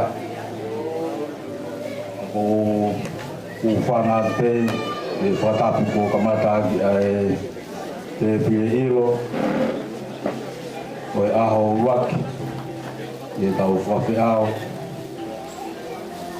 isi Makasini e aho koeni au koke e whainga maari e koeni i whai pia e whawhitai te mo e whia i e tau whatataha mai i kaunga kau whataha i manatua ai tōanga nei whai e kaunanga koeni ai whakangau ngata ai ne ngā ue pia mo e tōnga mo ui mo e taimi nā tau kau whatahai i e mo ui i e whamiri kau mai siasi i e wahe whanua kau mai whanua o tau whetau tui e. Ke whia whongi e kau whetau mo e whekau maroro, kau mai whekau e Apisia o Fetu'u Pongipongi. O tau whawhita, o hui koe koloa ia e aha koeni, na e fufu, i e lau maari e te mo e mo ui, o e kaunanga koeni mo Makasini. Pea tau whatata mai koe mea whawhiawhia, koe whakataha e kāinga o e hiki. O kou whaki mai e whekau pule, i e hoani, o tau tuipe nā ngai whainga maari e a e whias, ka mautoro enu ku mau iheni pe, tau kau whataha i e whawhiao, i he toenga ngahi houa koe ni ki a e whias. O whawhitai lai ki e hiki, ko uhia koe whakiwi, whaimaau, kukuro haweala. I matua ke ngahi whatongia, talu me he aho kamatai, ai noko aki, o mea whaiki, e pouri kua tō i o loto whare. Kia ko ai tauanga ai ongo whamiri, pea hapai mai mo e whangosia e hoa koeni, kia ko tau inas koto ai kāinga lot, ka mai whamiri, mo ki tau tōru koto ape, mo tau rava mai e a koeni. Watawangi pe ki o tua maf, kene ki whaki atua iwi, ka mo e malo, ke whakakato aki e toenga e whatongia e a koeni, kai uma a Pongipongina. Ke tau whai pe harot, ke whakakato aki ai te pire koeni, ke a hoko atu no program. Ke tau lotu. E sihova, ko sihova siaila ai a Fiona. O kuke tokonaki mea rerei mau pe, maa e whahinga tangata. Pea kuke hifoaki koloa, kiate ki mau tolu, tau mi hono pou e māma koeni, o mau Aofia mai ai houa whakoloa koeni.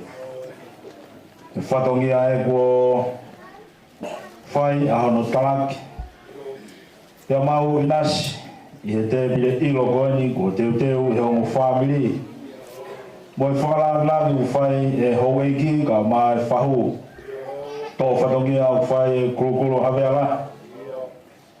O si hapai mai koe ofa. Ko hia si Samsoni ka mai tu whawhine.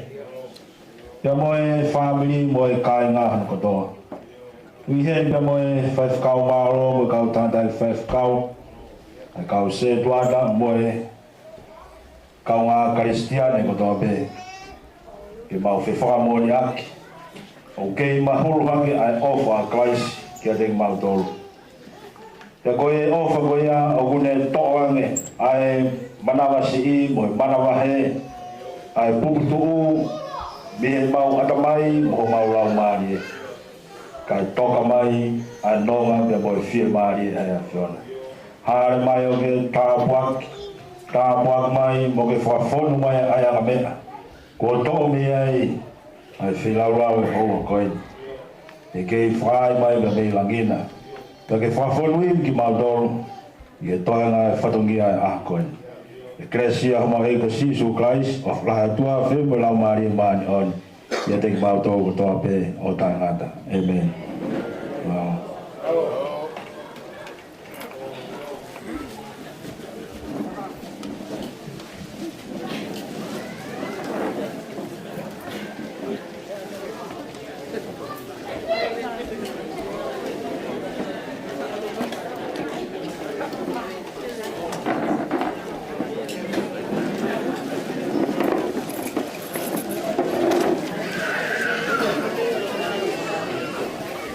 Sai koe o lawa le pe o ki po tala noa ka tatu mai nem ki palo ka whakamari mua e tau te kai ngā ue kia e kau whiwhineta me pei e ono ki clean up mai pe tau wha ki bebe kunu ki roto kai si lawa mai e tau tolu te ngā mawa o mamalohi o hoko mai o kātaki pe koia ko tau te pire pe koi o rua e ko mea koe nau la me kia te nai ko kai te whaha o kia e tuku pia e ko whakarerei pe kau te whine o ngā koe hoa ilo hoko ia pe kia e kei māu pe koia e ko rotoni pe, roto holo o māu pe ho pōpō tā noa ka mo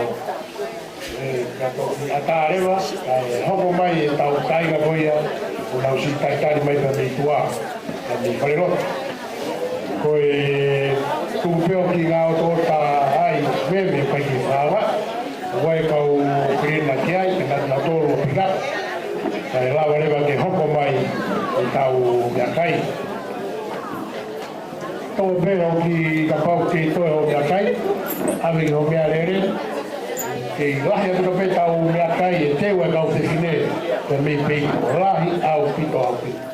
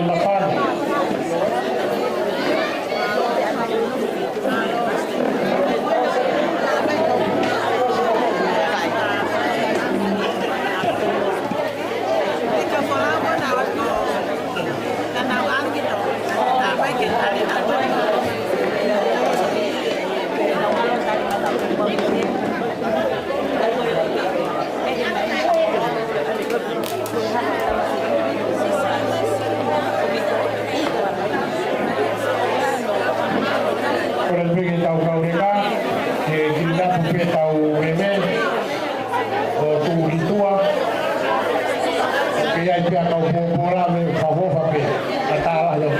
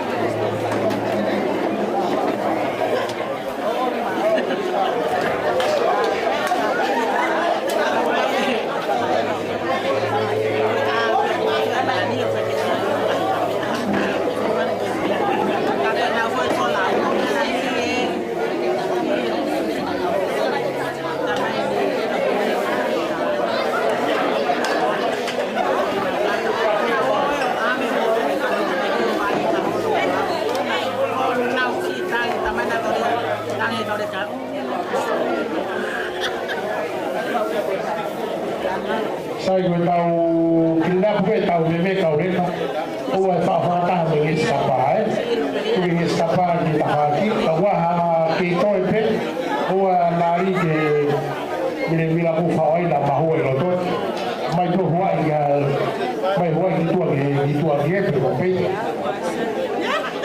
pai kina mai fa ai ni ko la ko Sione si hu mai tau kai ga ho ba o pito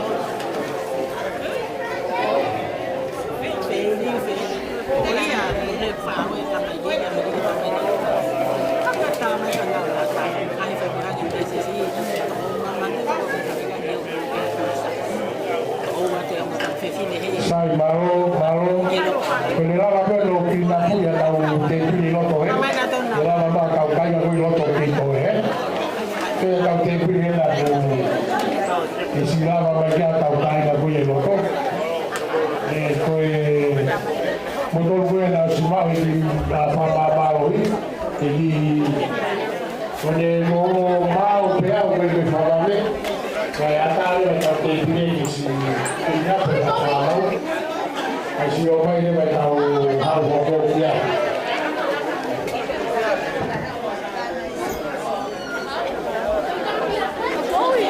però la vuoi che quelli fai che stessi o sa ma per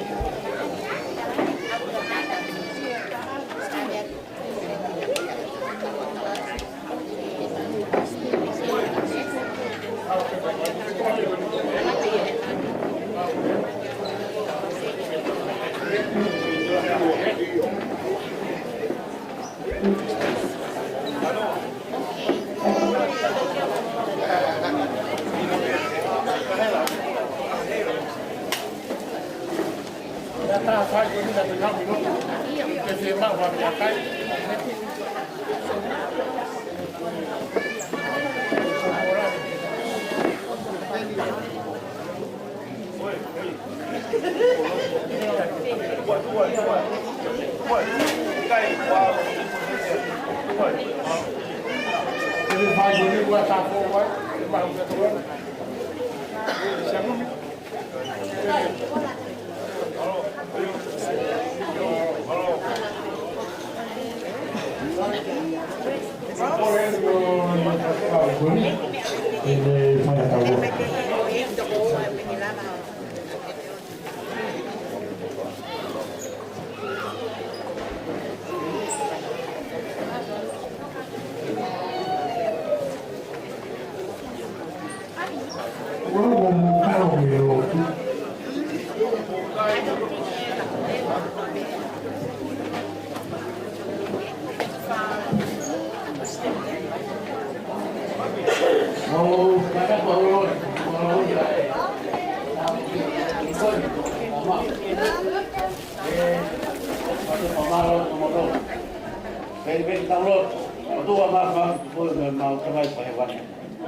mau tu hanga he hoa ko ni ko ta fa tai ko mo malo e o fa ko ki tauri mo fai mo la be he e fe fa ko ko e ke mau hanga tu mo tolo agna tolo e tafu agna tolo na to alkina e pa mai e ve ko mo hanga e ka la mo ma to ho ba ina ko malo he ki fa mo sino ila ba mo ngai ba fa to yo to be io ma kore ki tofia mai moi ko fanga ki mau tau vai wa ka ma to mi vai ora e moi o ta ngata ma kore ni sisu ka sa ma fo moi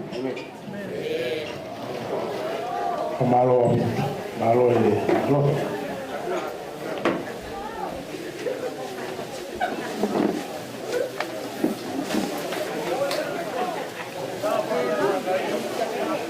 sai malo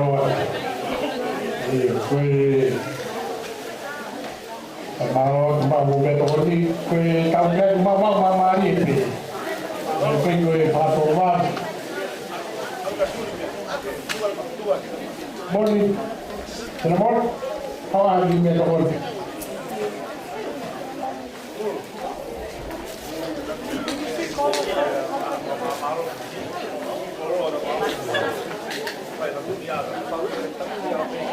malo.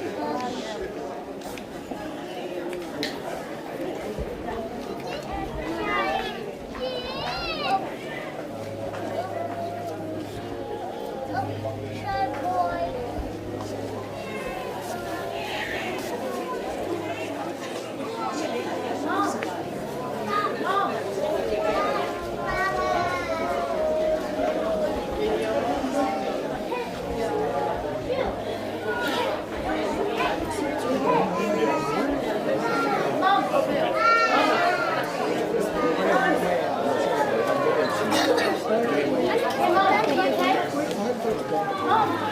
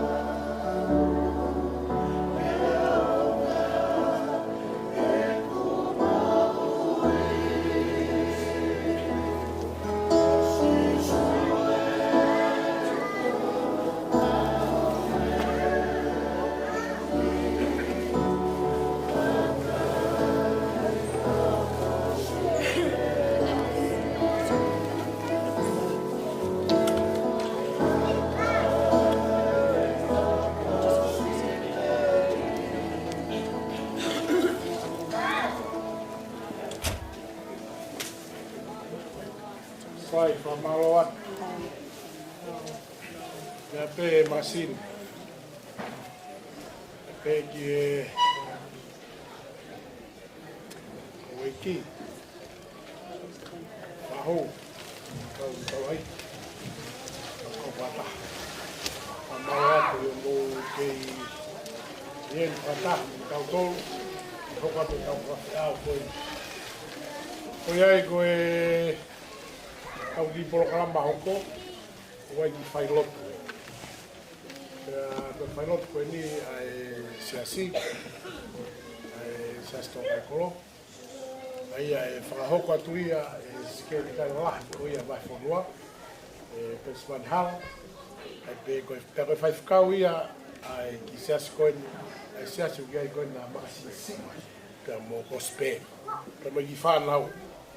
Taka pe foki e tadai ki whaifkau koe ni, tena whahoko, ai whailotu koe ni, mo pe whaifkau, a Makini, ai whai pia tau ki whailotu.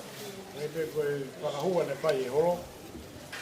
Koe lahi ane pe tau lotu, e lahi koe sai e pe kaurere e pena ni tau tō. A whaka maari e ai tau ngāwe. Koe ai koe taim koe ni, e whaki ia, ai ongo whaifkau, malo ambito. Malo.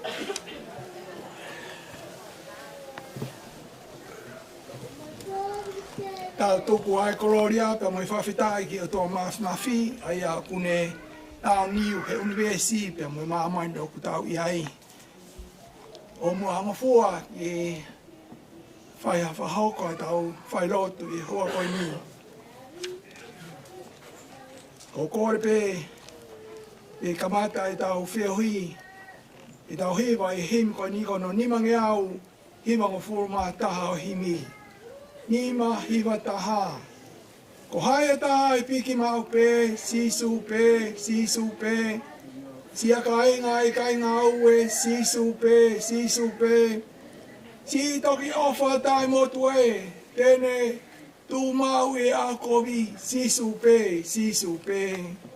Ko hoi hata e piki mau pe, sisu pe.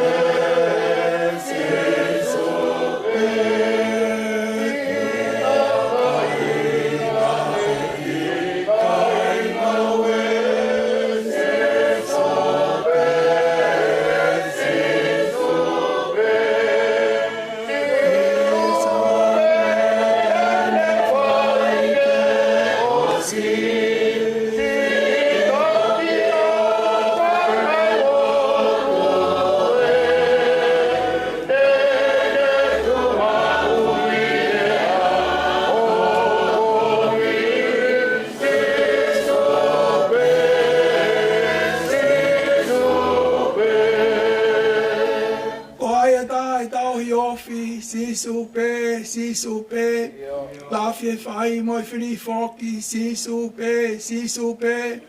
Ilo ia i tau whawhia koki, si tau mei homu e. O ke vai pe kai turi, sisu pe.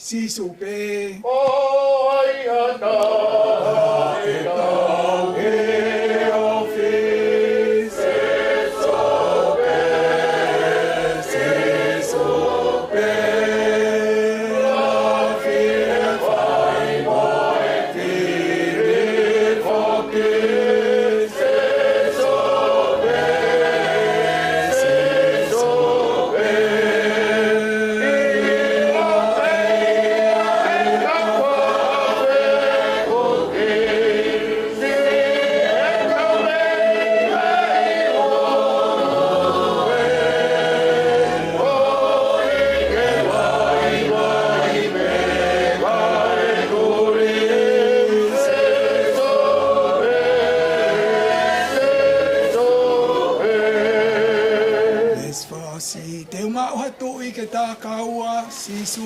Sisu pe.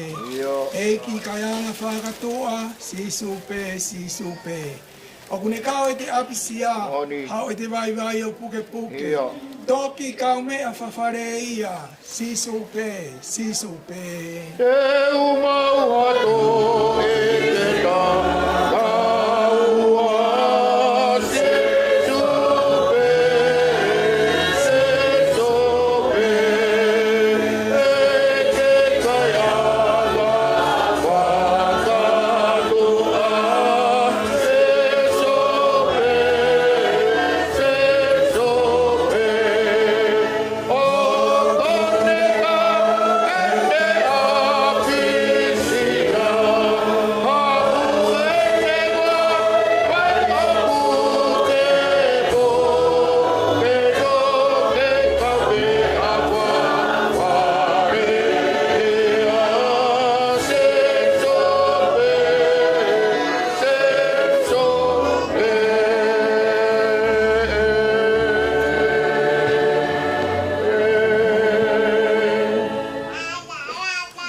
whawhetai lahi ke hiki. Ko kore ke u lau at pe ves whorofora koe ni. Whai pe mea ha tau whakaloto lahi nou i he aho koe ni. Ko speri na hiki tohi e luke wa he taha te rawa te hangahi vesi me ai. Te alotonga e nau whanonga tokua na e alu e ia ki havirisi. Pe koha whewhine na e hingoa ko maa ata. Pe na ne whakaafe ia ki hono whare. Pe na iai hono te hina na e ui ko mere. Ko e whewhine, ko ia na ne whai te atu i he wae o sisu o whanonga ki he whakamatala, ka whekau maaki a maa ata i he whai o teu. Pe tuu mai o ne rea ki he iki.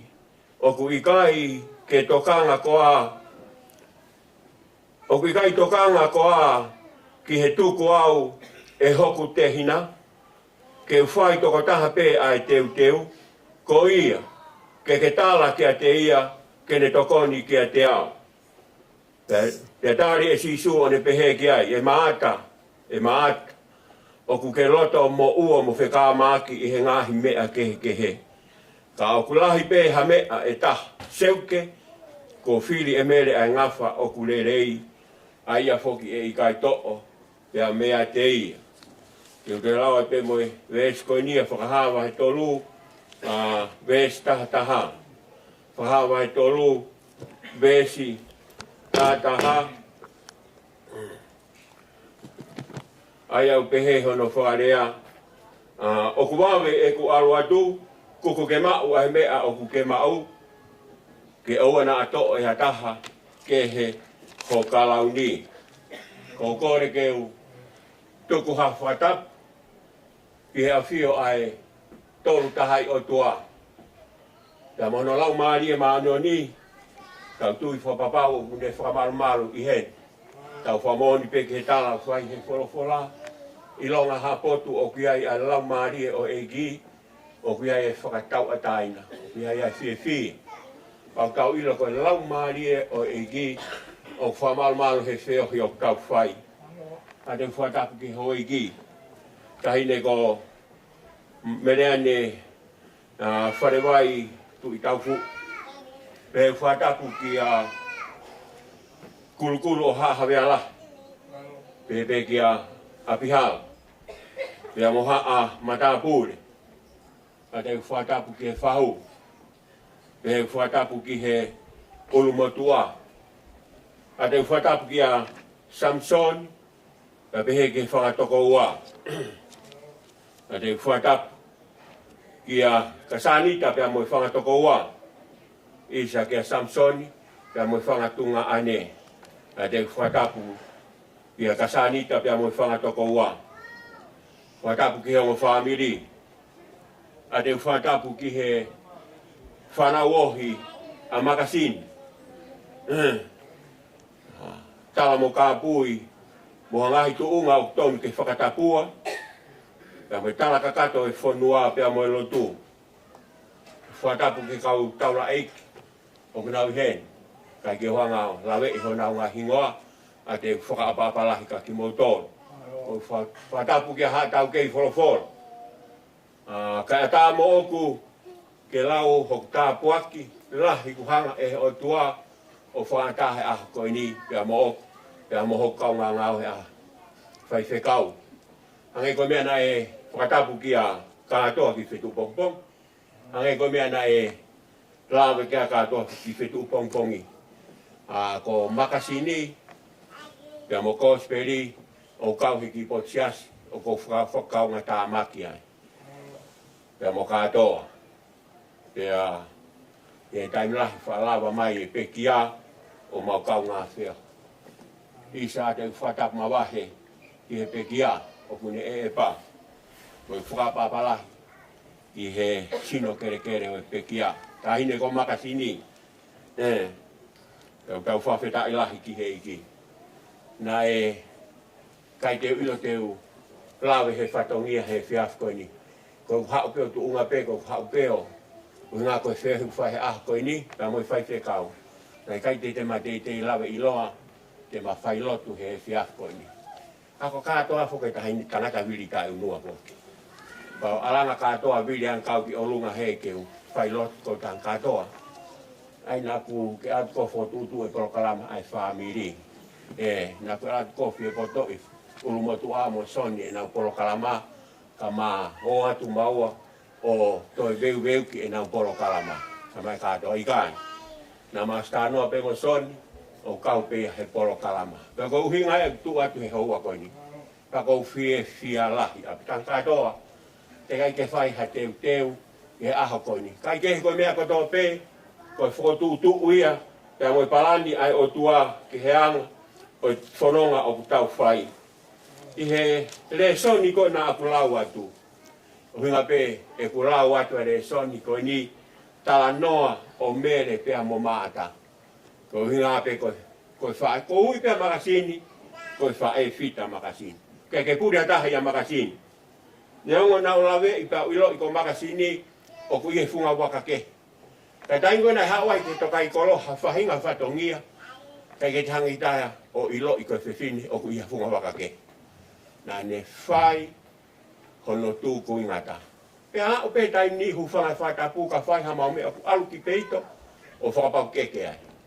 O ku pehe e ku whakatoka ngai ai urungaanga o i pekia. E ngai mahina ko sina e toku ia toku hoa. Pe au rawat ki wharim haki. Kongkot o alat ki e pekia. Ma tala no. Vai malot. Vai ne tala mai kao. Kapau na e keke upuke. O whakawhaamu ki whakapau keke holo i peito. Ko hanga e ma tala noa. O hi ko ui koko hoa. Pau tang masini. Ko lawe e mea kotoa pe. Ka whae malot. Ka ma whepuringa ki ai pia mo Makasini. Nei kai ke ngalo Makasini he lotu. Mau siasi o kulere mau ke lotu. Kau e hingoa Makasini he pika uruaki he hoa lotu kotoa. Ko mea pia na maulanga he siasi. Ono hufia kau whainga tā ia kotoa. Ka ko whawhetai e fiaf koi ni koutu o punou kia te koi e Makasini. Kau salute ka ko he aho koi ni. O ko wako e me alahi me te koi e whonoa. Kau sa ke sito ka katoa. Katoa uni ako e me alahi taha pia mea Makasini. A katoa. O hina alahi ne taimine e whio hea katoa pia mo Makasini. Ka koutu i o kuongo ka katoa. Ko tala noa o maata pia mo mere, kai ke sola ki hata. Ko mere, ko whewhine na e manako ke whai te o fanongo ke wholofola. Hange pe ko le soni ko na o lau atu. Ko ala tena mere ke hawiri se taha pe na Tauelangi ai pia mo sisu ke Tokaikolo e taha. Pane hanga whai whakaafika sisu ke hao ki hono api. Taimi ko na hao wa sisu na fekamaau kia mere. Tokanga ki he whare, tokanga ki he mea toko ni ke teu ko hi ko whaafe koe na ane whai ki he eiki. Ko hinga tō re soni koe ni, kai pe toi kehe pia mo Makasini anga ene tō ongo. Kane kai ki whekamau kia maki. Na ane whai koe uhi koe eiki. Ma ko mere, talangai na ane whai te peo whakawhanongo ki he wholofola. Ko loa le reina e tō pia me he fofonga o eiki. Pa tau whanongo ai, ki he rea koe na e whai e maata kia mere. Kia sisu tange e maata kia sisu. I kai te ke lawa rea ki hok te hina ki hao tokoni mai kia te au. Ke tokoni kia te au. Ka talanga rewa e sisu o mea koe ni. O kukuohanga e mere o whiri ai ngafa le rei koe tangutu whawhanongo ke wholofola. E whaami, e ka aina, o ku whakatou aunga pe. O ku mahoinga ke tau ngā ue malo. O ku mahoinga ke tau whaiha ngā ue, koe hui koe ngā whiema, mo ngā mea ke whiau ak, a whiema o ai whaamiri. Ka pārewa hei kai te tau ngā ue. Hei kai laua ke whiau a ngā whiema, o ku tau tokanga ki ai. Ka nai mea nai tokanga ki ai eiki. Mea lerei mea koe ngā ue malo. Mea lerei mea koe ngā ue lerei. Ka o pena te hanga whaka ataha i ta ki hotoloto. O pena te hanga whaka ataha i whiri ke hū ki hotoloto. He koe mea e hoko i he kuongani he kakailotu. Ko te lawa peha ki mea, te lava ha fatongia, u ke nofo si o lala ko to kau ngā whono te tala, ko e toko taha o ku mamia. Kai ke kau i ha whahinga ka venga. Fanongo ki ai. Mea le lei, mea koe ngā ue malo. Kai maratu unga i he eki. O ana ke hanga whaka ataha i ta ki holoto. He ta e aonga e tau ngā ue whai i he eki. Tama e parau epi wahe whawe siwa tolu. He mea kotoa pe o ku tau tau i, mo mua ma o pe lama ho tau loto. Maho inga e tau tokanga ki ho tau loto ke ma, ke ton. He koe mea kotoa pe asi he tau mo ui, ha uia mi ho tau loto. Kono ai e taha. Tokanga ki ho loto, ke lawa tāri e mea i hono aho. Maho inga o piki, whanau ke lawa e poto. I he mea kotoa pe o ke tau i, maho inga pito ke mua e lama ho loto. Wa feta ila hiki he eki. Fe fine ko ni hanga utano na ya Makasini. Ne ongo na ifunga waka ke. Kanau ilo e to onga mo ui ai kaunanga. Nau whaala wat ko nau abitain la. Ko aloa ahi ki ai. Tai niau kei mo ui pia Makasini. Ko hiko whanga sipi o tongai. Foloa peta e pūrea ko speri pia manoa mero tu. Ko lavano. Wa Makasini. E ne sofonga fia. Mo ne tari le rei e ku alua tu. Whakaloto lahi he whanonga. A Makasini. Te fine lau maari le rema. Ko tiu kai ke puri kata. Ka koe mea utau ako mea. Me he mo ui ai kaunanga koe. Tana pehenga tula Makasini. Tai me ka whai ai ha mau katoanga hen. Ko ne tokanga ke ai luku. A Makasini pe mo kospe. Pea toki ha. Koe le leita hana ne whai ati. Pe hau pe hange pe hataha Tokaikolo ia kalasi. Ene kau pe ngāwe. Osi kau kahu no fakamaau po opo e horo. E tani taha kou tahutu pa maa ia. E toonga mo ui ai whaeko. Pe aku ui atu e he o toa Makasini. O kuia mea au tawaka. Pe ha me mo ui e toa taha. Ngāwe le rei. Hange tofu pe ko maa ata. A hoka Makasini ko toko taha malaku fanongo ai. Toko taha malaku. Ngāwe aonga ki heiki. Pea toi ngāwe pe hange ko maata. Ako hange mea ko lawe ki ai. Mea le rei, mea koe ngāwe maalohi me ngāwe le rei. O pena te hanga whaatai whiri ki hotoloto. Ke te nofo tois ita ki hataha hoto kau ngā whono. O hange ko maata. Sai a pito e ngāwe na e whai e maata. Tokanga ke e whare ke fakamaau. Tokanga ke he mea ko toape. Tokanga ke teo e mea tokon. Koe uhi koe eiki. Tana ni hanga whakaata i tā honoloto. Koe kawenga ko e poupou, koe taha maungata. Taha maungata. Uhinga taha maungata, whengata ke tau maua kalasi. Ka kou tui koe whaloto lahi e kai, ka fuloloa e ku poupou, fuloloa. Kou tui, koe aunga ia e tau i hene. Ui he eki ai whae fita koe ni. Ka whia e mea. O ku tokoni ke ki tau tolu, ke whi whakalatola e aki he whono. Ka ku tui kia taha e tae manati me ri ke kaunanga ko. E ne tō onga mo ui. Ne rei api. Tau i e whunga waka ko tō api tōka tau. Tau i e ngai whunga waka keke. Ko tamutu koe naka ku ke whakalala loto pe ke tātu oina ke whaetaho i tā. E ku where a kakai upoko i mea koe. Lau i ata tōkau whanoe. He tae whuakawe ngā moe am. Tukui. Kai ke whango fua he toi tā puha mea. Maho inga au pito. Tokanga ma au peko. No mea nau whātoa ngai he mo ui e kaunanga. Se fine loto ata. Fofonga mari. Tau atai. A Makasini. Kau whawheta i lahi. Tamai e whakahawa he tolu westa taha. O ku wawe a e ku alwatu, puke ke mau ai mea o ku ke mau. Ke ria na ato o hataha ke ho kalauni. O ku wawe hoko mai ai eiki. Moni pe whanatokanga o whai e Paula ke kakai te sonaika. O te mo mūnoa he whanonga. O e mūnoa he whanonga. Kau sio penga he mea o hoko he mahamani koni. Kau po uri e mahamani koni. Pela henga he mea o hoko he mahamani koni. Kau ilo ku wawe ai kaini. Puke ke mao ho kalauni. puke ke ma. Ta mai whakahawa he tolu vesu ana. Koe ni o kou tu he meta pao, tuki. Pe ka pao e whanongo hea taha ke hoku leo ne tau ai mata pao. Te uhu kia te. Te ukai o Moimoi te ne kai o mohe moa. O ku tuki a hiki he mata pao tau ngahi loto ke tau whanongo. Whakapapau i o tau maua ka laisi i he tau mo. Mea mahu i ngā ia. Mea mahu i ngā ia. Ke tau maua ka laisi ke tau mo. Whakapapau tohi ho tau ingoa he tohi o mo. E ai ho aho pehen. E ai ho ku aho pehen. Kai ke tamo ui o tupu. Whakapapau i aho whono. Koi whehu i a kaktau tolu. Ka o siange ai whiawhinu ke whanonga te harau eksiden. Pea ui kohe eki. Ke whakapapau whitu te ke au ki ai. Ko whakapapau whitu ko au ki ai. O ku ua pe api. Wai taimi ni hange ia ha whakauri ki ngā kaitoa la. Ai malanga e o tāri o sisa. O ua. Oa te ke wā inga aki. Pe o ku wāpe ai taimi.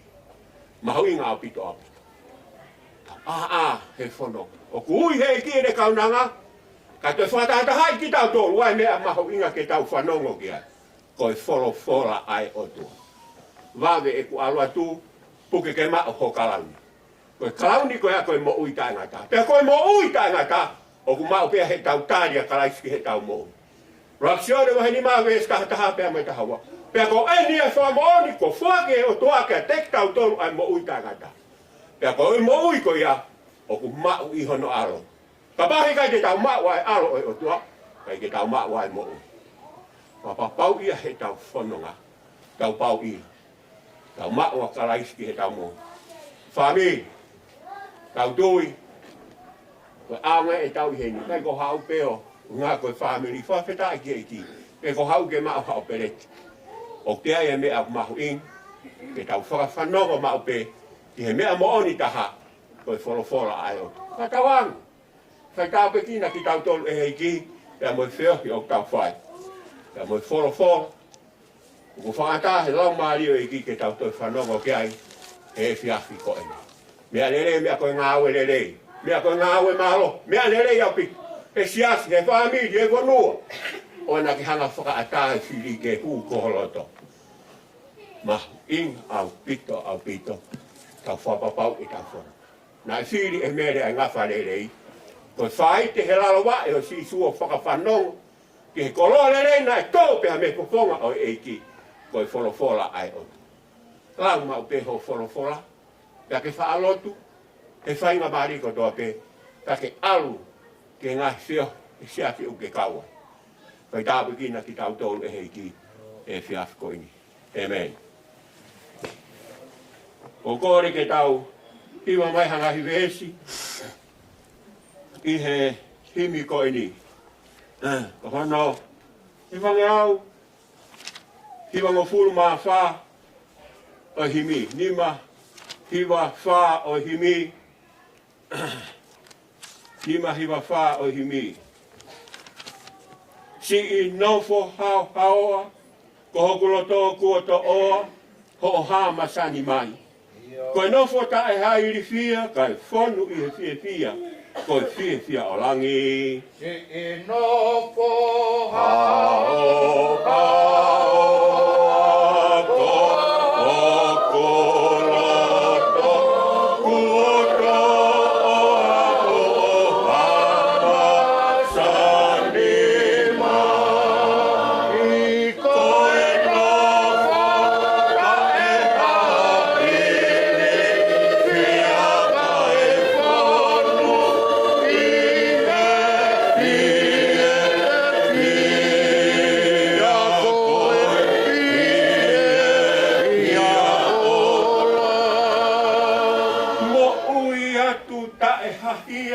ikai hakou i teu whia, hahori tae tau.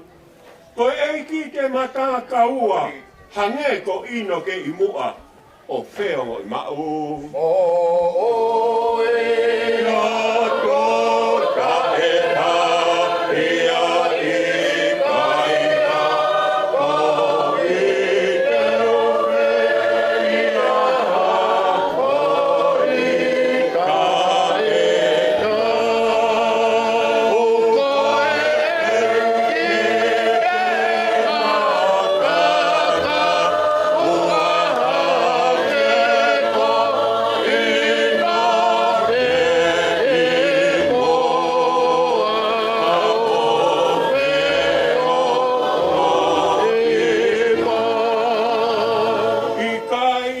ita pefehia. O ikai si te tuhenia. Hakowi ko fai. Kau ofa ki he mea kotoa. Tuku ingata ke aunga. Neongo pe ko hai. Ikai ha ita pefehia.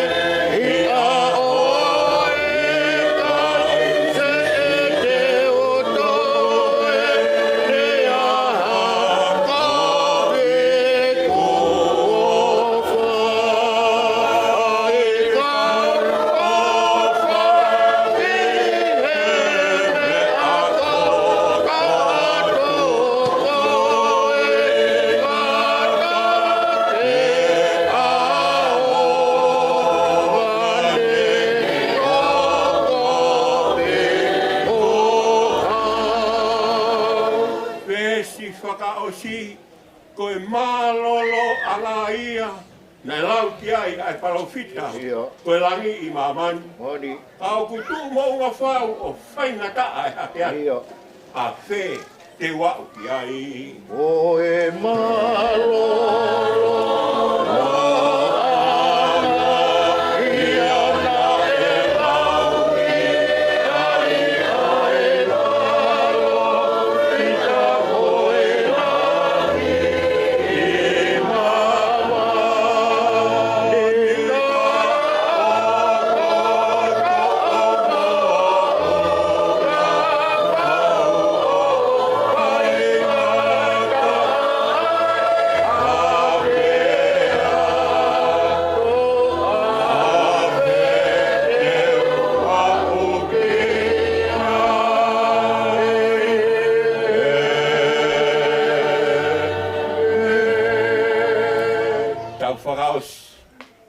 o tua mafi mo ta engata ai Aofia. O kumau walolo I ho au he malumalu e whare koe ni kai whonu ho mauloto he fia. Mau ilo koe kakai monu ia ki mau tolu. Mau kei mau ai whainga maari o mo ui ke mau kei fanongo ki he tala o mo oni ko ho o wholo. Pea o kai ke tuku ai whakatokanga. Pea mo whakamanatu mea au whai he lau maari o e Aofia. Whakafou mai I ho o wholo. Mau whawheta I lahi ki he Aofia. Koe hui koe ofa ai Aofia. Na e whakafou mai ho alo ko sisu kalaisi. Ko sisu kalaisi. Ko ia ai misa ia. Ko ia ai alo oi o tua. Pea ko ia ai mo ui ta engata. O ku ke palo mesi mai I ho o wholo. Ko awe o ko tala. Ko ia o ku fanongo ki he kurea. Pea tui kiate ia na ne fekau mai ai. O ku ne mau ai mo ui ta engata. Ko totaha ko ia o kai tene a o ki he fakamaau. A ku ne hiki pea me he mate ki he mo ui. Mau whawheta I lahi ki he Aofia. Nai kai te mau ngāwe I ho mau whakamo ui. Ko mau whakamo ui na mau pe he keresi. Pea mo ofa ata pe ai Aofia. He koe o tua ai Aofia na ki hanga o whakatupu ai mea kotoa pe he mamani koe ni. Kana ai makehe ho o ngauhi ki mautolu whaahinga o I tangata. Na ake hanga ngauhi ki mautolu me hefu o I kere. Pake ho ai manawa mo ui ka ki mautolu. Pea mau hoko ai koe tangata pea mo I whewhini. Pea koe whinangalo ia o Aofia. Ki he toko taha kotoa pe he mamani koe ni. Ke ne mau ai mo ui ta engata. Koe mo ui ta engata. Koe fui mo ui whakolo ai. Koe mo ui au whakatoa meri ki ai. Ai toko taha karistiane kotoa pe. Ai mo ui ta engata. Pea ku mau whawheta I lahi ki he Aofia. Te mau mate kotoa pe. Te mau whoki kotoa pe ki he e fu. Ko mau lau maari e alu ki he wani. O taritari ki he aho. Te ke toi haere a ngaua maia. Kai ke mau ilo ki mau tolu ki he aho koia. Ho toi haere a ngaua mai. Kotoa ngai mea au tala he wholofola ko stop. Alo, pe kia, toi tu. Toi haere a ngaua mai. Kai kia hataha ia ilo ki ai. Hange pe ko ho wholofola. Tamai toko taha pe ilo ki he aho koia. Ako mea pe te mau ilo ki ai. O pia e ngai whaka ilong. Mahino ke teki mau tolu o ku vave ai taimi. Ma fa malo atu ki Aofia. O hiko fa mali le fai Aofia. Mo fa na wa ho e. Ma heni pe moe a family I he hoa ko ni he aho ko ni. Ko hiko ui ma ni on. O fai I he Aofia. Ma e fai fita ko ni he rota fare ko ni. Pe aku mau tangutu, pe mau puno I ho ao he hoa ko ni. Kai fonu ho mau loto he fie. E mau pau ia. Ai ui o fai he Aofia ma e kaunanga ko ni. Ne fa pau I Fetu'u o ku alu ki ai e. Ko mau ia e mau wa karaisi ki he mau mo ui. Ko mau aho mate ke mau pau ia. Ku tohi ho mau hingoa he tohi o mo ui ka engata. Pe aku mau tui. O si whakapapau I he kaunanga ko ni. Ai Fetu'u o ku ne alu. Mau fakamaau atu ki Aofia. He taimi. Na ke hanga whaatai whae ko ni. Ke mau kau ngā wheo. Se whakaloto lai aki. He whono ngā e. Aku mau whawheta I he mea kotoa pe. Mau whamaro atu ko hiko I whahu. Mau whawheta I ko hiko I ulu motua. Pehe ke hou e ki e o tua. Mau whamaro atu e ko hiko Samsoni pe mo whanga tunga ane. Ka pehe o tua ki he toenga e ongo whamiri e. O mau whamaro atu ki Aofia.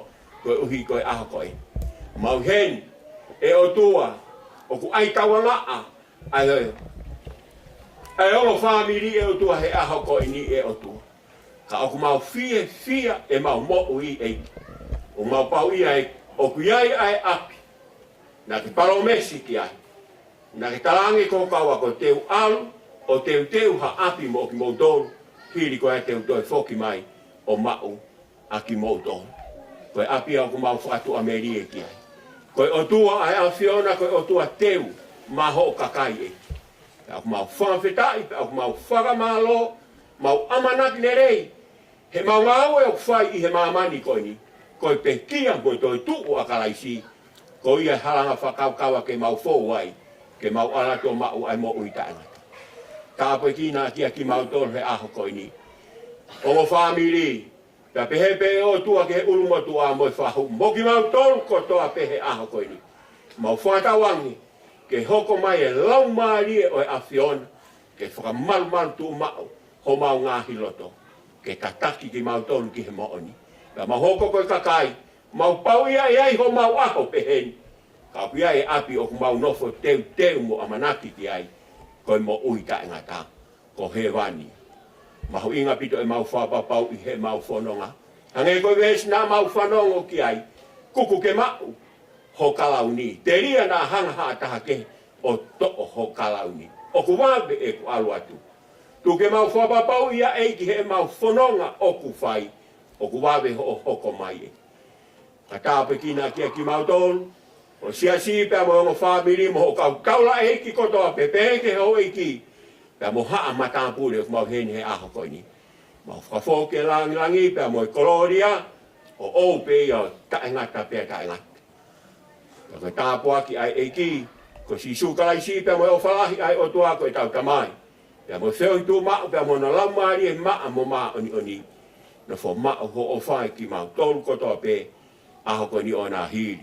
Kai whai pe o ta ngata. Amen. Aloha pito. Wa petai lahi ke I ki.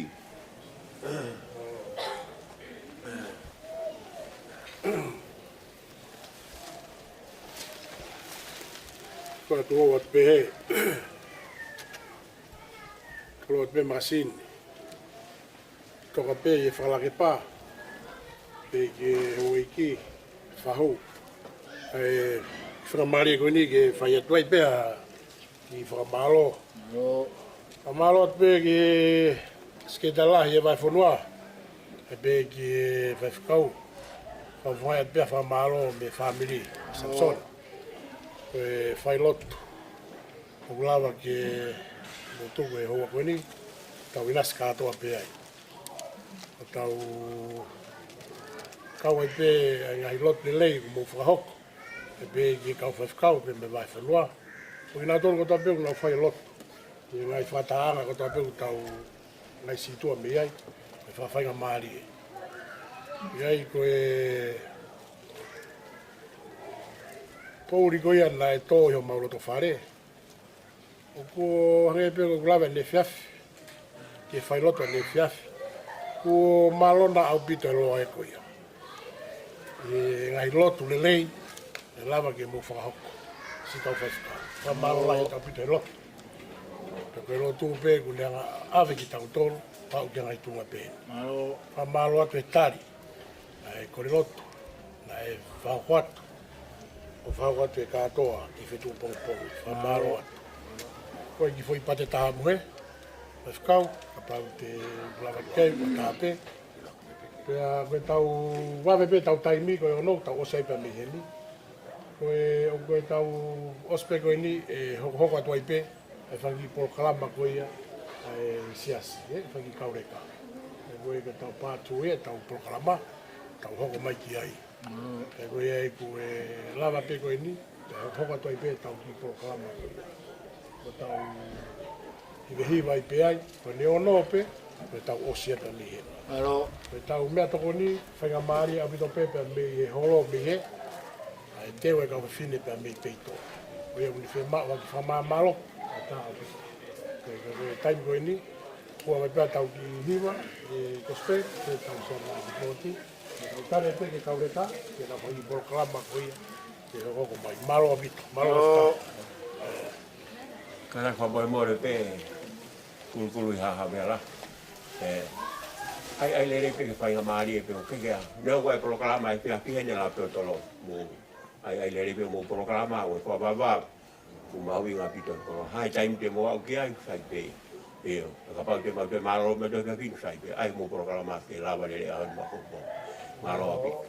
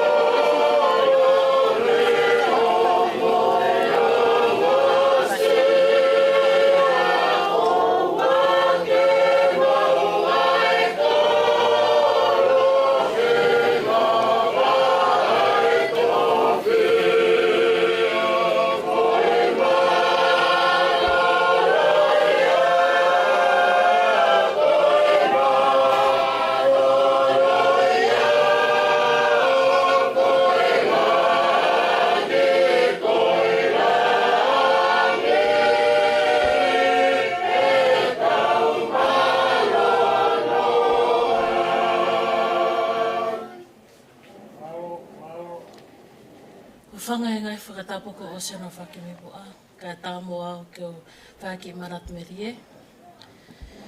Ko kingoa ko Melanie Taiseni Kama. Pea ko koriwha mole ate lea whapalangi pe. My first memories of Makasini was when I was 5 years old. She was my first Sunday school teacher. At that time, my parents, they lived in Chatswood in the North Shore, and Makasini lived near the church, closer to the church, Ashford Church, Uniting Church. As my Sunday school teacher, na keke lota Makasini ka miss out ha foi ako whaiva, peka foi ako lesoni, peka ha mea pe ku kau ki he lauto whasapate, pena de kole pe ku whae ke tukuange pe bua ke tuku au nau api he weekendi, whalaite ke sapate, pa tukilele anga soni mo bele tuku I au ki api he po sapate, ready for school on Mondays. And that's how we felt it from since I was 5. Growing up, Soni's girls were like sisters to me because I was always with Makasini. And what I witnessed was a lady who,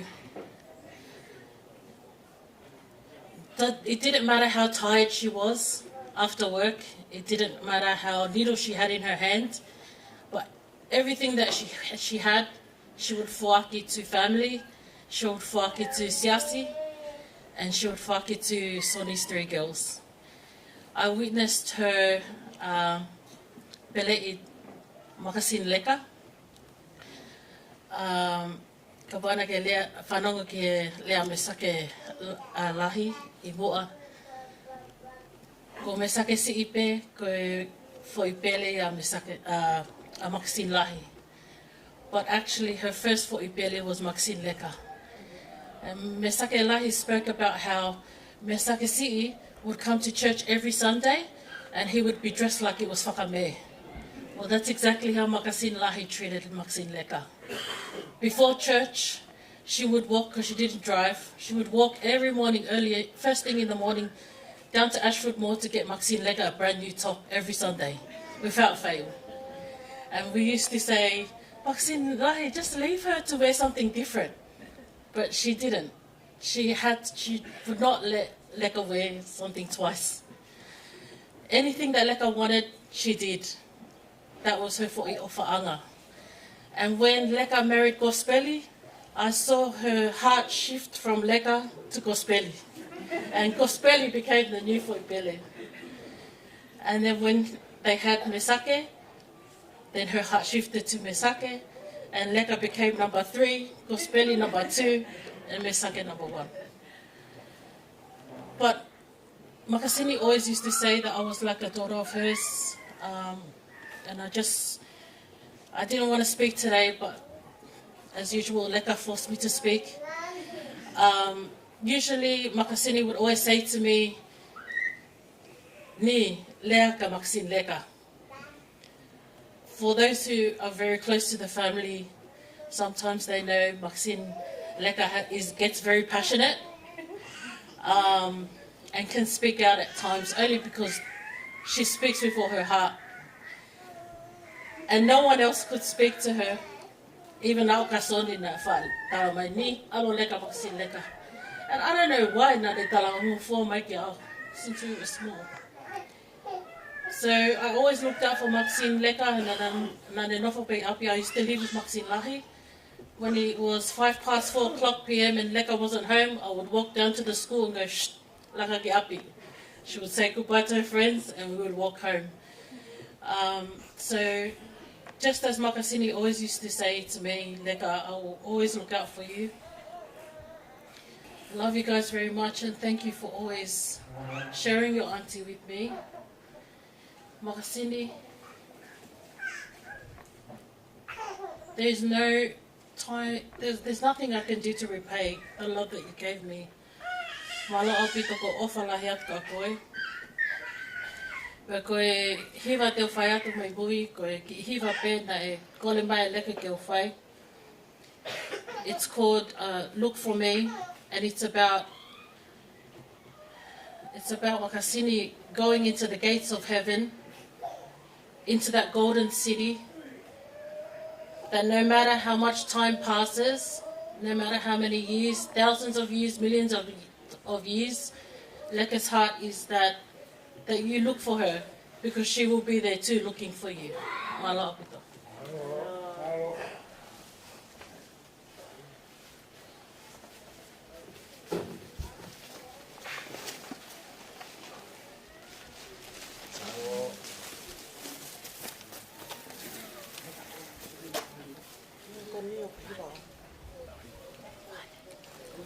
From your church.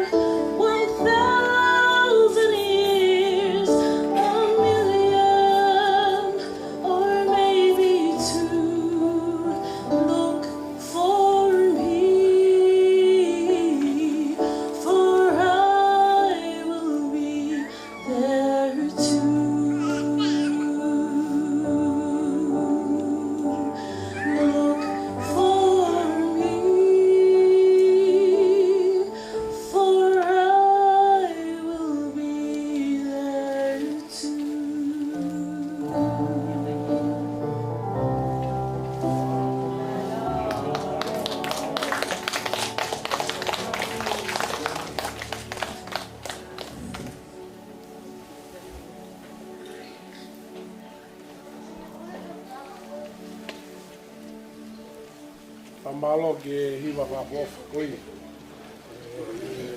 O me lau maari e ka tau tō ke tau ngai. Pamalo la ia. Mana ele me siafi.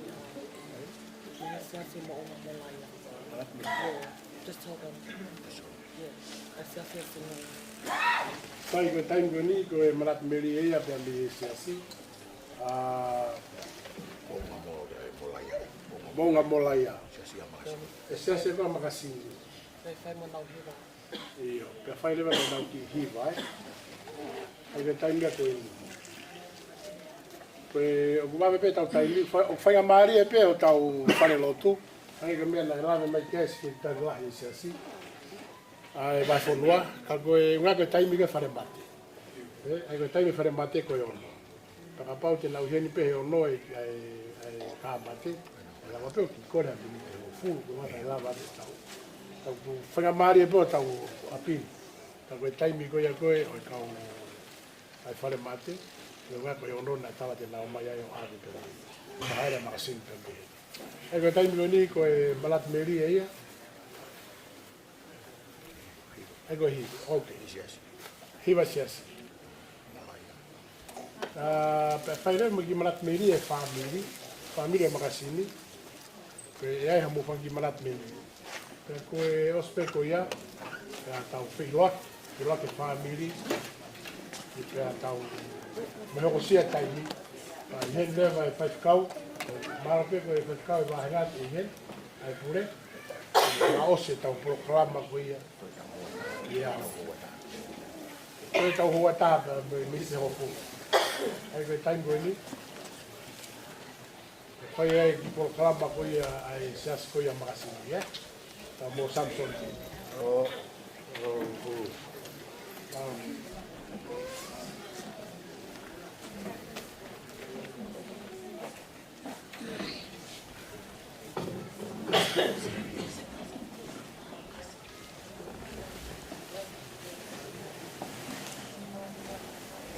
Tapu ia koe Aofia e tō tai o tua i o tau lotolotonga.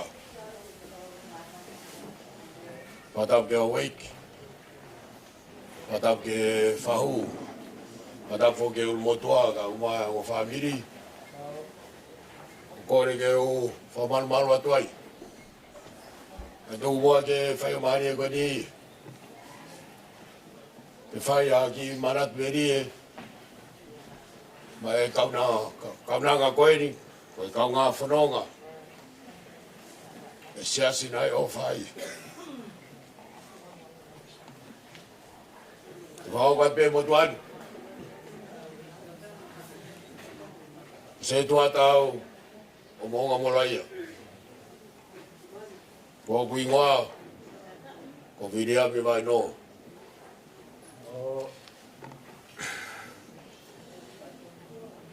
Talo e mau whiohi mai ba mo e whae koin. Ie ngai tau. O mau i lope whai whatongia hono tungane i he potiasi. Rea mea na mawako me i e kaunanga koin. Anea koin ko e ofa tungane. Wa me ara i si. O whai he tungane koini. O tūta whaki pia Makasini. Me he kamata ki ne osa. Pana mawa kolai e me arai. Me he whae koini. A mea koe tauhi. Na e ofa tatau pia Makasini. I he sisi o au ke rai taha e potsias koe no monga molaia. Ana maua koe e mea rai. Famili. I he tau whatongia e whae Makasini mai siasi. I a whae ka whatongia pe o kune whae ake hono le nei taha. Kau hinga koe ne ofa he mata hono tungane.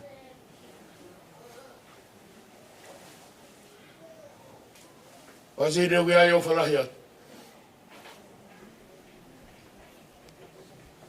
Misia so mo ma ya. Wa ku ye ni fataha ko kau fai fekau.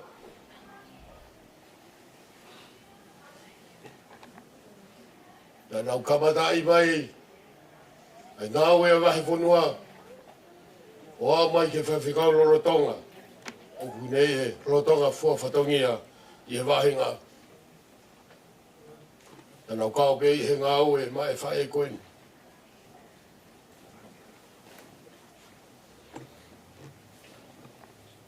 Katoa ki Fetu'u Pongipongi. Mo nau pita whakahoa na i whai. Taimla e o kumawongo i he maoloto i siasi. Ikai ke foto a Makasini i he roto whare o siasi e taimla. Mauilo pe o kunei heni pe. O whawhikai pe. E koe ke toi keha si isu ia. Ta tau pe a si isu i Fetu'u Pongipongi pa po si isu ko i monga mola ia. O ke i te tau pe ke a Makasini. Mori pe lau Makasini. Lau e puna ke une awere rei. Kai tuku mai pe mei mei. Ke mau whanau ngā tu pe o tau siasi. Whataha mo tu ngāni.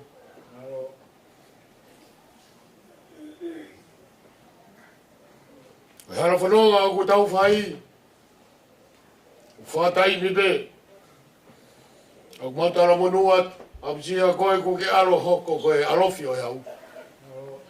E tuku mātou ke mau whai ata e whanau ngā. Ko whea taimi e ui ai ki mai tolu. Ko ke hanga tari rerei mai ki mai tolu. Mei loto i tāniti. Te wā whalau Makasini. Ia o whalahi ata siasi kia te koe. Moi mautara monu atu. Rewa e maranga. Kauta tawa. Alo. Alo, se tuada.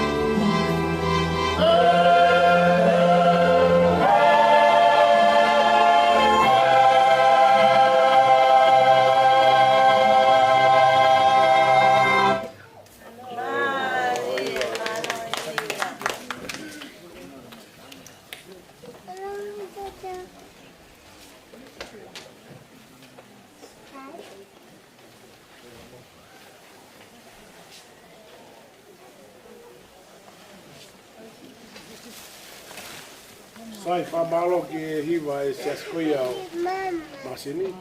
Whamalo atu ki e se tuata. E pe ki e whai hiwa mo e se asi, malo hiwa maari. Tau fanongo e hoa koia. E hoa koe. Koe taimen kai manat meri e. Koe ngā koe pure, koe me ka fekau na osi mau pei office. Tau taimi, koe ta hoa ta. Ai koe ono kawe mi ai. Whaere. Ai koe manat meri e si asi, ko mo taimi. Apa waha mo ki manat meri e. Te u whakatatan koe ni ma mo tol. Waha mo whea manat meri e ki a Makasini. Koe mo whea raki ai pe. Koe hoko mai ki e whamiri. Koe koe whaos tau manat meri e ka whamiri ai. Koe tau whea raki ai pe. Malo, koe si asi ka pau waha taha. Whea manat meri e. Kone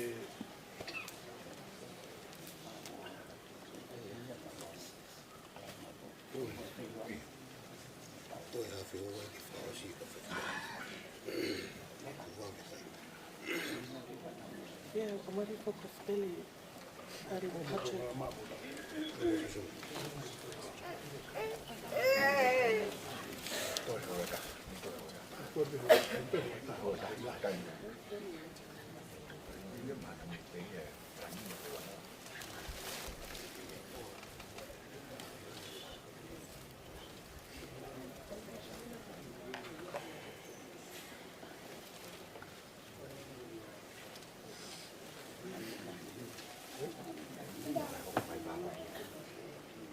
I hua me pēta o hiwa.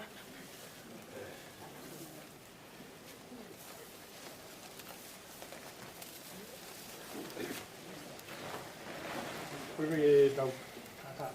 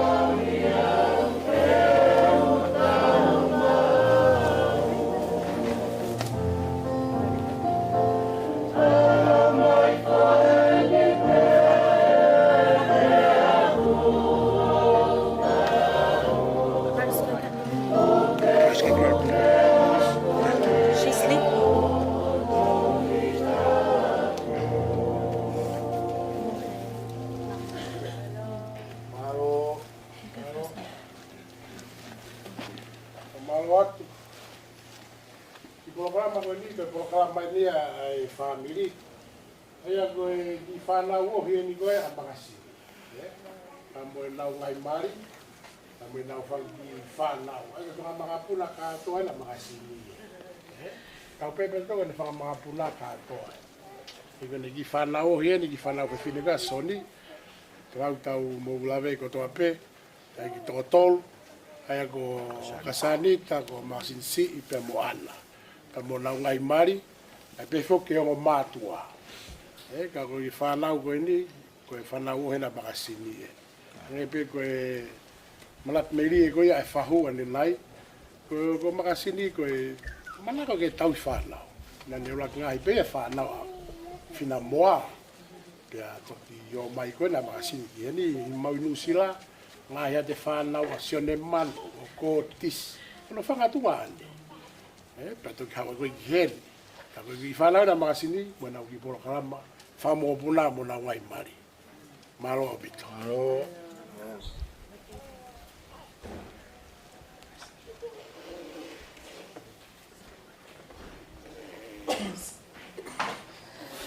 Tau toko ha fakamaau ke tau eiki mawhmawhi. Kai ata mo oku ke o whai haki mana tu me lie fekau aki ke wha eko e ni ko Makasini Tauelangi. Ko hoku hingoa, ko kasanita Tauelangi peili. Ko tahine lahi au o Samsoni Momele.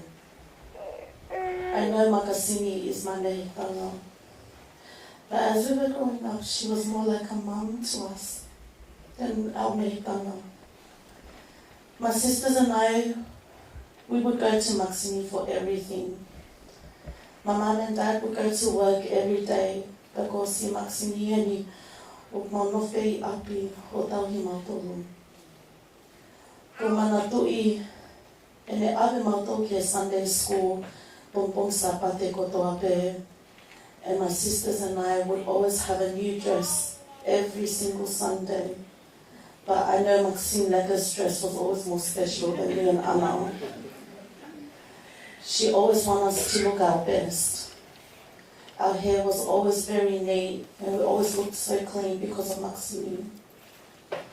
What she does for me sake,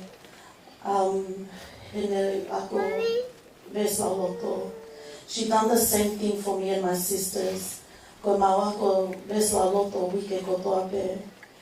If we forgot a vesla loto, she would give us a hiding. But I know from today it was for good reason. Ko Makasini ko fefine ofa. She didn't only look after my sisters and I, but she also looked after our husbands and our children, and she loved our husband's family very much. If our husband's family had an event or hakavenga, she was the first one ke tala mai ke koe hakuki e whai. But if we told her not to worry, e tae ke mau in-laws or e ke kanato koe hakuki e whai.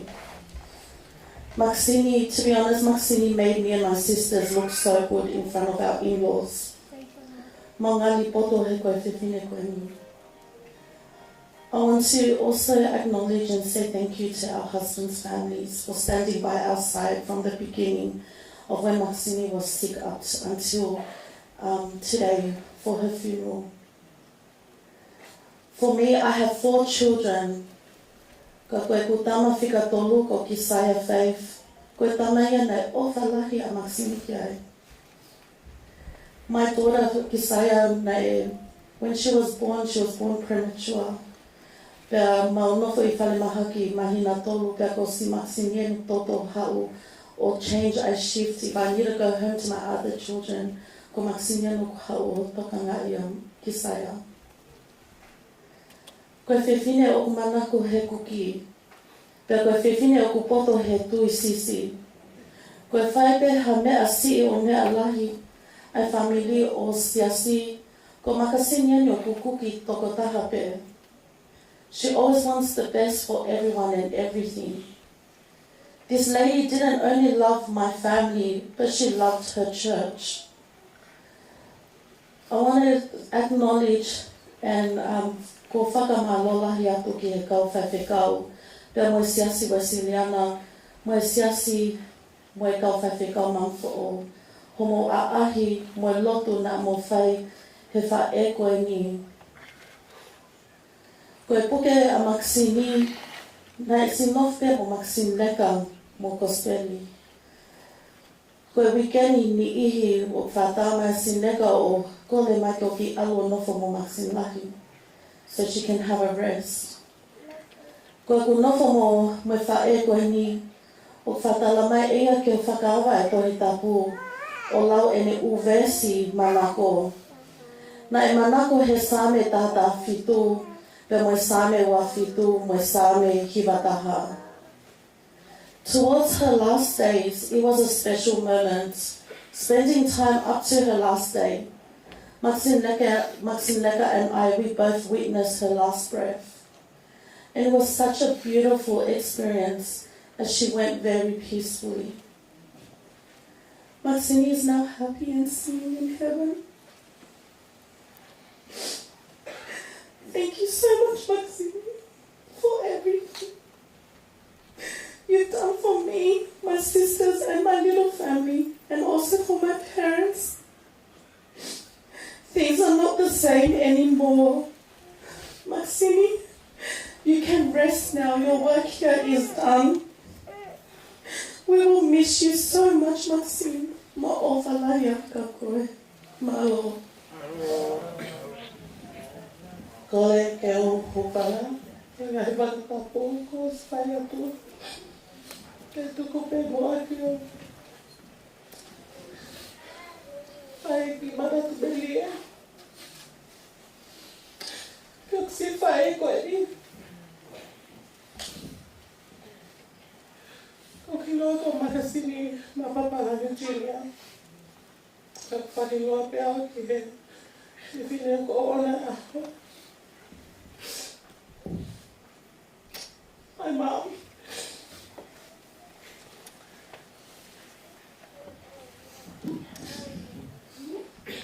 Tala wha e lei au. O toko hake, me pehe pe eo ko Makasini, o wha e moni. Taimi ke taimi, ko ne, tahi pe au. He whai Fetu'u pe si au ki ai. Whether it's to church, to Aofia, whether it's go shopping, or even anywhere, I was her little table. But again, I grew up knowing Makasini was always by my side. She, even though she did raise all three of us, she did have that extra love for me. Because I am her special and her favourite. Makasini always made sure that whatever I had, my sisters had as well, unless it's an extra chocolate bar. Makasini would go to work. She did late shift. And I remember coming home to my grandma's soup that I didn't really enjoy, to be honest. And me calling Makasini at night to her work phone, asking her to buy me McDonald's. And this is like 11 p.m. And she's saying to me, just go to sleep. You know, you like just go eat the soup that's in the kolo. And I'll be like, oh, Makasini, I've tasted it, I don't really like it. And she would be saying, okay, Tauelangi, but mind you, remember she doesn't drive. So Makasini would catch the train back home. She'll arrive back home almost 1 o'clock a.m. and I'm still waiting for my McDonald's that she'll get from Town Hall Station. And then she used to say, look, you're fetty here compared to the other two. But that just shows how much she did love me more.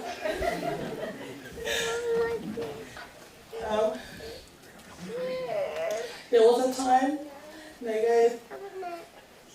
that my grandparents decided to move out of our home, Sione, and Makasini wanted to move in with them into their little unit. And I just remember Makasini asking my parents if I could move in with them.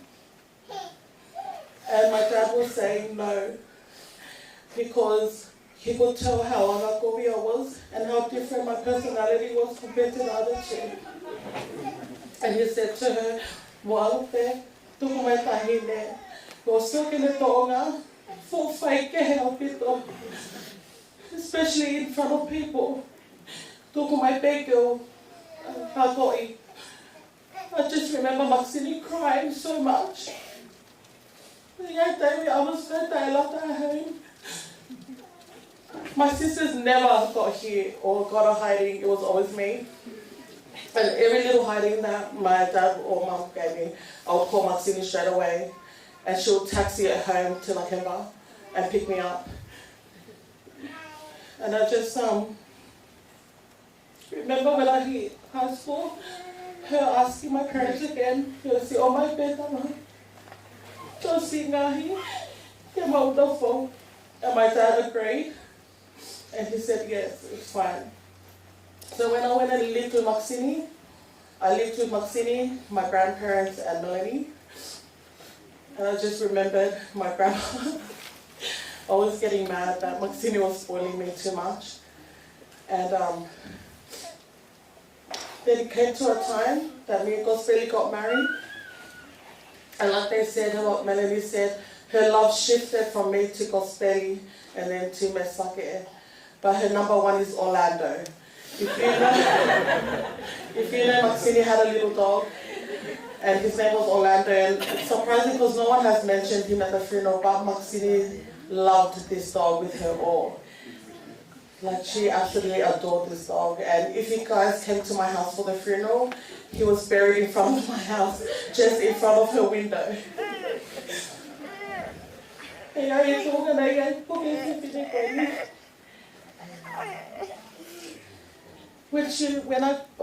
gave birth to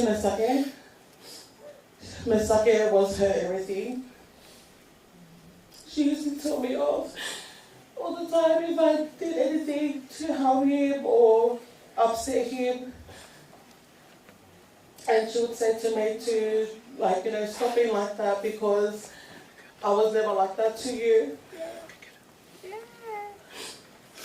I just want to give this opportunity to Sake because it's her birthday in Manako.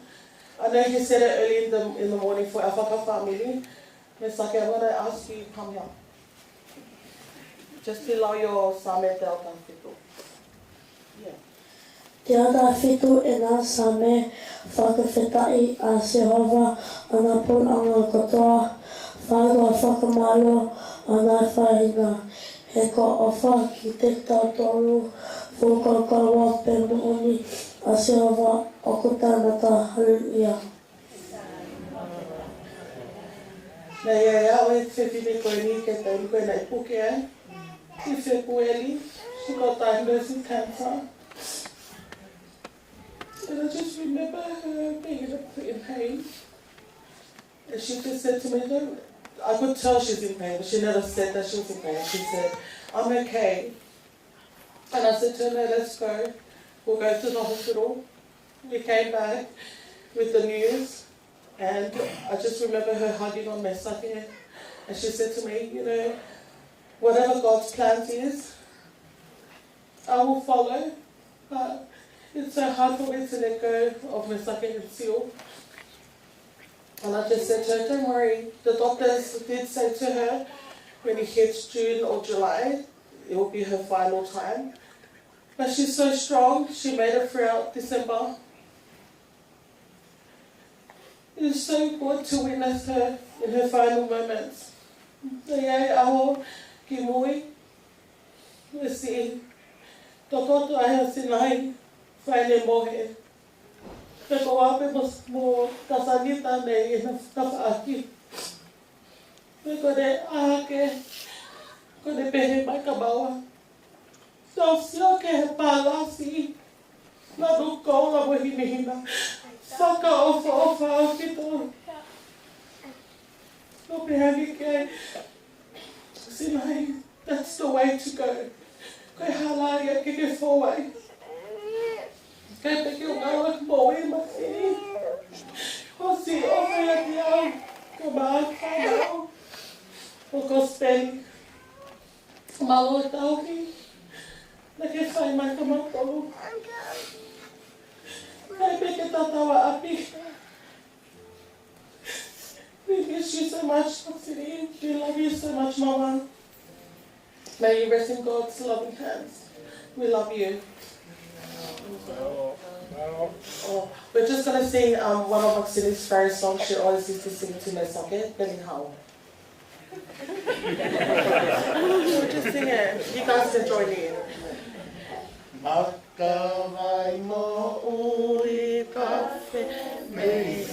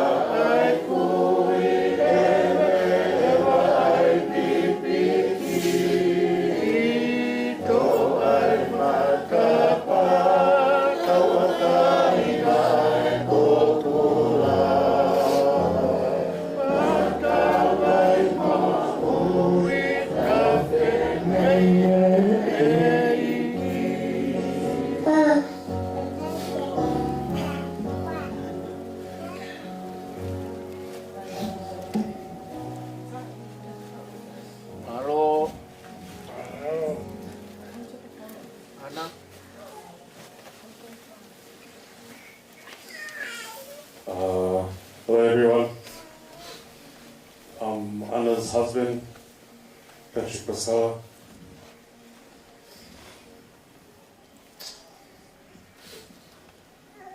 Most of you all know Makasini, so I met her probably late stages of her life. But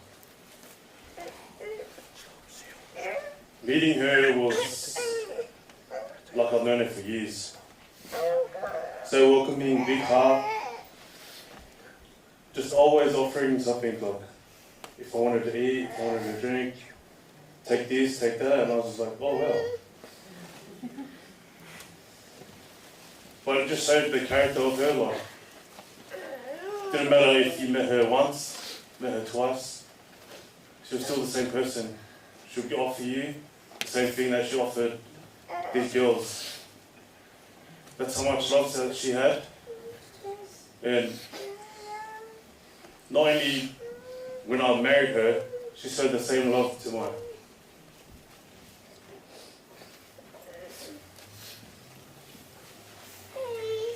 mum,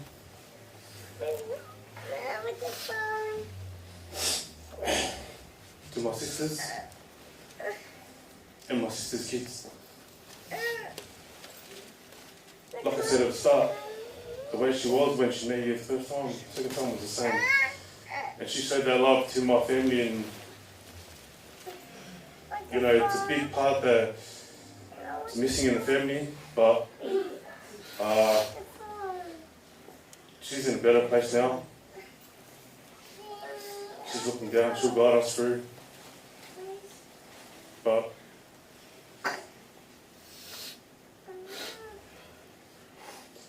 there's so many things I can stand here and talk. Well, I don't want to drag and say, because a lot of the speeches today just describe the person that she was. She had the biggest heart, and actions always speak louder than words, and her actions were very loud. So when I met her, she never had a job, but with the amount of gifts that she used to give me or used to hand out, it was like she had a job. But I remember Liga used to be like, oh my gosh, I just bought that last time. Can she not be handing out one too? But that's how Makasini was. She never had much, but she would always give. It would be like your last $10 and she'd give you that whole $10. And she would still stand there and smile. So that's how she was to me and to Anna. And she'll be dearly missed. Thank you.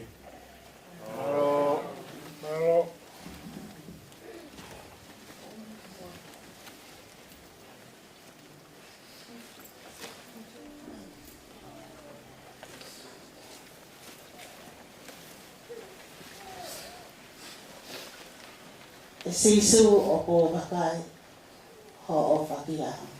E toki ofa me whungani tai lava ki marau. Ko e ofa lahi e nai o tua. E tāpoki ati a ki whamiri ko ni. Mo whanau mai peki he nau. Ngahi manat me li e nai kai. E ko taha ko ni. Ia ko e tāpoki lahi a pito. A Makasini. Kiate mātou. He kone ofa nei kai whalau. Koe te whine whai tō nunga i he mea kotoa pe. Nei whai oskia velenga pe a Makasini.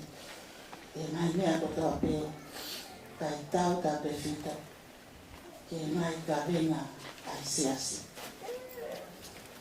Taini o ku iaiha whakamia o siasi. Te wala o ngā ue. Kai si a pia Makasini o kuki. O a o ke ahau. Kia whoki mai ni ngā ue. O maawa mea kotoa pe. O stish ape Makasini mea kotoa pe. O tala mai ka au mere. O e kua maawa ai mea kotoa pe. Pe taimini o puongo a pitola te au. Taimi pena si puke a Makasini. Ai ngahi mea na keke o lava whai e taimi koe. O pau ke oala o whai a mea kotoa pe. O puongo a pitola te au. O puri a taunangani.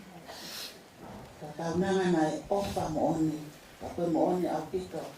A ene ohi a ki whanauni.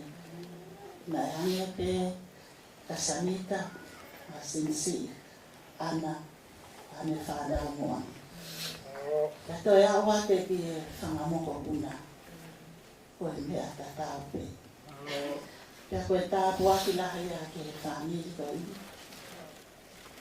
Ka puongo au pito ai mole. Hoko neongo koe pule maa oni ai o tua. Ka kou tui lahi, koe whinangalo pene o tua. Ke awa Makasini o māloro whawheau ke hau. Whawhekai lahi ke o tua. I he maumini ki whakoloa ko eni ke mautu atu. I moani ke whaha e mau ofa si Makasini. Neongo o kuongo au pito pe ia i he taini na ke puke ai. Ka ko mahino ke ke mauto o alo he pete he toi whoki mai. Ko ia o ko whakamalo lahi ake Makasini. Ngahi ofa ko tape na ke whai o maki whamirin.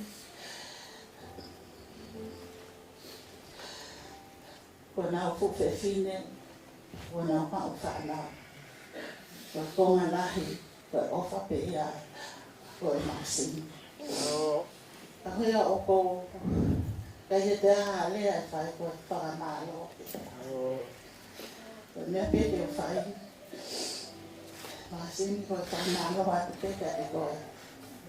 E ngai ofa ko tau pe o ke whai. O ko fakamaau lahi atu whoki heni. Ke whangatoko ua ko tau pe o Makasini. Si kasanita, si lava meni Amerika, si mani me New Zealand. Pea peheki e whanau. Whamalo lahi a kokeni ke whao. Si kina moa, si lava meni New Zealand. O mau whia mau pe. E sio ki ho mou ofa o whai. Ka pēwhau whamalohen ki ho eki, ki a mele ane tau fui. Si o loto tō, ka ke mea mai. Tau kaunga, pa heke heka whataha. ai kaunanga koe. Pe whoke e ko whamalo lahi ateni ki he whai fekau, ki a whai mali e kisi hoi.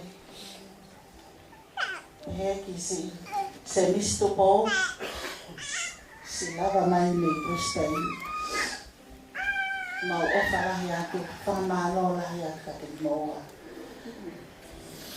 Hau mo mea mai, ke tau kaunga kau whataha.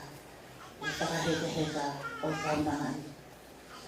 Pe whoke ko whamalo lahi atu. Ki siasi mai o whai a Makasini. Nai mahino au pito pe mo oni pe ai nahi laulea ai ofa tu unga ane ai kaunanga tuni. Taimi lahi ko pe ane Makasini ai mo ke ki malolo. He koe taimi o whai ai maunga ko hiwa o whai. E a pe Makasini o whapake ke mo hafua ene whanki whakalaulau noa o whai. Kau pe ane tukua e mea reaka ke malolo. Tamai Makasini. Ke tok malolo pe mele. Ka pau he kai ke toi whai whatamia Sione ke he siasi. Ka po mahino ka te au ko Makasini. O se fine ofa tunga ane mona. Pea koe a ko whamalola i atu ki he ngai whaamili kotoa pe. Ko moulawa mai he aho ko ni o tau kau whakataha. He whahe heka o tau nanga koni. Whamalola i atu. Ia mōtol kotoa pe. Whamoimole pe ka pau e ke kai ke ulau hingoa. Ka pehe whoke e whamalo ko toko ua ko ni ko los mani. Se ne lava mai mi Amerika. Ka mon pe lau a los mani. Te makau ngā vai haka pe ki whangatō whawhine. He koe whangatō whawhine anga lelei au pito. Ka koe ia e los mani te Moimoi pe he ko koe o kulahi. Ka koe ia ai ofa lahi atu ka tek mōtol hono kotoa pe. O whai tau pekina ni mōtol he o tua. E tapa kotoa pe o mōmo ui. Malo au pito. I'm just going to ask the family singers when they do that. Sione.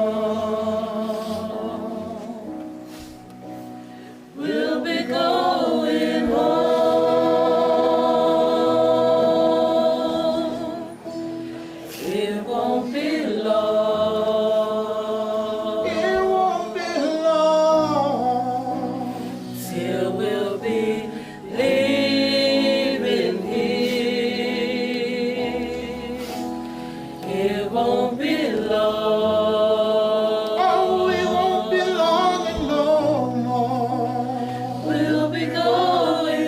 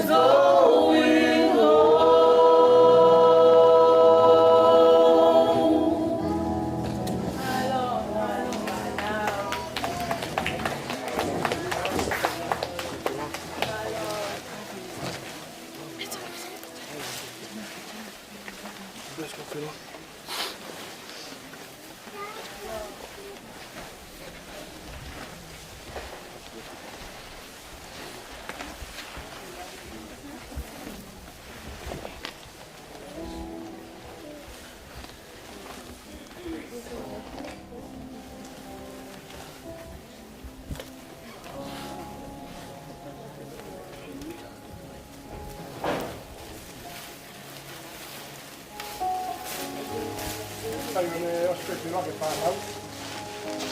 Paula tanto di che va. Io spero di fuori da un po' di ma lo fekau che mi ho visto. Ora sto di per la via per qua. Quando vuoi. Ele mama sila boina. Wow, ikai. Ele mais que o Latu. Ele mais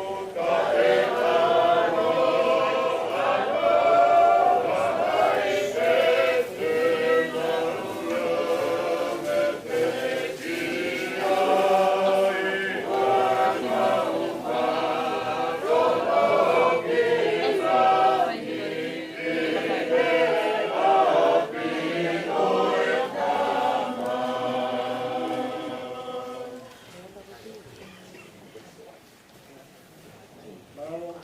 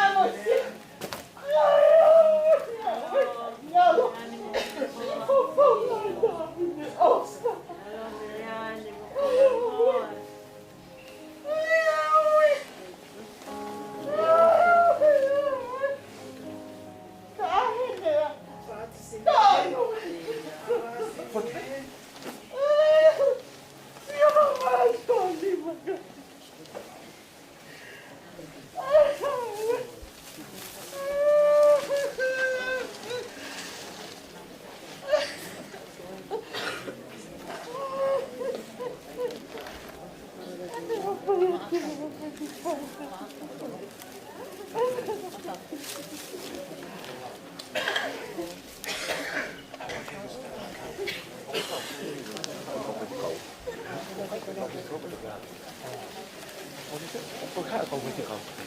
Apa pete tu peka tu. Ai pa kai son pe tapu ni.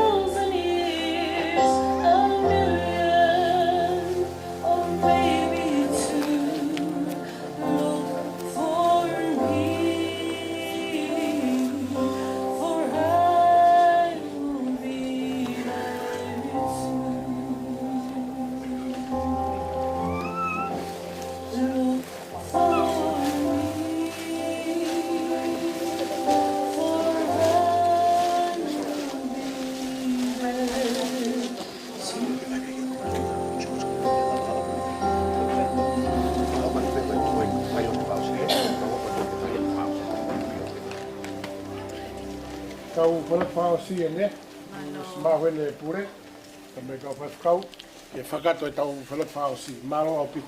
Aro, o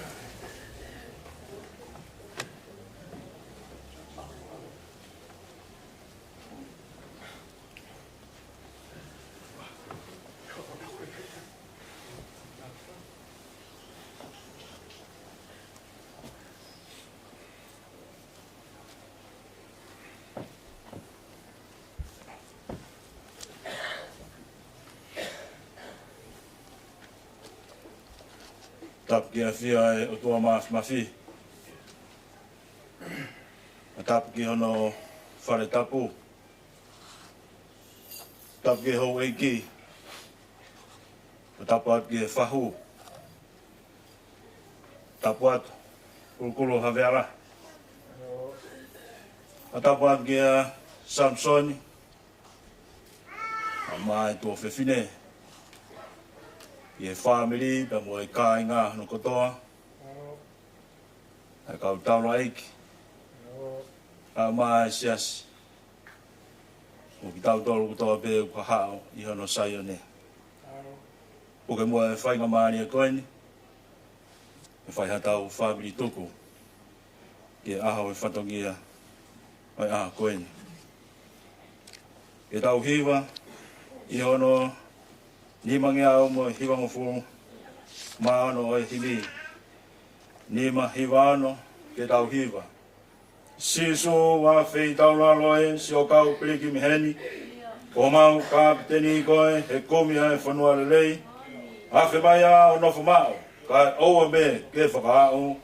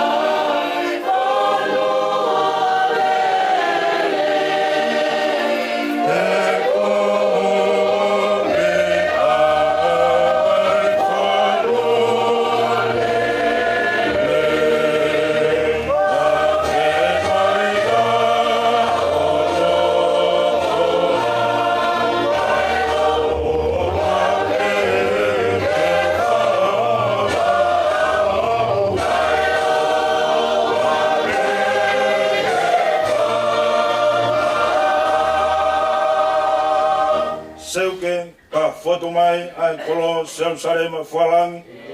O kuto o abe ho mau lodo o mau tala dai mamani. O tangi ho mau lau marie o abie.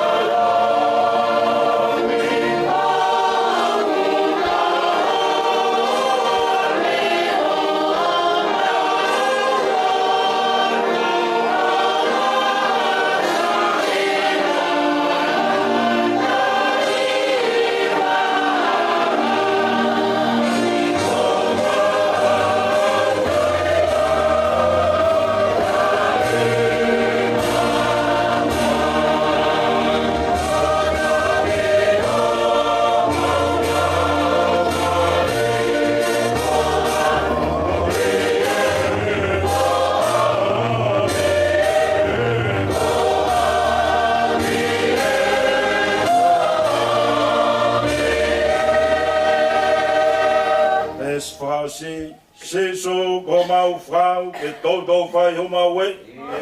Tuku ke mau ngoi mau ai mana he whanua lelei. Ka langa e mau fra mu. A fe de wau. Oh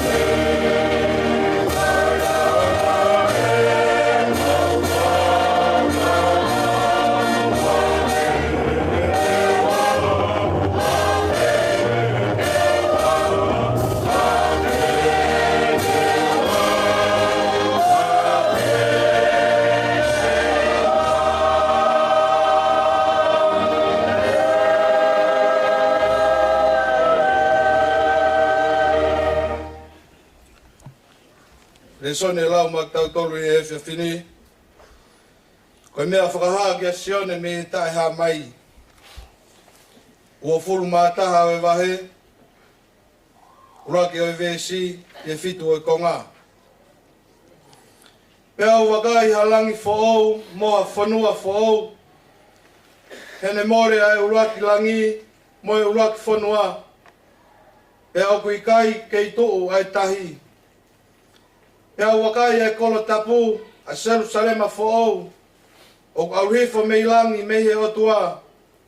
Ko osi teu, o hange hata ahine. Ko ai teunga ki ono huse pāniti. Pea o mai a fūreo mei he taloni o kune pehe. Ko eni, ko i tāpane kare o e otua, o ku tuu moi kakai. Pea e nofo hono skaina, mo ki nau toru. Pea te nau nofo ko hono kakai. Pea e nofo e he ene a fio, ko e otua o ku kau maa nau toru. Io, ko nau otua. Pea tene holo ai loi mata kotoa pe, mei ho nau mata. Pea e ikai to e ai hamate. Pea e ikai to e ai hamamahi. Pe hatangi. Pe haongosia. Kua more ai ngahi mea mua. E whalafola e ia nai a fio i he taloni. Ko eni o kua whakafoau ai mea kotoa pe. Pea ne pehe mai. Tohi. He koe ngahi lea koe ni o kuala falala ki ai. Pea koe mooni, oi mooni. Pea ne whalafola mai. Kua whai. Ko au koe arifa moe o meka. Koe kamataanga moe ngataanga. I longa e whia inu te utuku kia te ia ke ne inu tai totongi. Mei he matawai o e vai o e moui. Ko ia tene ikuna e tō moona e ngahi meani. Pea te unofo ko hono o tua. Pea tene nofo ko hoku foha. Amen.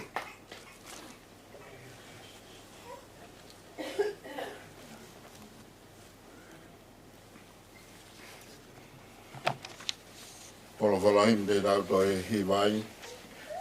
Ni mangeau mātoro himi. E oku talanoa ki ha whanua, e api manakoa o e otoa. Neonga e lelei ngahi potu universi. Fungani bea eni si kolo mua.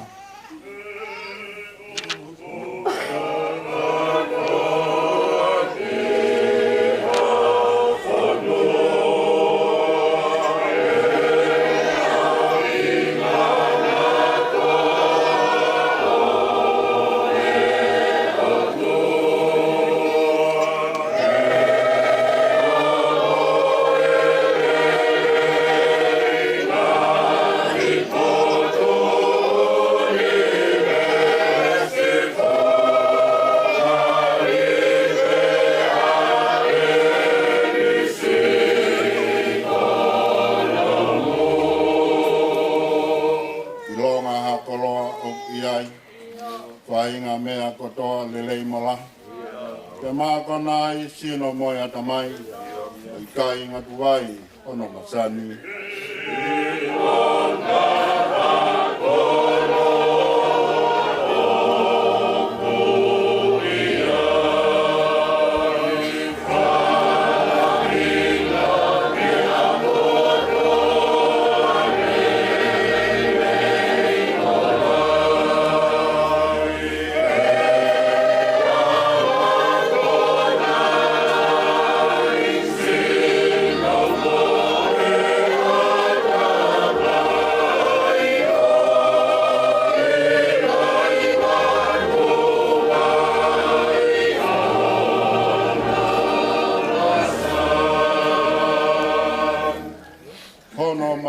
Koloa ai ha iai o ikai ai pulonga e tau tamai fe awa ia hiki mo si ono family o lau i taniti e keu iai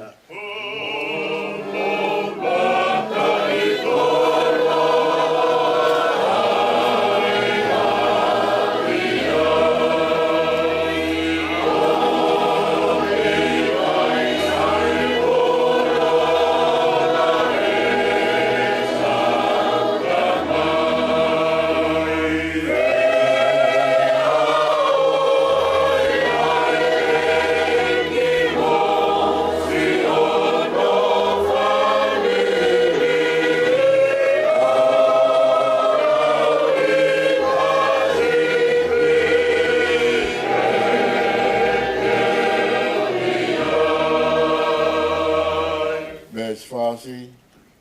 Koe te hu ki ai I mamahi. E mau a he mani kafe ngalahi. Pea ke tu o tau pule anga te ke ma. O nofo moi hau he langi langi.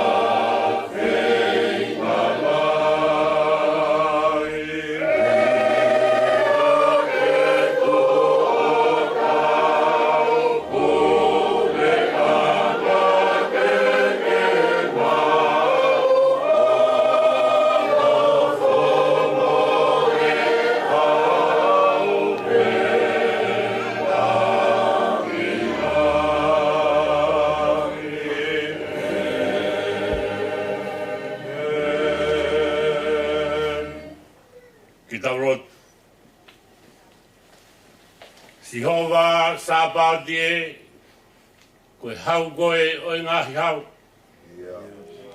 Ko ho taloni o kutu he tau kakapa whau. O ku mau kau, mo e kau angelo he hiwa tai tū koa. O whakamaro atu ki he tupui o tua. Mau whamaro atu he hoa whakakoloa koen. Mau whakatata mai ki e whangau taha o holo tū. Api ko Fetu'u Pongipongi. O e mau whailotu whakaos. Pea moho kauna ngā he whiwhina. Mau whawhetai he nai ai e taimi. Na e whai mai ai whanonga pa mo i ngā o whakataha. E neo ngoe mama pea mo e hopo hopo ki a. Roi matai a homa le ia. Ai tauanga ai maka ko Pauline. Pea tau noa e huwhangarupe. Ka te mauto e whehui ki hai. Ko koe pe. Kei maarunga pe tutuni a hawa whio. E ko koe nā ke whaki. Pea ko koe pe kua ke toi tō atu. Mau whamaro atu. E hua whatapu haa o e a whiona. Mau whamaro. Mau fanongo ki he manatu meri e. Kaunanga na e whai tōnunga e mea kotope. Mata ofa ki he taha kotope. Fofonga mari mari. Ka na e mata poto a Samsoni. Pea mo mere i he whewhinen. Ki nā ne whai ai mea kotope. I he ofa. Mau whawhetai atu e toa. Mau kau whataha pa moho kaunanga. Nei mau uaifi mo huspani te toi ngai whanau. Kasi nofo pe. Fua e mamawhai family. Tau hi e whanau. Ka nau osi he mau family. Hoko atu ke whakamau puna. Mau whawhetai. Whawhetai he mau ha whewhine. Pehe. I hoko koe kāpasa ki he mau whanonga. Kani whakahino hino ki mau tolu ki he mea ke mau whai. Kau mau whawhetai atu ai e tua. Mea e whahu. Pehe ki he pulu pulu. Hawea la. He ki he kau Tauelangi. A Samsoni pa moe toi ngā family. Mau whawhetai he mea kotope. Whakatutu pe he Aofia. Mea kotoa, whakatatau. I whanonga nai whai mai e ho kaunanga. Mau lotu ate o tua maf. Whai tāpe kina mai, whamanu ia. Teo e. Maranga tuku e ahoa Pongipongi. Mau lotu atu whai tāpe kina ho taratai whakau. Mea ke hale rei ki Aofia. Whai tāpe kina ki mai ki mau tolu he toi ngai aho. Paki tataki e mau whanonga. Tu ai peke mau ke mau iwi, po mau ke lesbia me ti koe. He ko koe ai ta whenga manu e whanonga. Pia whai ai ho mau tauhi, pia whai ho mau fakakoloa. Pake au whai pe ho hua wha, ko koe pe ho mau whakamo ui. Amen.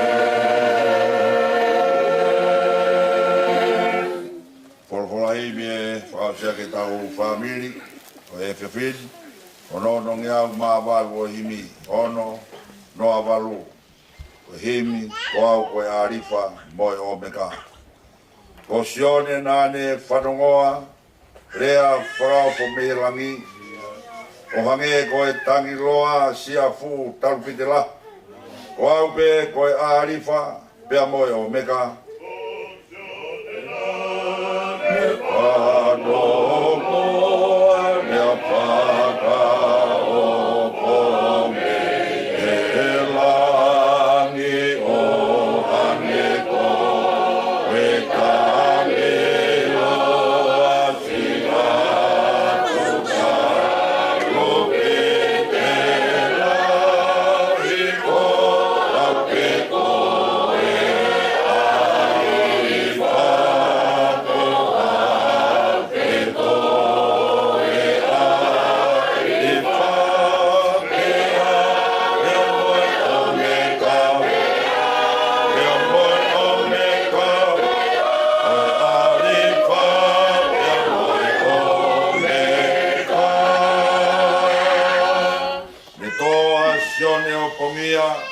He fotu nai mamaru fau. Kai tala kene fie fia, falala ke mea nai lau. Wau pe koe arifa, pea moe o meka.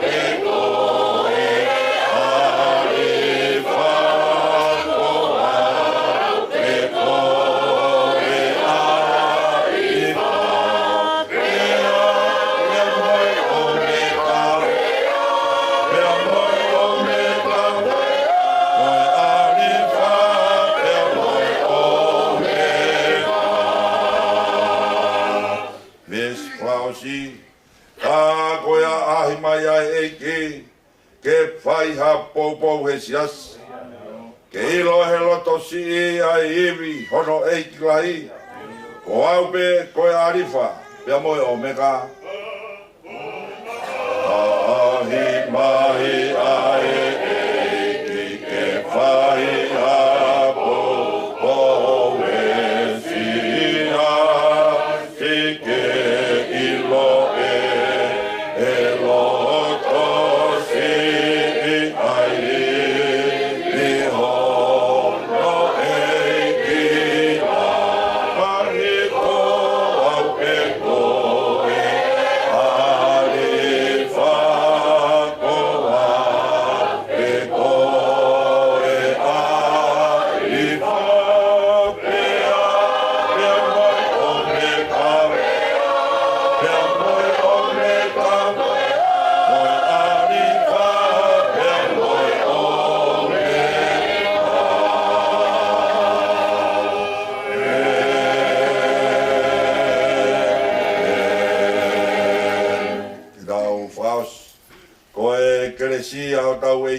sisu kalaisi. Pea moe o whae o tua ko e tau tamai. Moe whiohi o e lau maari e maoni oni. Ke iate ki tau tolu ko toa pe ia. Pea whai pe o ta engata. Amen.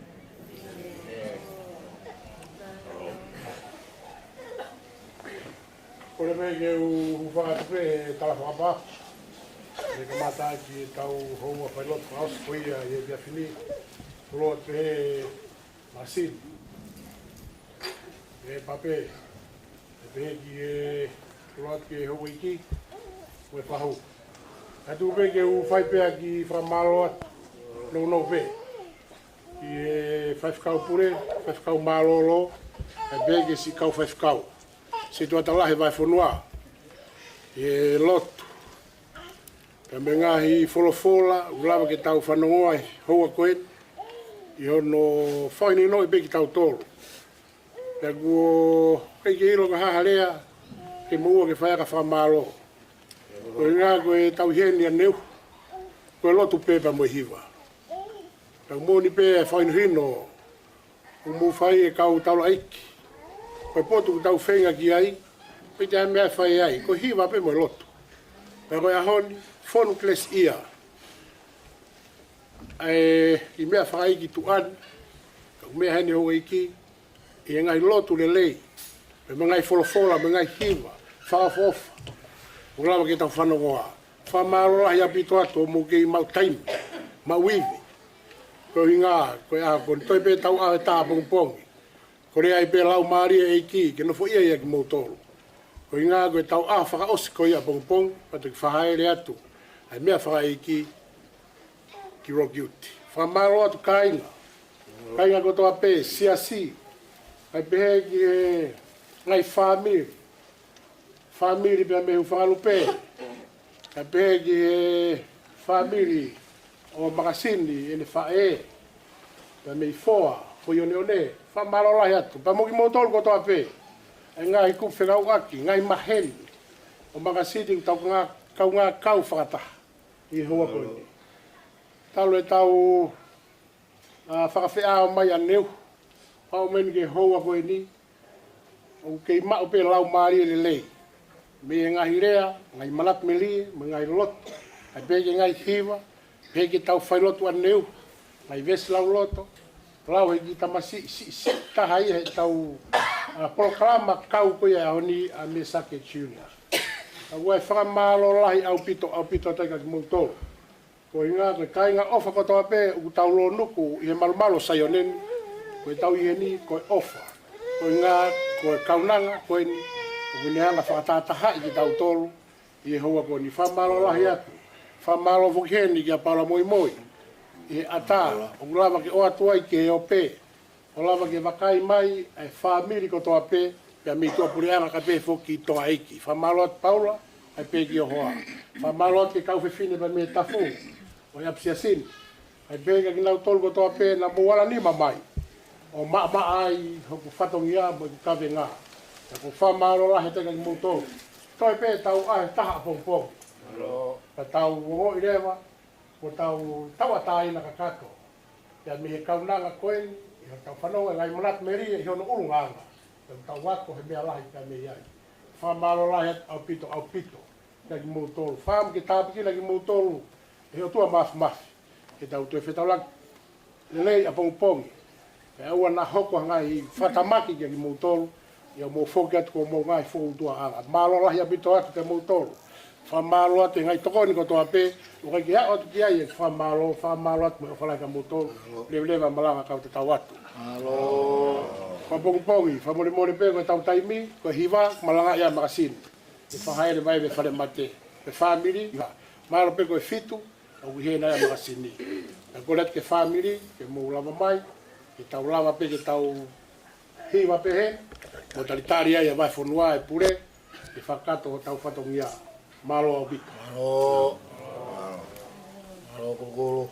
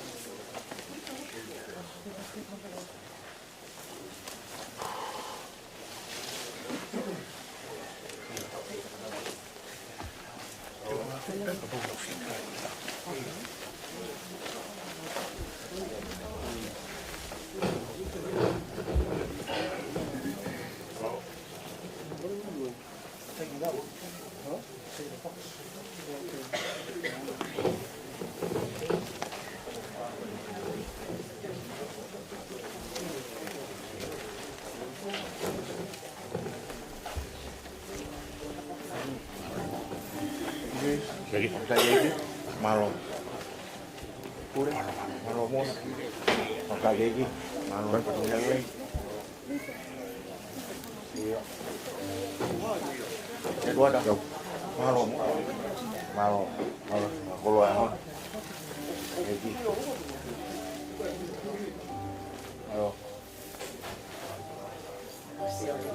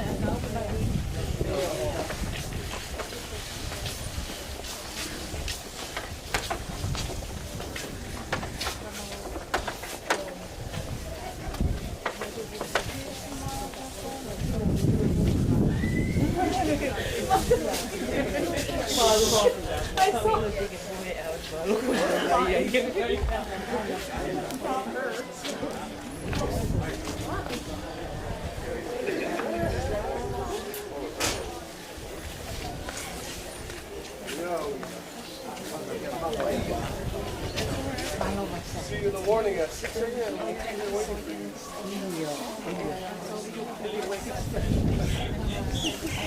Oh, I think I want to start walking at 4 a.m.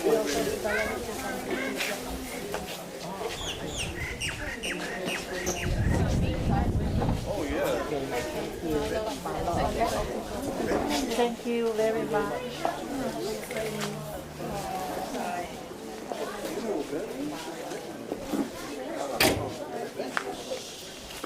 Thank you, ladies.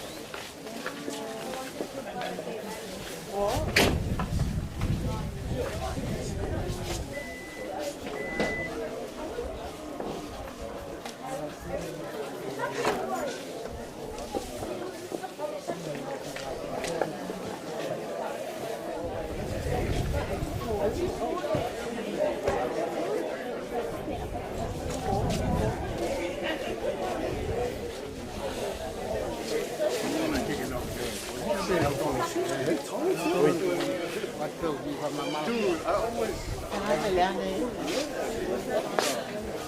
Thank you.